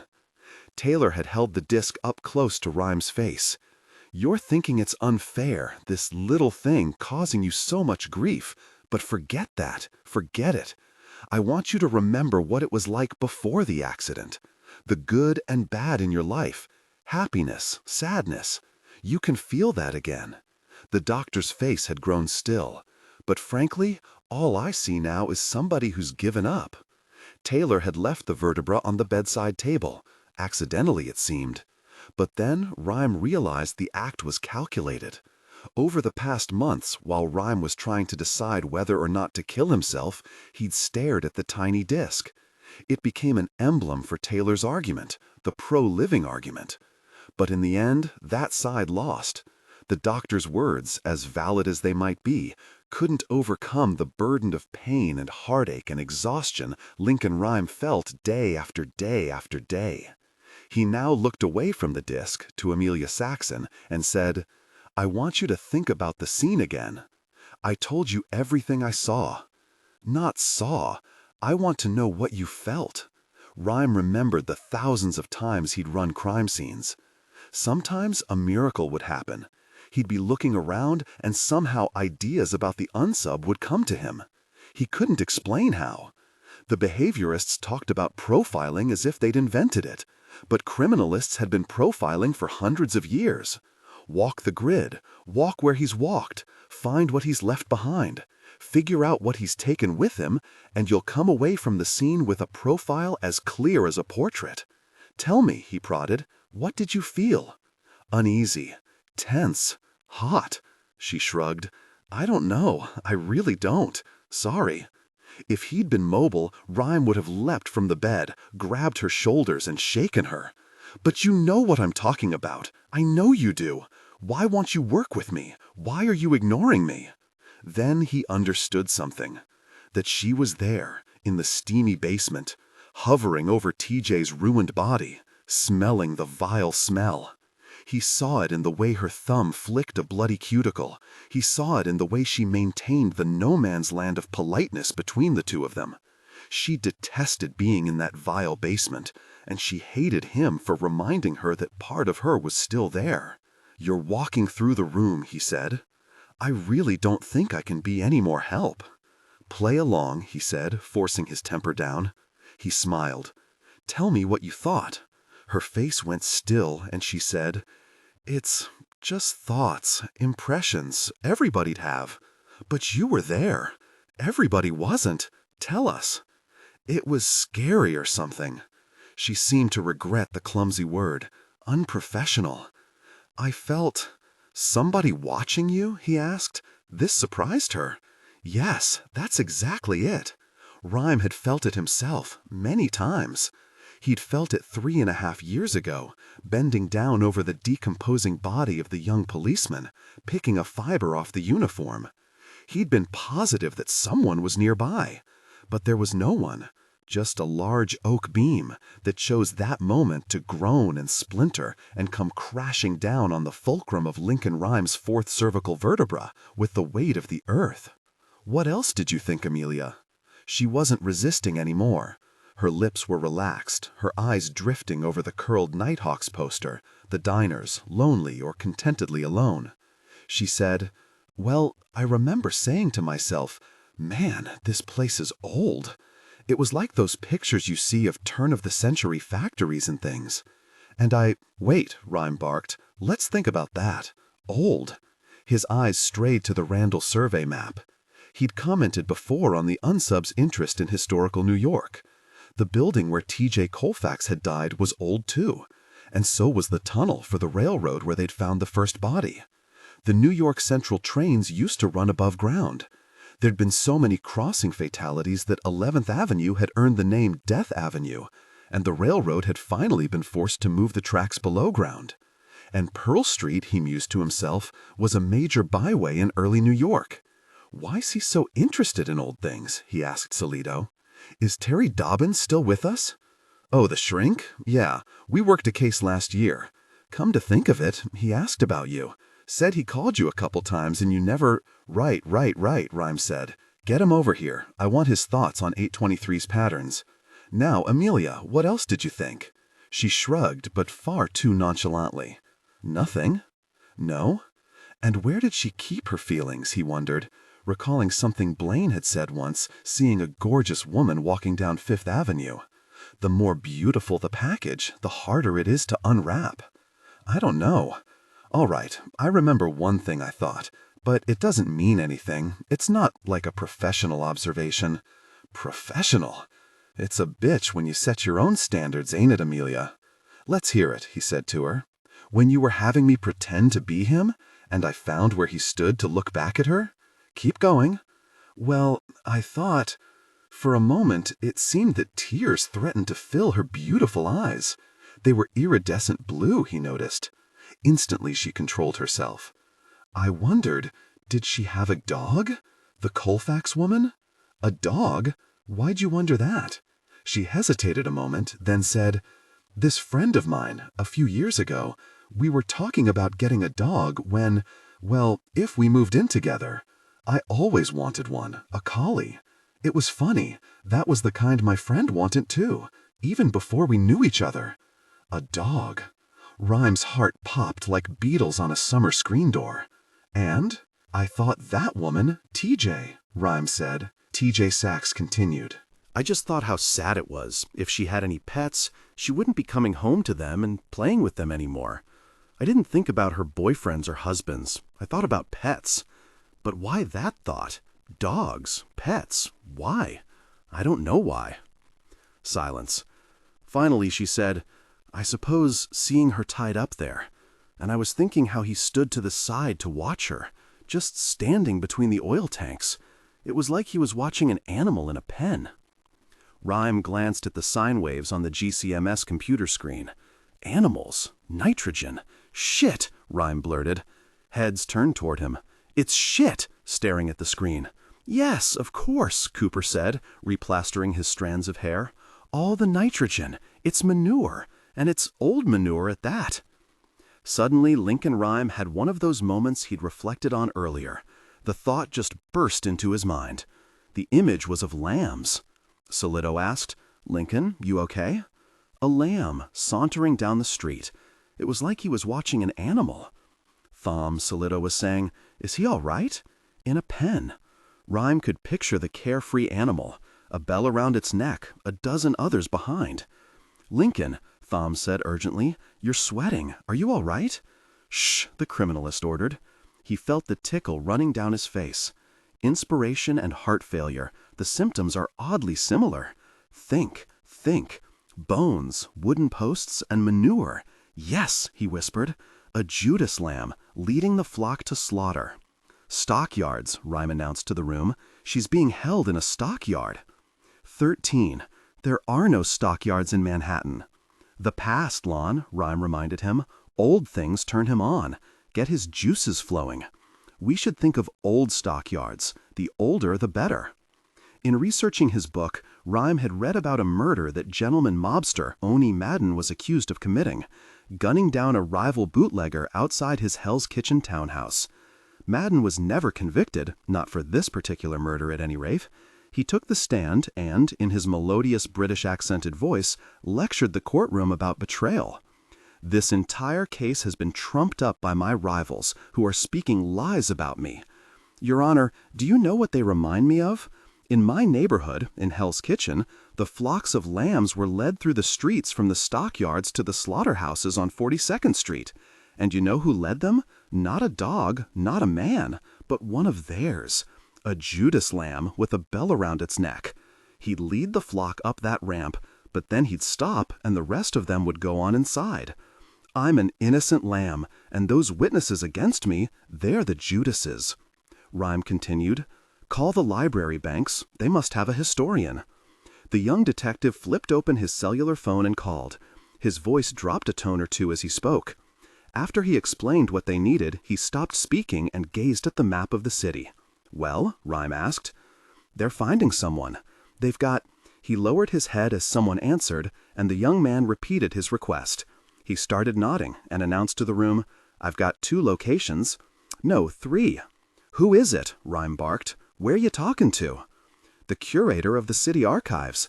He says there've been 3 major stockyard areas in Manhattan. One on the west side, around 60th Street, one in Harlem in the 1930s or 40s, and on the Lower East Side during the Revolution. We need addresses, Banks, addresses." Listening. "He's not sure. Why can't he look it up?" "Tell him to look it up," Banks responded. "He heard you, sir. He says, in what? Look them up in what? They didn't have yellow pages back then." "He's looking at old demographic maps of commercial neighborhoods without street names," Rhyme groused. "Obviously. Have him guess. That's what he's doing. He's guessing." Rhyme called. "Well, we need him to guess fast." Banks listened, nodding. What? Around 60th Street and 10th, the young officer said. A moment later, Lexington near the Harlem River. And then, where the Delancey farm was. Is that near Delancey Street? Of course it is. From Little Italy all the way to the East River. Lots of territory. Miles. Can't he narrow it down? Around Catherine Street, Lafayette, Walker. He's not sure. Near the courthouses, Solito said, and told Banks, get Howman's teams moving, divide 'em up, hit all 3 neighborhoods. The young detective made the call, then looked up. What now? We wait, Rhymes said. Solito muttered, I fucking hate waiting. Sachs asked Rhyme, can I use your phone? Rhyme nodded toward the one on his bedside table. She hesitated. You have one in there? She pointed to the hallway. Rhyme nodded. With perfect posture, she walked out of the bedroom. In the hallway mirror, he could see her, solemn, making the precious phone call. Who? He wondered. Boyfriend? Husband? Daycare center? Why had she hesitated before mentioning her friend when she told them about the collie? There was a story behind that, Rhyme bet. Whomever she was calling wasn't there. He noticed her eyes turn to dark blue pebbles when there was no answer.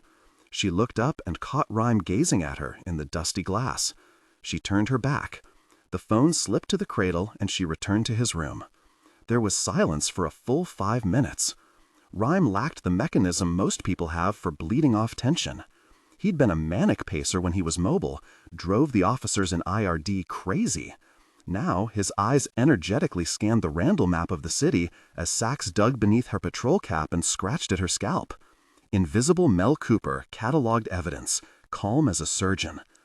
All but one of the people in the room jumped inordinately when Solito's phone brayed.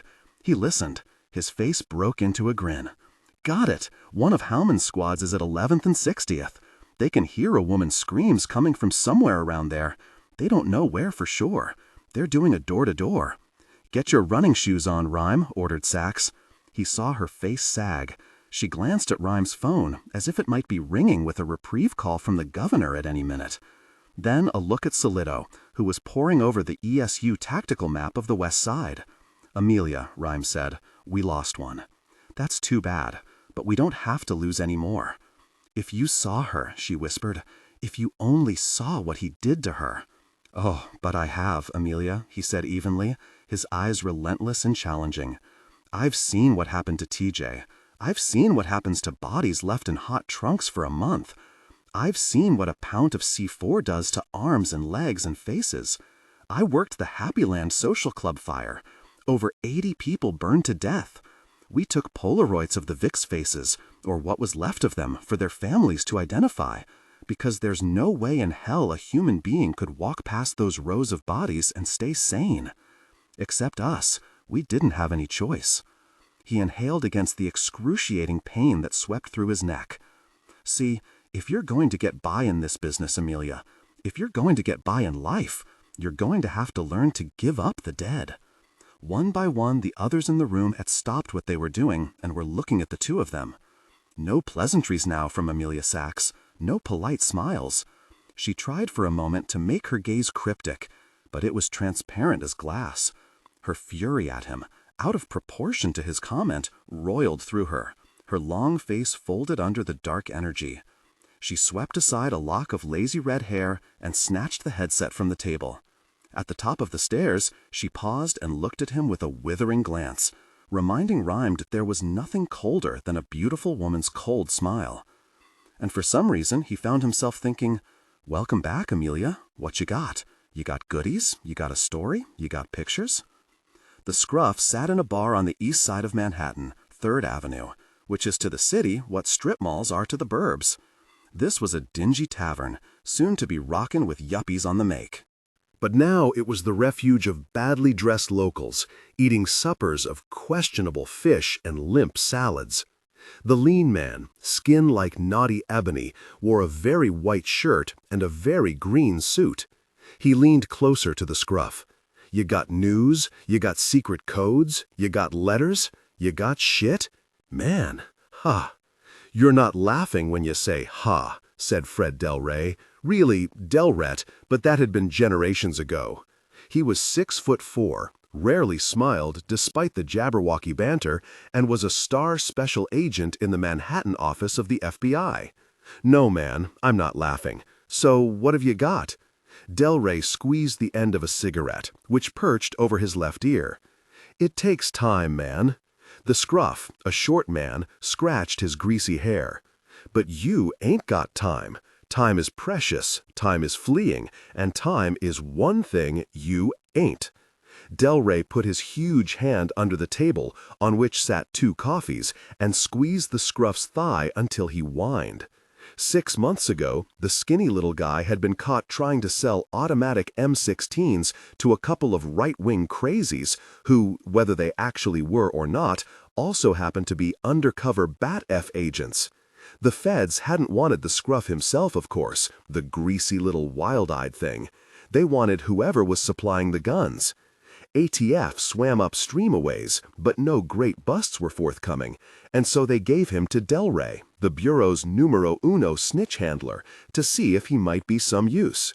So far, though, he'd proved to be just an irritating, mousy little skell who didn't, apparently, have news, secret codes, or even shift for the feds. The only way we're dropping down a charge, any charge, is you give us something beautiful and sticky. Are we all together on that? I don't have nothing for yous guys right now is what I'm saying. Just now. Not true, not true. You got yourself something. I can see it in your face. You're knowing something, Mon. A bus pulled up outside, with a hiss of brake air. A crowd of Pakistanis climbed from the open door. Man, that fucking UN conference, the scruff muttered. What the fuck they coming here for? This city's too crowded already. All them foreigners. Fucking conference. You little skell, you little turd, Delray snapped. What you got against world peace? Nothing. Now, tell me something good. I don't know nothing good. Who you talking to here, Delray, grinning devilishly. I'm the chameleon. I can smile and be happy, or I can frown and play squeezy. No, man, no, the scruff squealed. Shit, that hurts. Cut it out. The bartender looked over at them, and a short glance from Delray sent him back to polishing polished glasses. All right, maybe I know one thing, but I need help. I need squeezy time again. Fuck you, man. Just fuck you. Oh, that's mighty smart dialogue, Delray shot back. You sound like in those bad movies, you know, the bad guy and the good guy finally meet, like Stallone and somebody, and all they can say to each other is, fuck you, man. No, fuck you. No, fuck you. Now you're gonna tell me something useful. Are we all together on that? And just stared at the scruff until he gave up. Okay, here's what it is. I'm trusting you, man. Yeah. What you got? I was talking to Jackie. You know Jackie? I know Jackie, and he was telling me. What was he telling you? He was telling me he heard anything anybody got coming in or going out this week don't do at the airports. So what was coming in or going out? More 16s? I told you, man, there wasn't nothing I had. I'm telling you what Jackie told you. Right, man, just in general, you know. The scruff turned big brown eyes on Delray. Would I lie to you? Don't ever lose your dignity, the agent warned solemnly, pointing a stern finger at the scruff's chest. Now, what's this about airports? Which one? Kennedy? LaGuardia? I don't know. All I know is word's up that somebody was going to be at an airport here. Somebody who was pretty bad. Give me a name. Don't got a name. Where's Jackie? Dunno. South Africa, I think. Maybe Liberia? What's all this mean? Delray squeezed his cigarette again. I guess, just there was a chance something was going down, you know, so nobody should be having shipments coming in then. You guess. The scruff cringed, but Delray wasn't thinking about tormenting the little man any longer. He was hearing alarm bells. Jackie, an arms broker both bureaus had known about for a year, might have heard something from one of his clients, soldiers in Africa and Central Europe and militia cells in America, about some terrorist hit at the airports. Delray normally wouldn't have thought anything about this, except for that kidnapping at JFK last night. He hadn't paid much attention to it. It was NYPD's case. But now he was also thinking about that botched fragging at the UNESCO meeting in London the other day. Yo boy didn't tell you anything more? No, man, nothing more. Hey, I'm hungry. Can we eat something? Remember what I told you about dignity? Quit moaning. Delray stood up. I gotta make a call. The RRV skidded to a stop on 60th Street. Sachs snagged the crime scene suitcase, the polylight, and the big 12-volt flashlight. Did you get her in time? Sachs called to an ESU trooper. Is she all right? No one answered at first. Then she heard the screams. What's going on? She muttered, running breathless up to the large door, which had been battered in by emergency services. It opened onto a wide driveway that descended underneath an abandoned brick building. She's still there? That's right. Why? Demanded a shocked Amelia Sachs. They told us not to go in. Not to go in? She's screaming. Can't you hear her? An ESU cop said, they told us to wait for you. They? No, not they at all. Lincoln Rhyme. That son of a bitch. We were supposed to find her, the officer said. You're supposed to go in. She clicked the headset on. Rhyme, she barked. Are you there? No answer. You goddamn coward. Give up the dead. Son of a bitch. As furious as she'd been storming down the stairs in his townhouse a few minutes ago, she was twice as angry now. Sachs glanced behind her and noticed a medic standing beside an EMS bus. You, come with me. He took a step forward and saw her draw her weapon. He stopped. Whoa, time out, the medic said. I don't have to go in until the area's secure. Now, move. She spun around, and he must have seen more muzzle than he wanted. He grimaced and hurried after her. From underground, they heard, Aye, Hilfe! Then sobbing. Jesus. Sachs started to run toward the looming doorway, 12 feet high, smoky blackness inside. She heard in her head, You're him, Amelia. What are you thinking? Go away, she said silently. But Lincoln Rhyme didn't go away. You're a killer and a kidnapper, Amelia. Where would you walk? What would you touch? Forget it. I'm gonna save her. Hell with the crime scene. Mein Gott. Please, some Von, please help. Go, Sachs shouted to herself. Sprint. He's not in here. You're safe. Get her. Go. She picked up the pace, her utility belt clanking as she ran. Then, 20 feet down the tunnel, she pulled up, debating.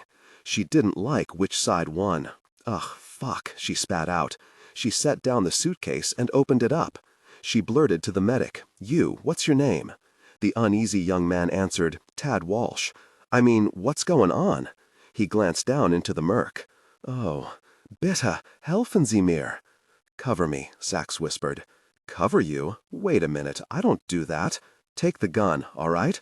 What am I supposed to cover you from? Thrusting the automatic into his hand, she dropped to her knees. Safety's off. Be careful. She grabbed 2 rubber bands and slipped them over her shoes. Taking the pistol back, she ordered him to do the same. With unsteady hands, he slipped the bands on. I'm just thinking. Quiet. He could still be here. Wait a minute now, ma'am, the medic whispered. This ain't in my job description. It's not in mine either. Hold the light. She handed him the flashlight. But if he's here, he's probably going to shoot at the light. I mean, that's what I'd shoot at. Then hold it up high, over my shoulder. I'll go in front. If anybody gets shot, it'll be me. Then what do I do? Tad sounded like a teenager. I myself would run like hell, Sachs muttered. Now follow me, and keep that beam steady. Lugging the black CS suitcase in her left hand, holding her weapon in front of her, she gazed at the floor as they moved into the darkness. She saw the familiar broom marks again, just like at the other scene. Bitte nicht, bitte nicht, bitte. There was a brief scream, then silence. What the hell's going on down there? Tad whispered. Shh, Sachs hissed. They walked slowly. Sachs blew on her fingers, gripping the Glock to dry the slick sweat, and carefully eyed the random targets of wooden pillars, shadows, and discarded machinery picked out by the flashlight held unsteadily in Tad's hand. She found no footprints. Of course not. He's smart. But we're smart too, she heard Lincoln Rhyme say in her thoughts, and she told him to shut up. Slower now. 5 more feet. A pause, then moving slowly forward, trying to ignore the girl's moans. She felt it again, that sensation of being watched, The slippery crawl of the iron sights tracking you. The body armor, she reflected, wouldn't stop a full metal jacket. Half the bad guys used black talons anyway, so a leg or arm shot would kill you just as efficiently as a chest hit, and a lot more painfully. Nick had told her how one of those bullets could open up a human body. One of his partners, hit by 2 of the vicious slugs, had died in his arms, above and behind. Thinking of him, she remembered one night, lying against Nick's solid chest, gazing at the silhouette of his handsome Italian face on her pillow, as he told her about hostage rescue entry. Somebody inside wants to nail you when you go in. They'll do it from above and behind. Shit. She dropped to a crouch, spinning around and aiming the Glock toward the ceiling, ready to empty the entire clip. What? Tad whispered, cowering. What? The emptiness gaped at her. Nothing. And breathed deeply, stood up. Don't do that. There was a gurgling noise ahead of them. Jesus, came Tad's high voice again. I hate this. This guy's a pussy, she thought. I know that 'cause he's saying everything I want to.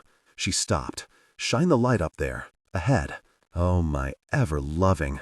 Sachs finally understood the hair she'd found at the last scene. She remembered the look that had passed between Solito and Rhyme. He'd known then what the unsub had planned. He'd known this was what was happening to her, and still he'd told ESU to wait. She hated him that much more. In front of them, a pudgy girl lolled on the floor, in a pool of blood. She glanced toward the light with glazed eyes and passed out. Just as a huge black rat, big as a house cat, crawled up onto her belly and moved toward the girl's fleshy throat. It bared its dingy teeth to take a bite from the girl's chin. Sachs smoothly lifted the chunky black Glock, her left palm circling under the butt for support. She aimed carefully. Shooting is breathing. Inhale. Out. Squeeze. Sachs fired her weapon for the first time in the line of duty. 4 shots. The huge black rat, standing on the girl's chest, exploded. She hit one more on the floor behind, and another one that, panicking, raced towards Sachs and the medic. The others vanished silently, fast as water on sand. Jesus, the medic said, you could have hit the girl. From 30 feet? Sachs snorted. Not hardly. The radio burst to life, and Howman asked if they were under fire. Negative, Sachs replied. Just shooing a few rats. Roger, okay. She took the flashlight from the medic and, shining it low, started forward. It's all right, miss, Sachs called. You'll be all right. The girl's eyes opened, head flipping from side to side. Bitte, bitte. She was very pale. Her blue eyes clung to Sachs as if she was afraid to look away. Bitte, please. Her voice rose to a wild keening, and she began to sob and thrash in terror as the medic pressed bandages on her wounds. Sachs cradled her bloody blonde head, whispering, You'll all right, honey. You'll all right. You'll all right. 14. The office, high above downtown Manhattan, looked out over Jersey. The crap in the air made the sunset absolutely beautiful. We gotta. We can't. Gotta, Fred Del Rey repeated and sipped his coffee. Even worse than in the restaurant where the scruffin had been sitting not long before. Take it away from 'em. They'll live with it. It's a local case, responded the FBI's assistant special agent in charge of the Manhattan office. The ASAC was a meticulous man who could never work undercover, because when you saw him, you thought, oh look, an FBI agent. It's not local. They're treating it local. But it's a big case. We're down 80 men because of the UN thing. And this related to it, Del Rey said. I'm positive. Then we'll tell UN security. Let everybody. Oh, don't give me that look. UN security? UN security? Say, you ever hear of the words oxymoron? Billy, you see that picture of the scene this morning? The hand coming out of the dirt and all the skin cut off of that finger? That's a sick fuck out there. NYPD's keeping us informed, the ASAC said smartly. We've got behavioral on call if they want.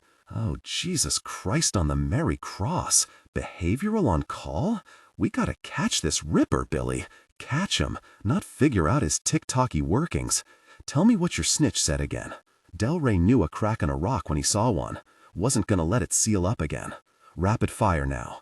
About the scruff and Jackie in Johannesburg, or Monrovia, and the hushed word throughout the illicit arms trade that something was going down at a New York airport this week, so stay clear. It's him, Del Rey said. Gotta be. NYPD's got a task force together. Not anti-terror. I made calls. Nobody at AT there knows Zippo about it. To NYPD, it's dead tourists equal bad public relations. I want this case, Billy. And Fred Delray said the one word he'd never uttered in his 8 years of undercover work. Please. What grounds are you talking? Oh, bullshit question, Delray said, stroking his index finger like a scolding teacher. Let's see. We got ourselves that spiffy new anti-terrorism bill. But that's not enough for you. You want jurisdiction? I'll give you jurisdiction. A Port Authority felony. Kidnapping. I can fucking argue that this prick's driving a taxi, so he's affecting interstate commerce. We don't want to play those games, do we, Billy? You're not listening, Delray. I can recite the U.S. Code in my sleep, thank you. I want to know if we're going to take over, what we tell people, and make everybody happy. 'Cause remember, after this unsub's bagged and tagged, we're going to have to keep working with NYPD. I'm not going to send my big brother to beat up their big brother, even though I can, anytime I want. Lon Solito's running the case, and he's a good man. A lieutenant? Delray snorted. He tugged the cigarette out from behind his ear and held it under his nostrils for a moment. Jim Pauling's in charge. Delray reared back with mock horror. Pauling? Little Adolf? You have the right to remain silent 'cause I'ma hit you upside the motherfucking head? Pauling? Him? The ASAC had no response for that. He said, Solito's good. A real workhorse. I've been with him on 2 OC task forces. That unsub's grabbing bodies right and left, and this here boy's betting he's gonna work his way up. Meaning, we got senators in town, we got congressmen, we got heads of state. I think these folks he's grabbing now are just for practice. You been talking to behavioral and not telling me? It's what I smell. Delray couldn't resist touching his lean nose. The ASAC blew air from his clean-shaven federal agent cheeks. Who's the CI? Delray had trouble thinking of the scruff as a confidential informant, which sounded like something out of a Dashiell Hammett novel. Most CIs were skells, short for skeletons, meaning scrawny, disgusting little hustlers, which fit the scruff to a T. He's a tick, Delray admitted. But Jackie, this guy he heard it from's, solid. I know you want it, Fred. I understand. The ASAC said this with some sympathy, because he knew exactly what was behind Delray's request. Even as a boy in Brooklyn, Delray had wanted to be a cop. It hadn't mattered much to him what kind of cop, as long as he could spend 24 hours a day doing it. But soon after joining the Bureau, he found his calling, undercover work. Teamed with his straight man and guardian angel Toby Doolittle, Delray was responsible for sending a large number of perps away for a very long time. The sentences totaled close to 1,000 years. They can call us the Millennium Team, Tobio, he declared to his partner once.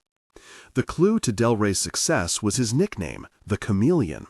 Bestowed after, in the space of 24 hours, he played a brain-dead cluckhead in a Harlem crack house and a Haitian dignitary at a dinner in the Panamanian consulate, complete with diagonal red ribbon on his chest and impenetrable accent. The two of them were regularly loaned out to ATF or DEA and, occasionally, city police departments. Drugs and guns were their specialty, though they had a minor in jacked merchandise. The irony of undercover work is that the better you are, the earlier the retirement. Word gets around, and the big boys, the perps worth going after, become harder to fox. Doolittle and Delray found themselves working less in the field and more as handlers of informants and other undercover agents. And while it wasn't Delray's first choice, nothing excited him like the street, it still got him out of the office more often than most SAs in the Bureau. It had never occurred to him to request a transfer. Until 2 years ago, a warm April morning in New York. Delray was just about to leave the office to catch a plane at LaGuardia when he got a phone call from the assistant director of the Bureau in Washington. The FBI is a nest of hierarchy, and Delray couldn't imagine why the big man himself was calling, until he heard the AD's somber voice break the news that Toby Doolittle, along with an assistant U.S. attorney from Manhattan, had been on the ground floor of the Oklahoma City Federal Building that morning preparing for the deposition session that Delray himself was just about to depart for. Their bodies were being flown back to New York the next day, which was the same day that Delray put in the first of his RFT 23 forms requesting a transfer to the Bureau's anti-terror division. The bombing had been the crime of crimes to Fred Del Rey, who, when no one was looking, devoured books on politics and philosophy. He believed there was nothing essentially un-American about greed or lust. Hey, those qualities were encouraged everywhere from Wall Street to Capitol Hill. And if people making a business of greed or lust sometimes stepped over the border of legality, Del Rey was pleased to track them down, but he never did so with personal animosity. But to murder people for their belief, to murder children before they even knew what they believed, my God, that was a stab at the heart of the country. Sitting in his two-room, sparsely furnished Brooklyn apartment after Toby's funeral, Del Rey decided that this was the kind of crime he wanted a crack at. But unfortunately, the chameleon's reputation preceded him. The Bureau's best undercover agent was now their best handler, running agents and CIs throughout the East Coast. His bosses simply couldn't afford to let him go to one of the more quiescent departments of the FBI. Del Rey was a minor legend, personally responsible for some of the Bureau's greatest recent successes. So it was with considerable regret that his persistent requests were turned down. The ASAC was well aware of this history, and he now added a sincere, "I wish I could help out, Fred, I'm sorry." But all Del Rey heard in these words was the rock cracking a little further. And so the chameleon pulled a persona off the rack and stared down his boss. He wished he still had his fake gold tooth. Street man Del Rey was a tough hombre with one motherfucker of a mean stare. And in that look was the unmistakable message anybody on the street would know instinctively. I done for you, now you do for me. Finally, the smarmy ASAC said lamely, "It's just that we need something." "Something?" "A hook," the ASAC said. "We don't have a hook. A reason to take the case away from NYPD, he meant." Politics, poly-fucking-ticks. Del Rey lowered his head, but the eyes, brown as polish, didn't waver a millimeter from the ASAC. "He cut the skin off that Vic's finger this morning, Billy, clean down to the bone, then buried him alive." Two scrubbed federal agent hands met beneath a crisp jaw. The ASAC said slowly, "Here's a thought. There's a deputy commissioner at NYPD, name's Eckert. You know him? He's a friend of mine." The girl lay on her back on a stretcher, eyes closed, conscious but groggy. Still pale. An IV of glucose ran into her arm. Now that she'd been rehydrated, she was coherent and surprisingly calm, all things considered. Sachs walked back to the gates of hell and stood looking down into the black doorway. She clicked on the radio and called Lincoln Rhyme. This time he answered. "How's the scene look?" Rhyme asked casually. Her answer was a curt, "We got her out, if you're interested." "Ah, good. How is she?" "Not good, but alive." "Right. Barely. You're upset because of the rats, aren't you, Amelia?" She didn't answer. "Because I didn't let boss men get her right away. Are you there, Amelia?" "I'm here." "There are 5 contaminants of crime scenes," Rhyme explained. She noticed he'd gone into his low, seductive tone again. "The weather, the victim's family, the suspect, souvenir hunters. The last is the worst. Guess what it is? You tell me. Other cops. If I'd let ESU in, they could have destroyed all the trace. You know how to handle a scene now, and I'll bet you preserved everything just fine." Sachs needed to say, "I don't think she'll ever be the same after this." The rats were all over her. Yes, I imagine they were. That's their nature. Their nature. But 5 minutes or 10 wasn't going to make any difference. Click. She shut off the radio and walked to Walsh, the medic. "I want to interview her. Is she too groggy?" "Not yet. We gave her locals to stitch the lacerations and the bites. She'll want some Demerol in a half hour or so." Sachs smiled and crouched down beside her. "Hi, how you doing?" The girl, fat but very pretty, nodded. "Can I ask you some questions?" "Yes, please. I want you get him." Salito arrived and ambled up to them. He smiled down at the girl, who gazed at him blankly. He proffered a badge she had no interest in and identified himself. "You all right, miss?" The girl shrugged. Sweating fiercely in the muggy heat, Salito nodded Sachs aside. "Poling been here?" "Haven't seen him. Maybe he's at Lincoln's." "No, I just called there. He's gotta get to City Hall pronto." "What's the problem?" Salito lowered his voice, his doughy face twisted up. A fuck-up. Our transmissions are supposed to be secure. But those fucking reporters, somebody's got an unscrambler or something. They heard we didn't go in right away to get her." He nodded toward the girl. "Well, we didn't," said harshly. "Rhyme told ESU to wait until I got here." The detective winced. "Man, I hope they don't have that on tape. We need polling for damage control." He nodded to the girl. "Interviewed her yet?" "No, just about to." With some regret, Sachs clicked on the radio and heard Rhyme's urgent voice. "There?" "This goddamn thing doesn't—" "I'm here," Sachs said coolly. "What happened?"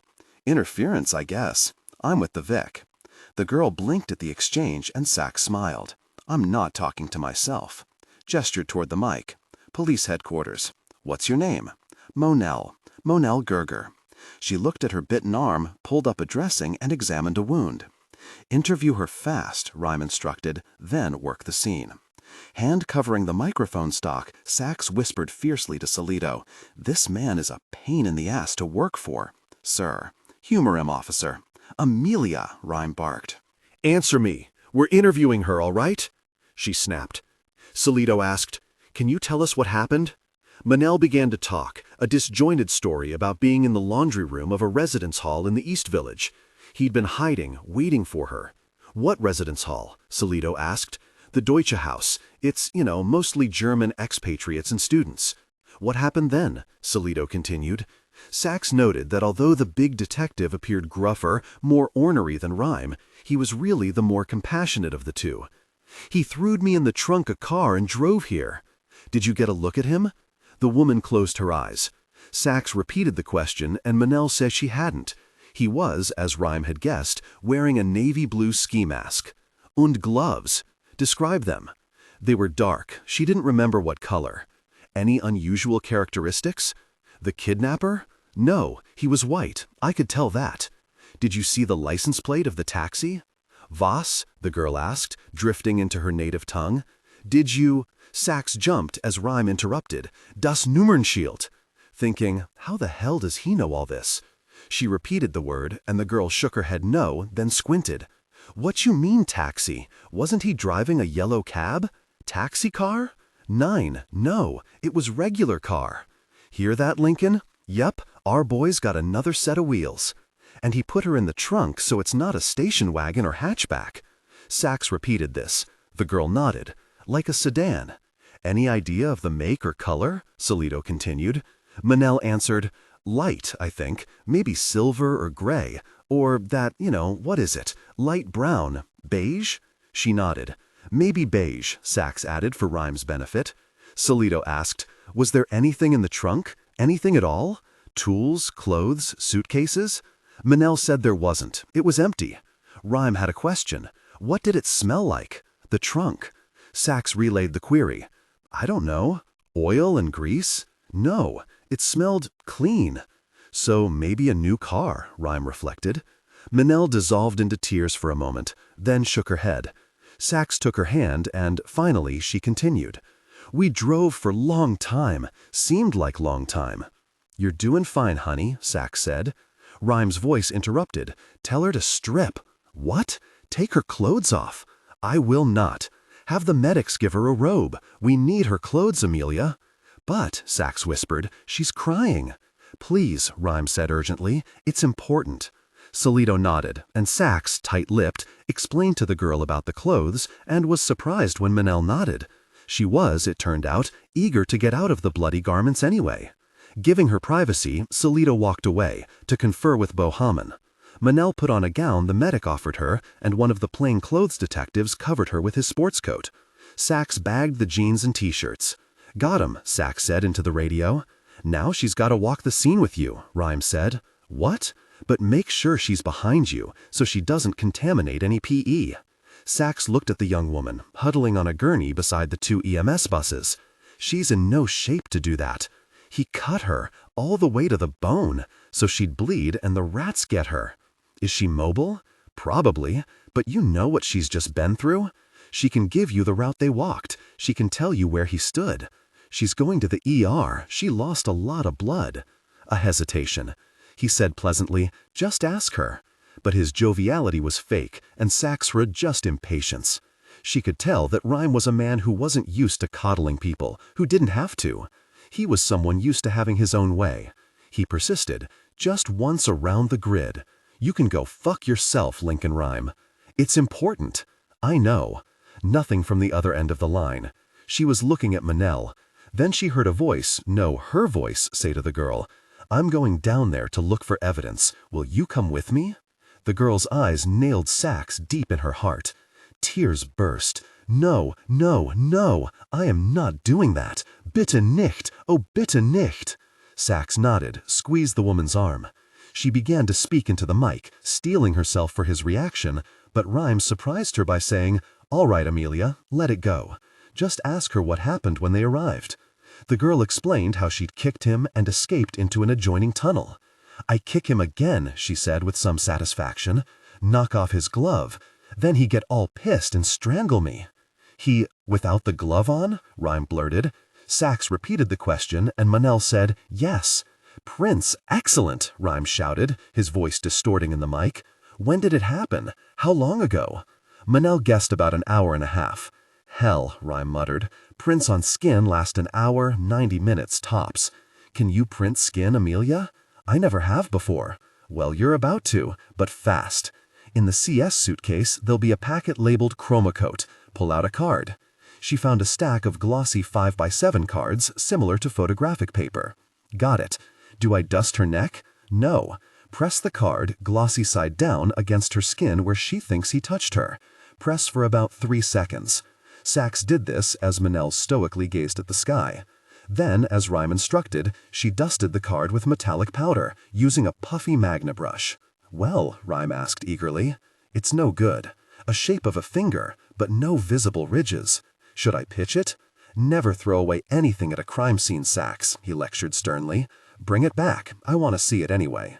One thing I am thinking I forget, said Manel. He touched me.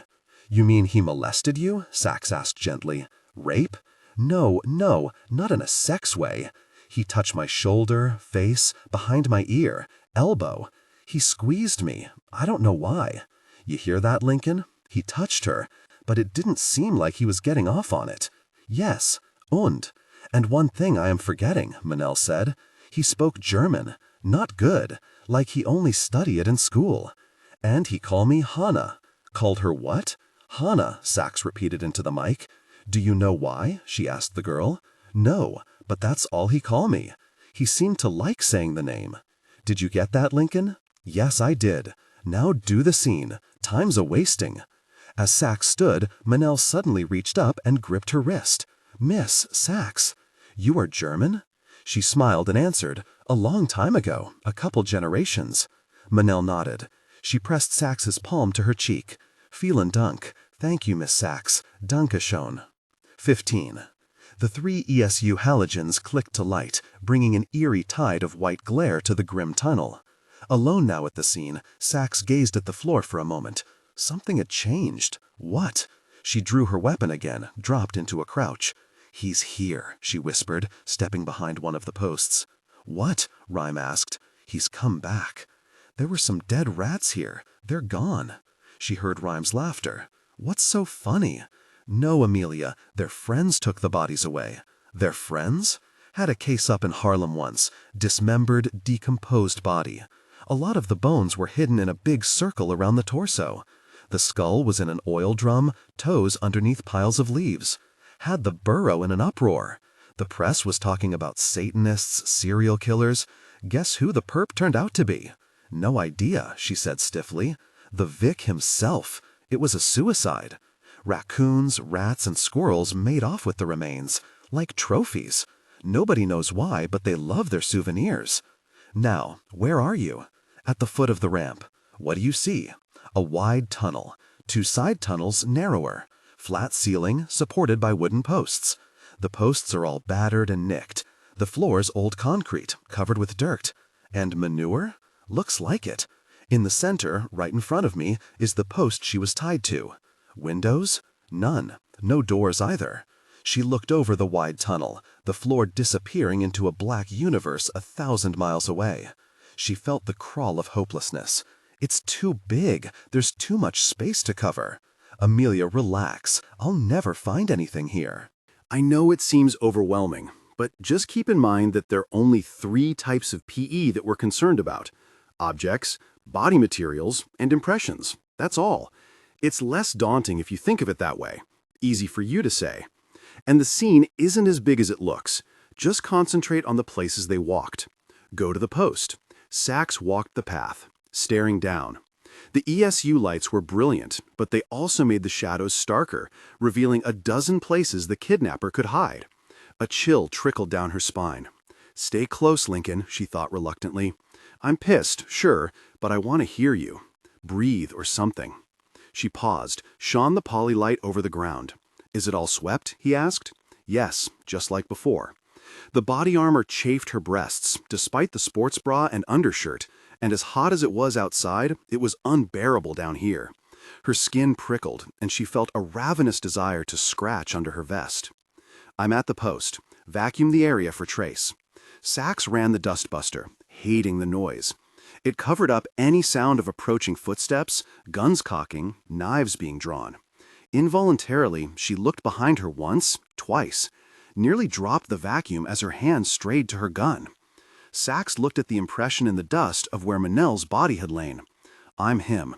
I'm dragging her along. She kicks me, I stumble. Manel could have kicked in only one direction, away from the ramp. The unsub didn't fall, she said, which meant he must have landed on his feet. Sachs walked a yard or 2 into the gloom. Bingo! Sachs shouted. What? Tell me. Footprints. He missed a spot sweeping up. Not hers? No, she was wearing running shoes. These are smooth soles, like dress shoes. 2 good prints. Well, know what size feet he's got.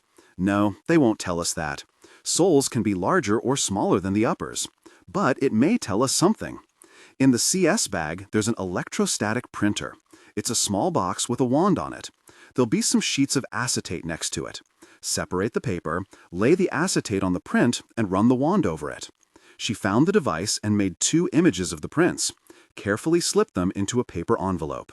Sachs returned to the post. And here's a bit of straw from the broom. Sorry, Sachs said quickly. We don't know where it's from. A bit of straw. I'm picking it up and bagging it. Getting good with these pencils.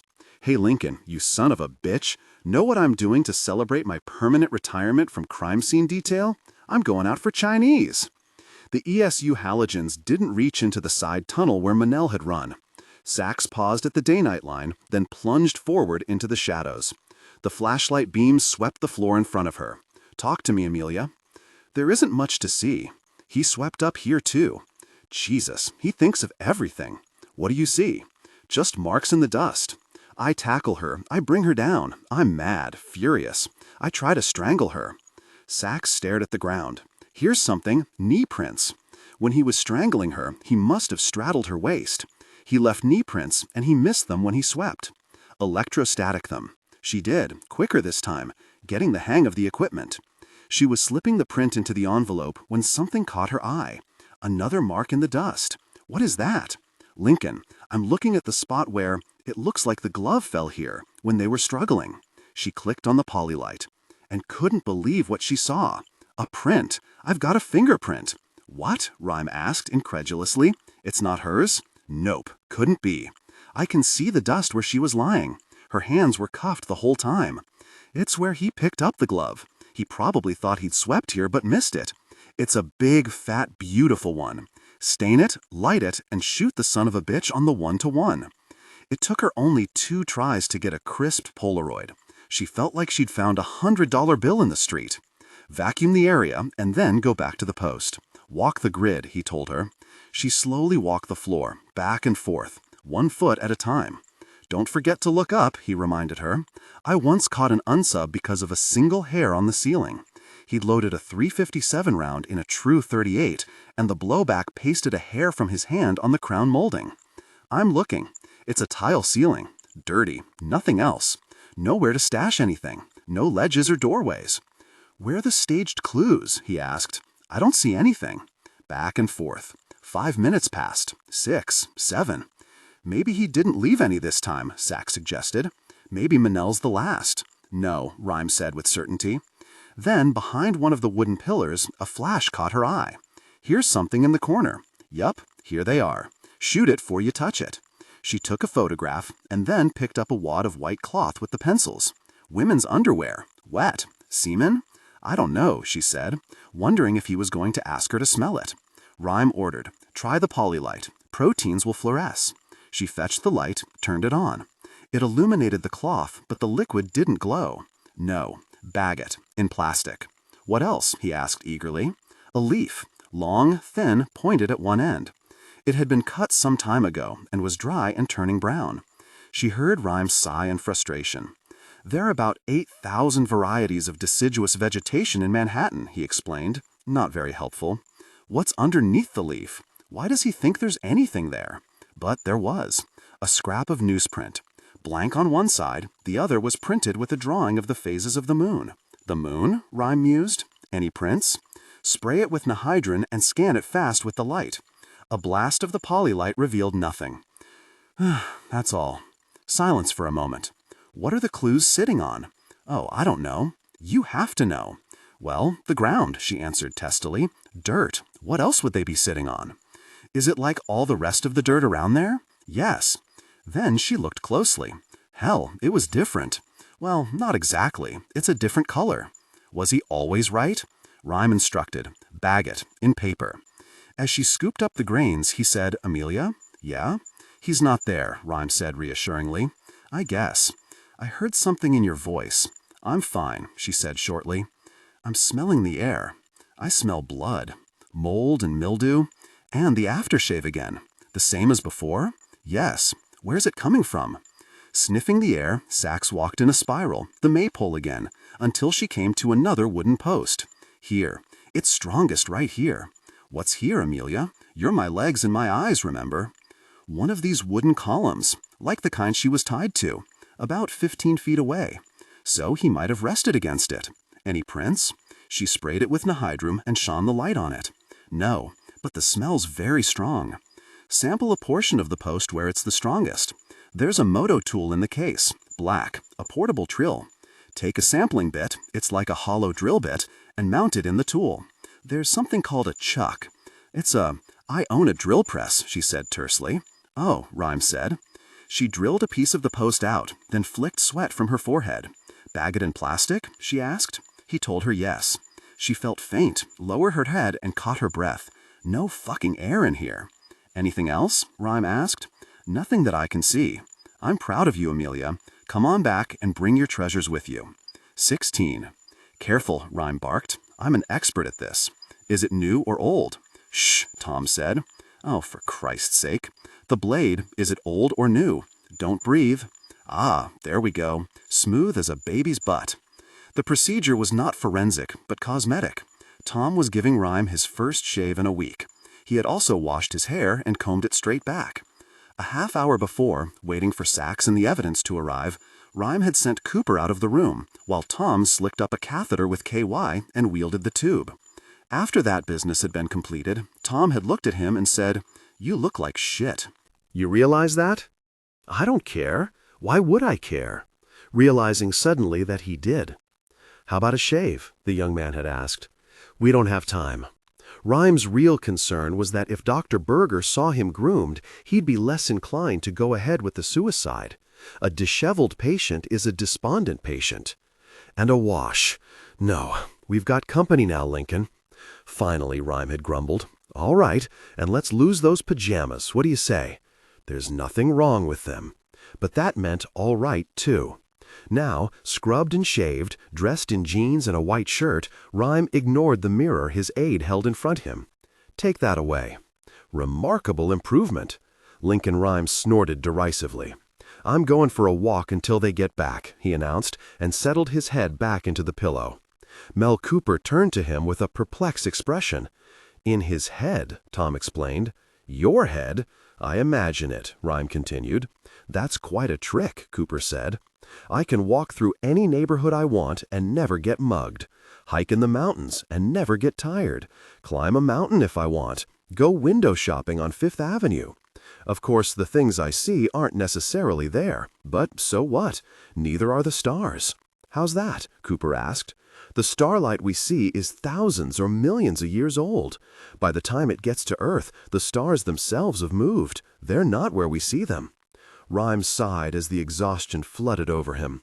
"I suppose some of them have already burned out and disappeared." He closed his eyes. "He's making it harder." "Not necessarily," Rhyme answered Lonsalito. Salito, Banks, and Sachs had just returned from the stockyard scene. "Underwear, the moon, and a plant," cheerfully pessimistic Jerry Banks said. "That's not exactly a road map."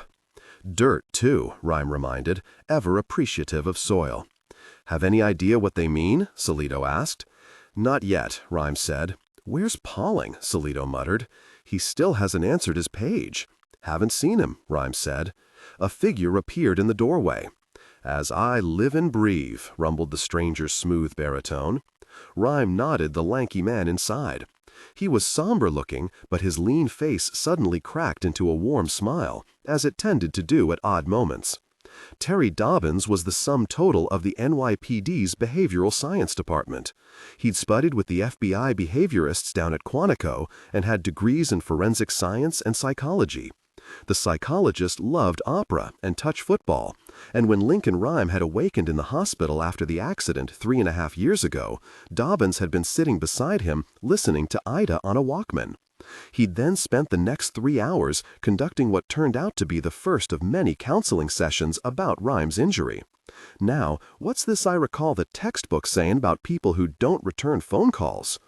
"Analyze me later, Terry. You hear about our unsub?" "A bit," Dobbins said, looking Rhyme over. He wasn't an MD, but he knew physiology. "You all right, Lincoln? Looking a little peaked." "I'm getting a bit of a workout today," Rhyme admitted, "and I could use a nap. You know what a lazy SOB I am." "Yeah, right. You're the man to call me at 3 in the morning with some question about a perp and couldn't understand why I was in the sack. So, what's up? You fishing for a profile?" "Whatever you can tell us'll help," Salito briefed Dobbins, whose, Rhyme recalled from the days they worked together, never took notes but managed to retain everything he heard inside a head crowned with dark red hair. The psychologist paced in front of the wall chart, glancing up at it occasionally as he listened to the detective's rumbling voice. He held up a finger, interrupting Salito. The victims, they've all been found underground, buried in a basement, in the stockyard tunnel." "Right," Rhyme confirmed.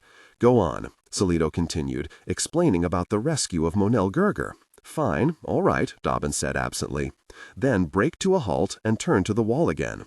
He spread his legs and, hands on hips, gazed at the sparse facts about Unsub 823. "Tell me more about this idea of yours, Lincoln." "That he likes old things. I don't know what to make of it. So far his clues have something to do with historical New York. Building materials from the turn of the century, the stockyards, the steam system." Dobbins stepped forward suddenly and tapped the profile. "Hannah. Tell me about Hannah." "Amelia?" Rhyme asked. She told Dobbins how the unsub had referred to Monel Gerger as Hannah for no apparent reason. She said he seemed to like saying the name, and speaking to her in German. "And he took a bit of a chance to nap her, didn't he?" Dobbins noted. "The cab, at the airport, that was safe for him. But hiding in a laundry room, he must have been real motivated to snatch somebody German."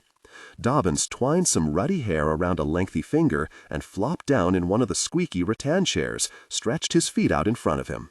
"Okay, try this on for size. The underground, that's the key.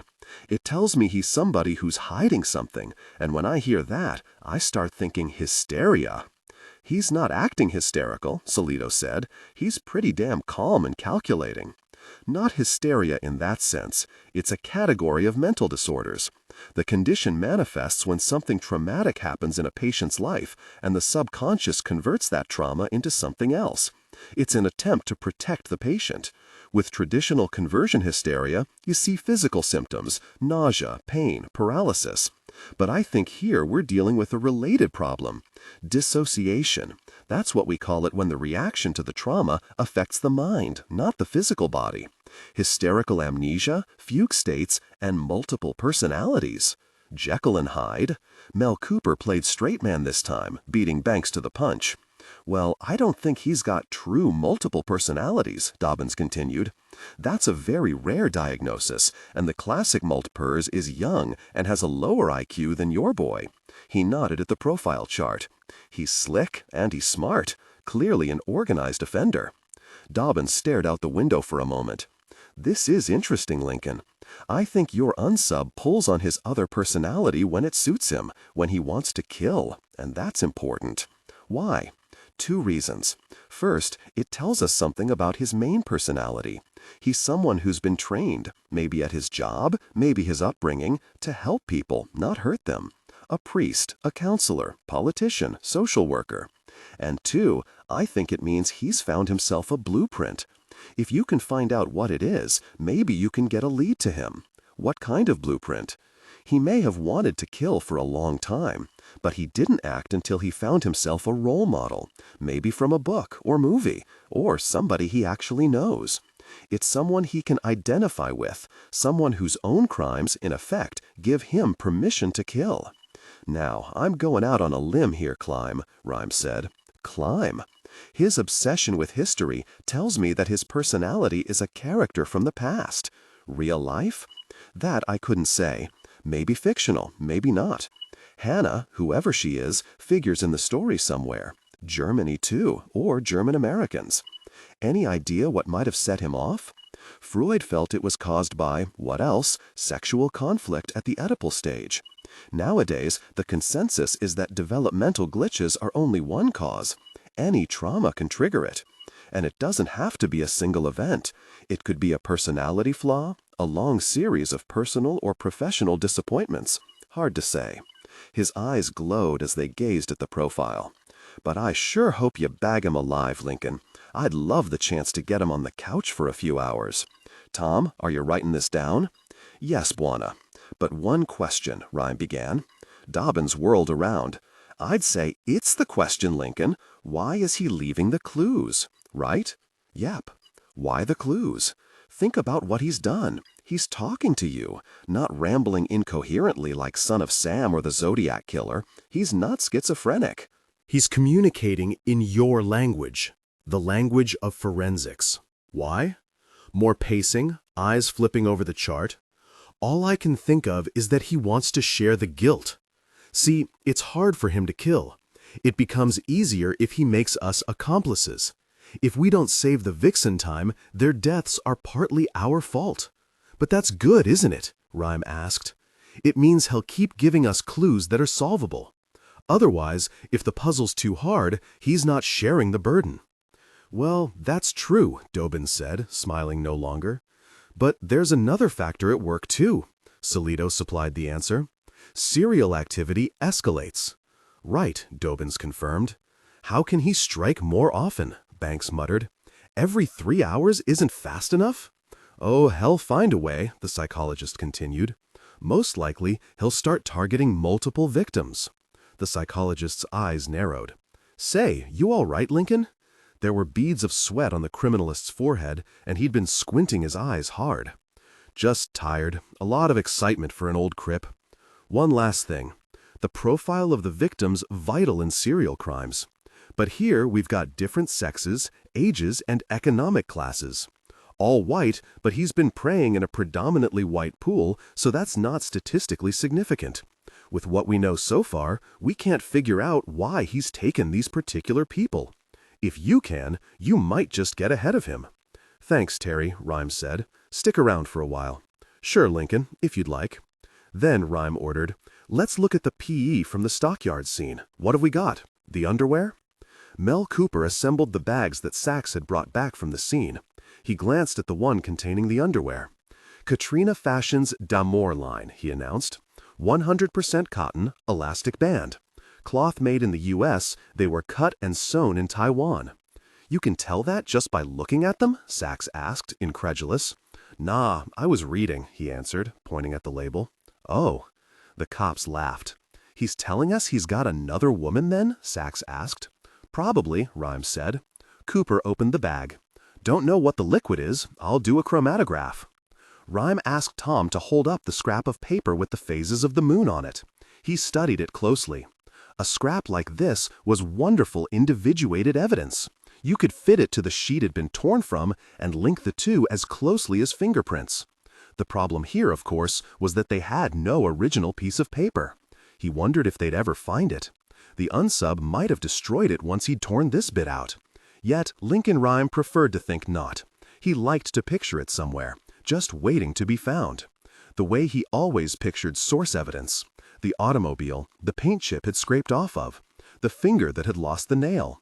The gun barrel that had discharged the rifled slug found in the victim's body. These sources, always close to the unsub, took on personalities of their own in Rhyme's mind. They could be imperious or cruel, or mysterious. Phases of the moon. Rhyme asked Dobbins if their unsub could be driven to act cyclically. No, the moon isn't in a major phase right now. We're 4 days past new, so the moons means something else. If they're even moons in the first place, Sachs said. Pleased with herself, and rightly so, Rhyme thought. He said, "Good point, Amelia. Maybe he's talking about circles, about ink, about paper, about geometry. The planetarium." Rhyme realized that she was staring at him. Maybe just realizing now that he'd shaved and his hair was combed, his clothes changed. And what was her mood now, he wondered? Angry at him or disengaged? He couldn't tell. At the moment, Amelia Sachs was as cryptic as unsub 823. The beeping of the fax machine sounded in the hallway. Tom went to get it and returned a moment later with 2 sheets of paper. "It's from Emma Rollins," he announced. He held the sheets up for Rhyme to see. "Our grocery scanner survey. 11 stores in Manhattan sold veal shanks to customers buying fewer than 5 items in the last 2 days." He started to write on the poster, then glanced at Rhyme. "The names of the stores? Of course. We'll need them for cross-referencing later." Tom wrote them down on the profile chart. Broadway 82nd, ShopRite Broadway 96th, Anderson Foods Greenwich Bank, ShopRite 2nd Ave 72nd 33rd, Grocery World Battery Park City, JG's Emporium 1709 2nd Ave, Anderson Foods 34th Lex, Food Warehouse 8th Ave 24th, ShopRite Houston Lafayette, ShopRite 6th Ave Houston, JG's Emporium Greenwich Franklin, Grocery World Lake. "That narrows it down," Sachs said, "to the entire city." "Patience," said restless Lincoln Rhyme. Mel Cooper was examining the straw that Sachs had found. "Nothing unique here." He tossed it aside. "Is it new?" Rhyme asked. If it was, they might cross-reference stores that had sold brooms and veal shanks on the same day. But Cooper said, "Thought of that. It's 6 months old or older." He began shaking the trace evidence in the German girl's clothing out over a piece of newsprint. "Several things here," he said, poring over the sheet. "Dirt. Enough for a density gradient? Nope. Just dust, really. Probably from the scene." Cooper looked over the rest of the effluents he'd brushed off the blood-stained clothing. "Brick dust. Why's there so much brick?" "From the rats I shot. The wall was brick." "You shot them? At the scene?" Rhyme winced. Sachs said defensively, "Well, yes, they were all over her." He was angry, but he let it go, adding just, "All kinds of contaminants from gunfire. Lead, arsenic, carbon, silver. And here, another bit of reddish leather, from the glove. And we've got another fiber, a different one." Criminalists love fibers. This was a tiny gray tuft barely visible to the naked eye. "Excellent," Rhyme announced. "And what else?" "And here's the photo of the scene," Sachs said, "and the fingerprints. The one from her throat and from where he picked up the glove." She held them up. "Good," Rhyme said, looking them over carefully. There was a sheen of reluctant triumph on her face, the rush of winning, which is the flip side of hating yourself for being unprofessional. Rhyme was studying the Polaroids of the prints when he heard footsteps on the stairs, and Jim Pauling arrived. He entered the room, did a double take at the spiffed-up Lincoln Rhyme, and strode to Salito. "I was just at the scene," he said. "You saved the Vec. Great job, guys." He nodded toward Sachs to show the noun included her too. "But the pricks napped another one?" "Or's about to," Rhyme muttered, gazing at the prints. "We're working on the clues right now," Banks said. "Jim, I've been trying to track you down," Salito said. "I tried the mayor's office. I was with the chief. Had to fucking beg for some extra searchers. Got another 50 men pulled off UN security detail. Captain, there's something we gotta talk about. We got a problem." Something happened at the last scene. A voice as yet unheard from boomed through the room. Problem? Who got a problem? We don't got no problems here, do we? None at all. Rhyme looked up at the tall, thin man in the doorway. He was jet black and wore a ridiculous green suit and shoes that shone like brown mirrors. Rhyme's heart plummeted. Del Rey. Lincoln Rhyme, New York's own Ironside. Hey, Lon, and Jim Pauling, how's it hanging, buddy? Behind Del Rey were a half-dozen other men and a woman. Rhyme knew in a heartbeat why the federal agents were here. Del Rey scanned the officers in the room, his attention alighting momentarily on Sachs, then flying away. What do you want? Pauling asked. Del Rey said, Haven't you guessed, Jemmons? You're out of business. We closing you up. Yes, sir. Just like a bookie. 17. One of us. That's how Del Rey was looking at Lincoln Rhyme as he walked around the bed. Some people did this. Paralysis was a club, and they crashed the party with jokes, nods, winks. You know I love you, man, 'cause I'm making fun of you. Lincoln Rhyme had learned that this attitude got tiring very, very quickly. Look at that, Del Rey said, poking at the clinitron. That's something out of Star Trek, Commander Riker. Get your ass in the shuttle. Go away, Del Rey, Pauling said. It's our case. And how's this here patient doing, Dr. Crusher? The captain was stepping forward. A rooster, the lanky FBI agent, towered over. Del Rey, you listening? Go away. Man, I'ma get me one of those, Rhyme. Lay my ass down in it. Watch a game. Seriously, Lincoln, how you doing? Been a few years. Did they knock? Rhyme asked Tom. No, they didn't knock. You didn't knock, Rhyme said. So, may I suggest that you leave? Got a warrant, Del Rey murmured, flicking papers in his breast pocket. Amelia Sachs's right index fingernail worried her thumb, which was on the verge of bleeding. Del Rey looked around the room. He was clearly impressed at their impromptu lab, but strangled the feeling fast. We're taking over. Sorry. In 20 years of policing, Rhyme had never seen a preemptory takeover like this. Fuck this, Del Rey, Solito began. You passed on the case. The agent swiveled his glossy black face around until he was looking down at the detective. Passed? Passed? I never got no ring-a-ling about it. Did you call me? No. Then who dropped the dime? Well? Solito, surprised, glanced at Pauling, who said, You got an advisory. That's all we've got to send you. On the defensive now, too. An advisory? Yeah. And, hey, how exactly was that delivered? Would that have been by Pony Express? Book rate mail? Tell me, Jim, what's the good of an overnight advisory when there's an ongoing operation? Pauling said, We didn't see the need. We? Del Rey asked quickly, like a surgeon spotting a microscopic tumor. I didn't see the need, Pauling snapped. I told the mayor to keep it a local operation. We've got it under control. Now fuck off, Del Rey. And you thought you could wrap it up in time for the 11 o'clock news.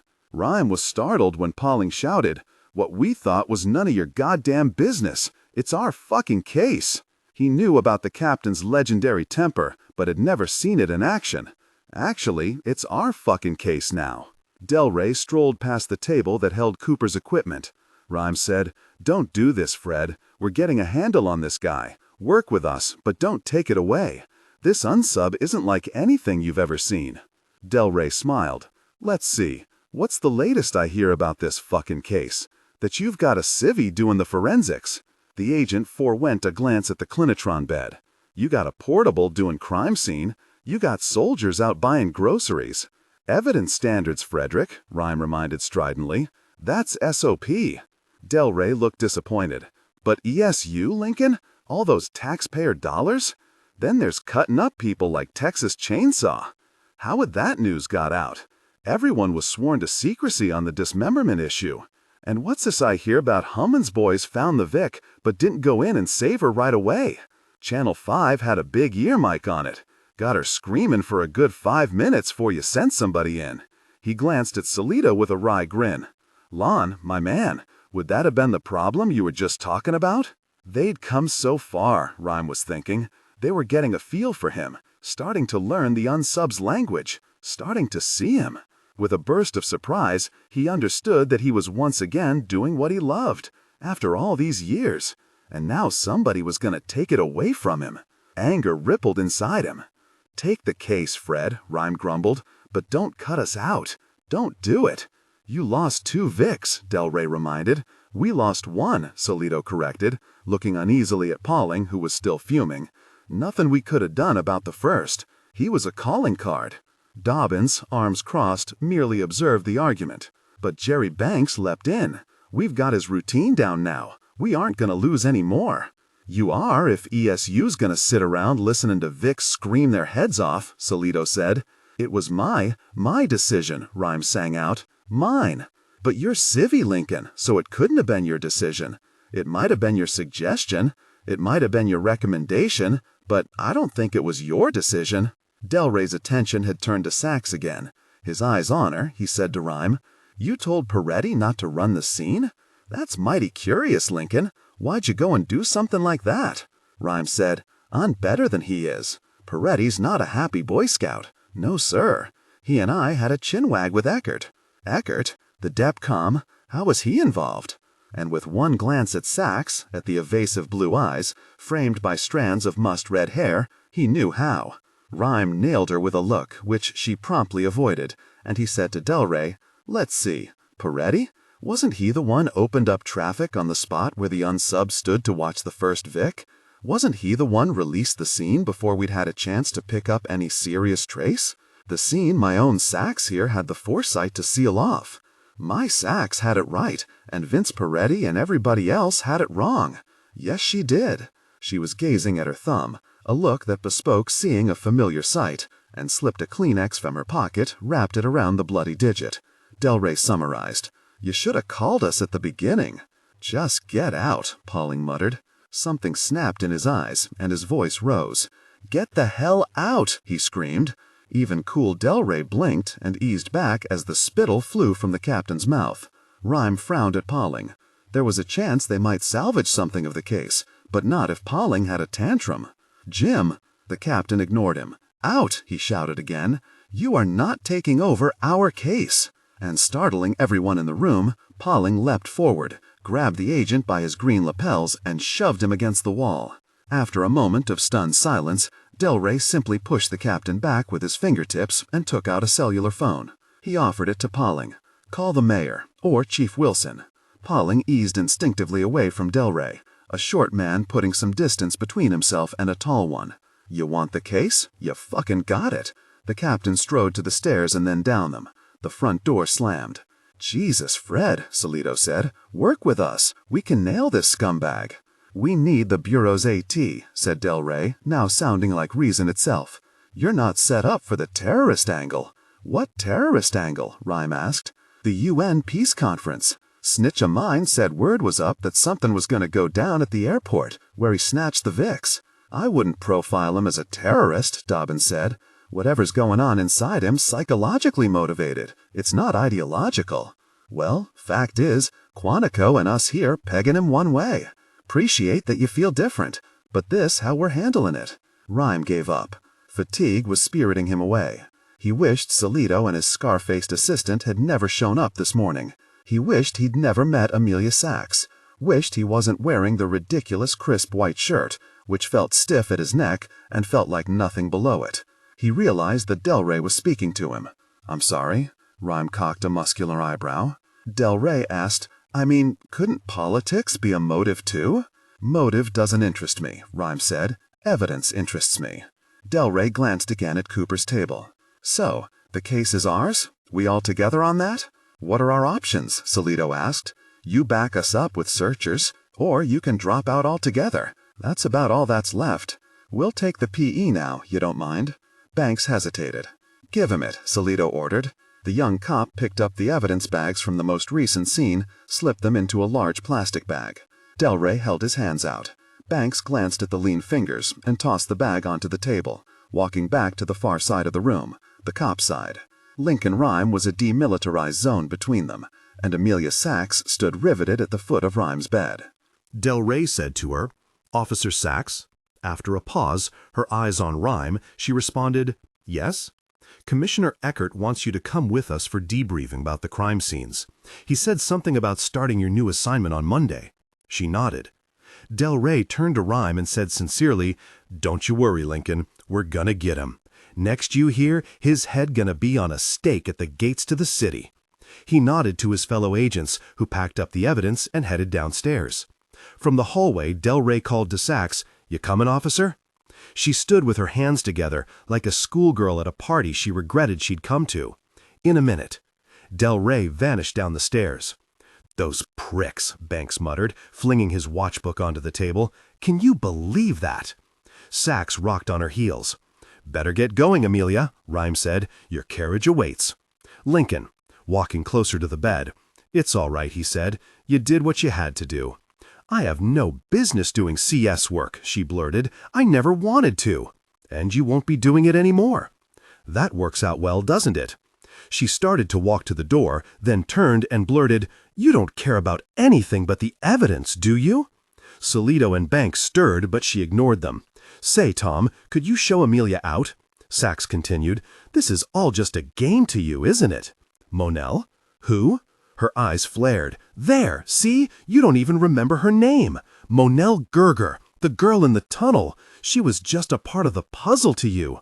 There were rats crawling all over her, and you said, 'That's their nature? That's their nature?' She's never going to be the same again, and all you cared about was your precious evidence." "In living victims," he droned, lecturing, "rodent wounds are always superficial. As soon as the first little critter drooled on her, she needed rabies vaccine. What did a few more bites matter? Why don't we ask her opinion?" Sachs's smile was different now. It had turned pernicious, like those of the nurses and therapy aides who hated Crips. They walked around rehab wards with smiles like this. Well, he hadn't been happy with the polite Amelia Sachs. He'd wanted the feisty one. "Answer me something, Rhyme. Why did you really want me?" "Tom, our guest has overstayed her welcome. Would you?" "Lincoln," the aide began. "Tom," Rhyme snapped, "believe I asked you to do something." "Because I don't know shit," Sachs blurted. "That's why. You didn't want a real CS tech because then you wouldn't be in charge. But me, you can send me here, send me there. I'll do exactly what you want, and I won't bitch and moan." "Ah, the troops mutiny," Rhyme said, lifting his eyes to the ceiling. "But I'm not one of the troops. I never wanted this in the first place. I didn't want it either. But here we are, in bed together. Well, one of us." And he knew his cold smile was far, far icier than any she could muster. "Why, you're just a spoiled brat, Rhyme." "Hey, officer, time out here," Solito barked. But she kept going. "You can't walk your crime scenes anymore, and I'm sorry about that. But you're risking an investigation just to massage your ego, and I say fuck that." She grabbed her patrol hat and stormed out of the room. He expected to hear a slamming door from downstairs, maybe breaking glass. But there was a faint click, and then silence. As Jerry Banks retrieved his watchbook and thumbed through it with more concentration than was needed, Solito said, "Lincoln, I'm sorry." "I?" "Nothing to it," Rhyme said, yawning excessively in the false hope that it would calm his stinging heart. "Nothing at all." The cop stood beside the half-empty table for a few moments, difficult silence, then Cooper said, "Better get packed up." He hefted a black scope case onto the table and began to unscrew an eyepiece with the loving care of a musician disassembling his saxophone. "Well, Tom," Rhyme said, "it's after sunset. You know what that tells me? Bars open." Their war room was impressive. It beat Lincoln Rhyme's bedroom hands down. Half a floor at the federal building, 30 dozen agents, computers, and electronic panels out of some Tom Clancy movie. The agents looked like lawyers or investment bankers. White shirts, ties. Crisp was the word that came to mind. And Amelia Sachs in the center, conspicuous in her navy blue uniform, soiled with rat blood, dust, and grainy shit from cattle dead 100 years. She was no longer shaking from her blow-up with Rhyme, and though her mind kept reeling with 100 things she wanted to say, wished she had said, she forced herself to concentrate on what was happening around her. A tall agent in an immaculate gray suit was conferring with Del Rey, 2 large men, heads down, solemn. She believed he was the special agent in charge of the Manhattan office, Thomas Perkins, but she didn't know for certain. A patrol officer has as much contact with the FBI as a dry cleaner or insurance salesman does. He seemed humorless, efficient, and kept glancing at a large map of Manhattan pinned to the wall. Perkins nodded several times as Del Rey briefed him, then he stepped up to a fiberboard table filled with manila folders, looked over the agents, and began to speak. "If I could have your attention, I've just been in communication with the director and the AG in Washington. You've all heard about the Kennedy Airport unsub by now.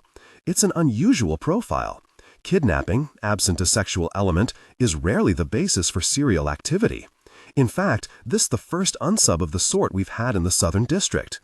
In light of the possible connection with the events at the UN this week, we're coordinating with headquarters, Quantico, and the Secretary General's office. We've been told to be completely proactive on this case.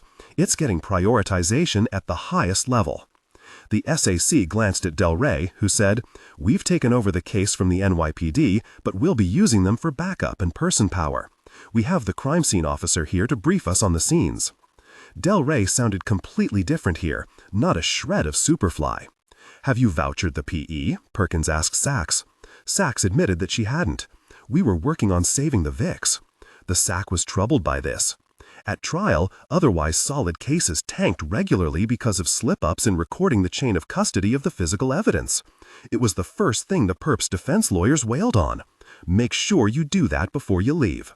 "Yes, sir." What a look on Rhymes' face when he guessed I bitched to Eckert and got them shut down. What a look! My Sachs figured it out. My Sachs preserved the scene. She worried a nail again. "Stop it," she told herself, as she always did, and continued to dig into the flesh. The pain felt good. That's what the therapists never understood. The SAC said, "Agent Del Rey, could you brief the room as regards the approach we'll be taking?" Del Rey looked from the SAC to the other agents and continued, "At this moment, we have field agents hitting every major terrorist cell in the city, and pursuing whatever leads we can find that'll get us to the unsub's residence. All CIs, all undercover agents. It'll mean compromising some existing operations, but we've decided it's worth the risk. Our job here is to be rapid response. You'll break out into groups of 6 agents each and be ready to move on any lead. You'll have complete hostage rescue and barricade entry support." "Sir," Sachs said. Perkins looked up, frowning. Apparently one didn't interrupt briefings until the approved QA break. "Yes, what is it, officer?" "Well, I'm just wondering, sir, what about the victim?" "Who? That German girl? You think we should interview her again?" "No, sir, I meant the next victim." Perkins responded, "Oh, well, certainly stay cognizant of the fact that there may be other targets." Sachs continued, "He's got one now." "He does?" The SAC glanced at Del Rey, who shrugged. Perkins asked Sachs, "How do you know?" "Well, I don't exactly know, sir, but he left clues at the last scene, and he wouldn't have done that if he didn't have another Vic. Or was just about to snatch one." "Noted, officer," the SAC continued. "We're going to mobilize as fast as we can to make sure nothing happens to them." Del Rey said to her, "We think it's best to focus on the beast himself." Detective Sachs Perkins began. "I'm not a detective, sir. I'm assigned to patrol." "Yes, well," the SAC continued, looking at the stacks of files. "If you could just give us some of your bullet points, that would be helpful. 30 agents watching her, 2 women among them. Just tell us what you saw," Del Rey said, gripping an unlit cigarette between prominent teeth. She gave them a synopsis of her searches of the crime scenes and the conclusions Rhyme and Terry Dobbins had come to. Most of the agents were troubled by the unsub's curious M.O. "Like a goddamn game," an agent muttered. One asked if the clues had any political messages they could decipher. "Well, sir, we really don't think he's a terrorist," Sachs persisted. Perkins turned his high-powered attention toward her. "Let me ask you, officer, you concede he's smart, this unsub?" "Very smart. Couldn't he be double-bluffing?" "How do you mean?" I should say, the NYPD's thinking is that he's just a nutcase. I mean, a criminal personality. But isn't it possible he's smart enough to make you think that, when something else is going on? Like what? Take those clues he left. Couldn't they be diversions?" "No, sir. They're directions," Sachs said, "leading us to the Vicks." "I understand that," Quick Thomas Perkins said. "But by doing that, he's also leading us away from other targets, right?"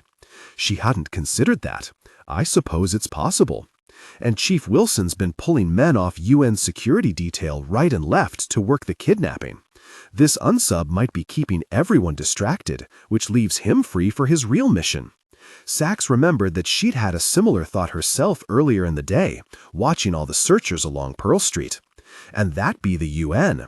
We think so, Delray said. The perps behind the UNESCO bombing attempt in London might want to try again.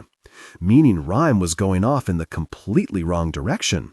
It eased the weight of her guilt somewhat. Now, officer, could you itemize the evidence for us? Perkins asked. Delray gave her an inventory sheet of everything she'd found, and she went through it item by item. As she spoke, Sachs was aware of bustling activity around hers. Some agents taking calls, some standing and whispering to other agents, some taking notes. But when, glancing down at the sheet, she added, "Then I picked up this fingerprint of his at the last scene," she realized that the room had fallen utterly silent. She looked up. Every face in the office was staring at her in what could pass for shock, if federal agents were capable of that. She glanced helplessly at Delray, who cocked his head. "You sayin' you got yourself a print?" "Well, yes." His glove fell off in a struggle with the last Vic, and when he picked it up, he brushed against the floor. "Where is it?" Delray asked quickly. "Jesus," one agent called. "Why didn't you say anything?" "Well, find it, somebody else called. A murmur ran through the room. Her hands shaking, Sachs dug through the evidence bags and handed Delray the Polaroid of the fingerprint. He held it up, looked carefully, showed it to someone who, she guessed, was a friction ridge expert. "Good," the agent offered. "It's definitely A grade." Sachs knew that prints were rated A, B, and C, the lower category being unacceptable to most law enforcement agencies. But whatever pride she felt in her evidence-gathering skills was crushed by their collective dismay that she hadn't mentioned it before this. Then everything started to happen at once. Delray handed off to an agent who jogged to an elaborate computer in the corner of the office and rested the Polaroid on a large, curved bed of something called an optiscan.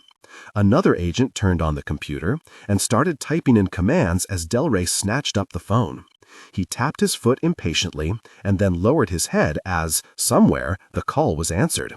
"Ginny, it's Delray. This gonna be a true blue pain, but I need you to shut down all APHIS Northeast region requests and give the one I'm sending priority. I got Perkins here. Hell, okay it, and if that ain't enough, I'll call the man in Washington himself. It's the UN thing." Sachs knew the Bureau's automated fingerprint identification system was used by police departments throughout the country. That's what Delray would be breaking to a halt at the moment. The agent at the computer said, "It's scanned. We're transmitting now. How long's it going to take?" 10-15 minutes. Delray pressed his dusty fingers together. "Please, please, please." All around her was a cyclone of activity. Sachs heard voices talking about weapons, helicopters, vehicles, anti-terror negotiators, phone calls, clattering keyboards, maps unrolling, pistols being checked. Perkins was on the phone, talking to the hostage rescue people, or the director, or the mayor, maybe the president, who knew? Sachs said to Delray, "I didn't know the print was that big a deal." "Always a big deal. Least with APHIS now it is. Used to be you dusted for prints mostly for show. Let the Vics and the press know you were doing something. You're kidding. Nah, not a bit. Take New York City. You do a cold search. That's when you don't have any suspects. You do a cold search manually. It'd take a tech 50 years to go through all the print cards. No foolin'. An automated search? 15 minutes. Used to be you'd ID a suspect maybe 2-3% of the time. Now we're running close to 20-22%. Oh yup, prints are golden. Didn't you tell Rhyme about it? He knew, sure. And he didn't get all hands on board? My oh my.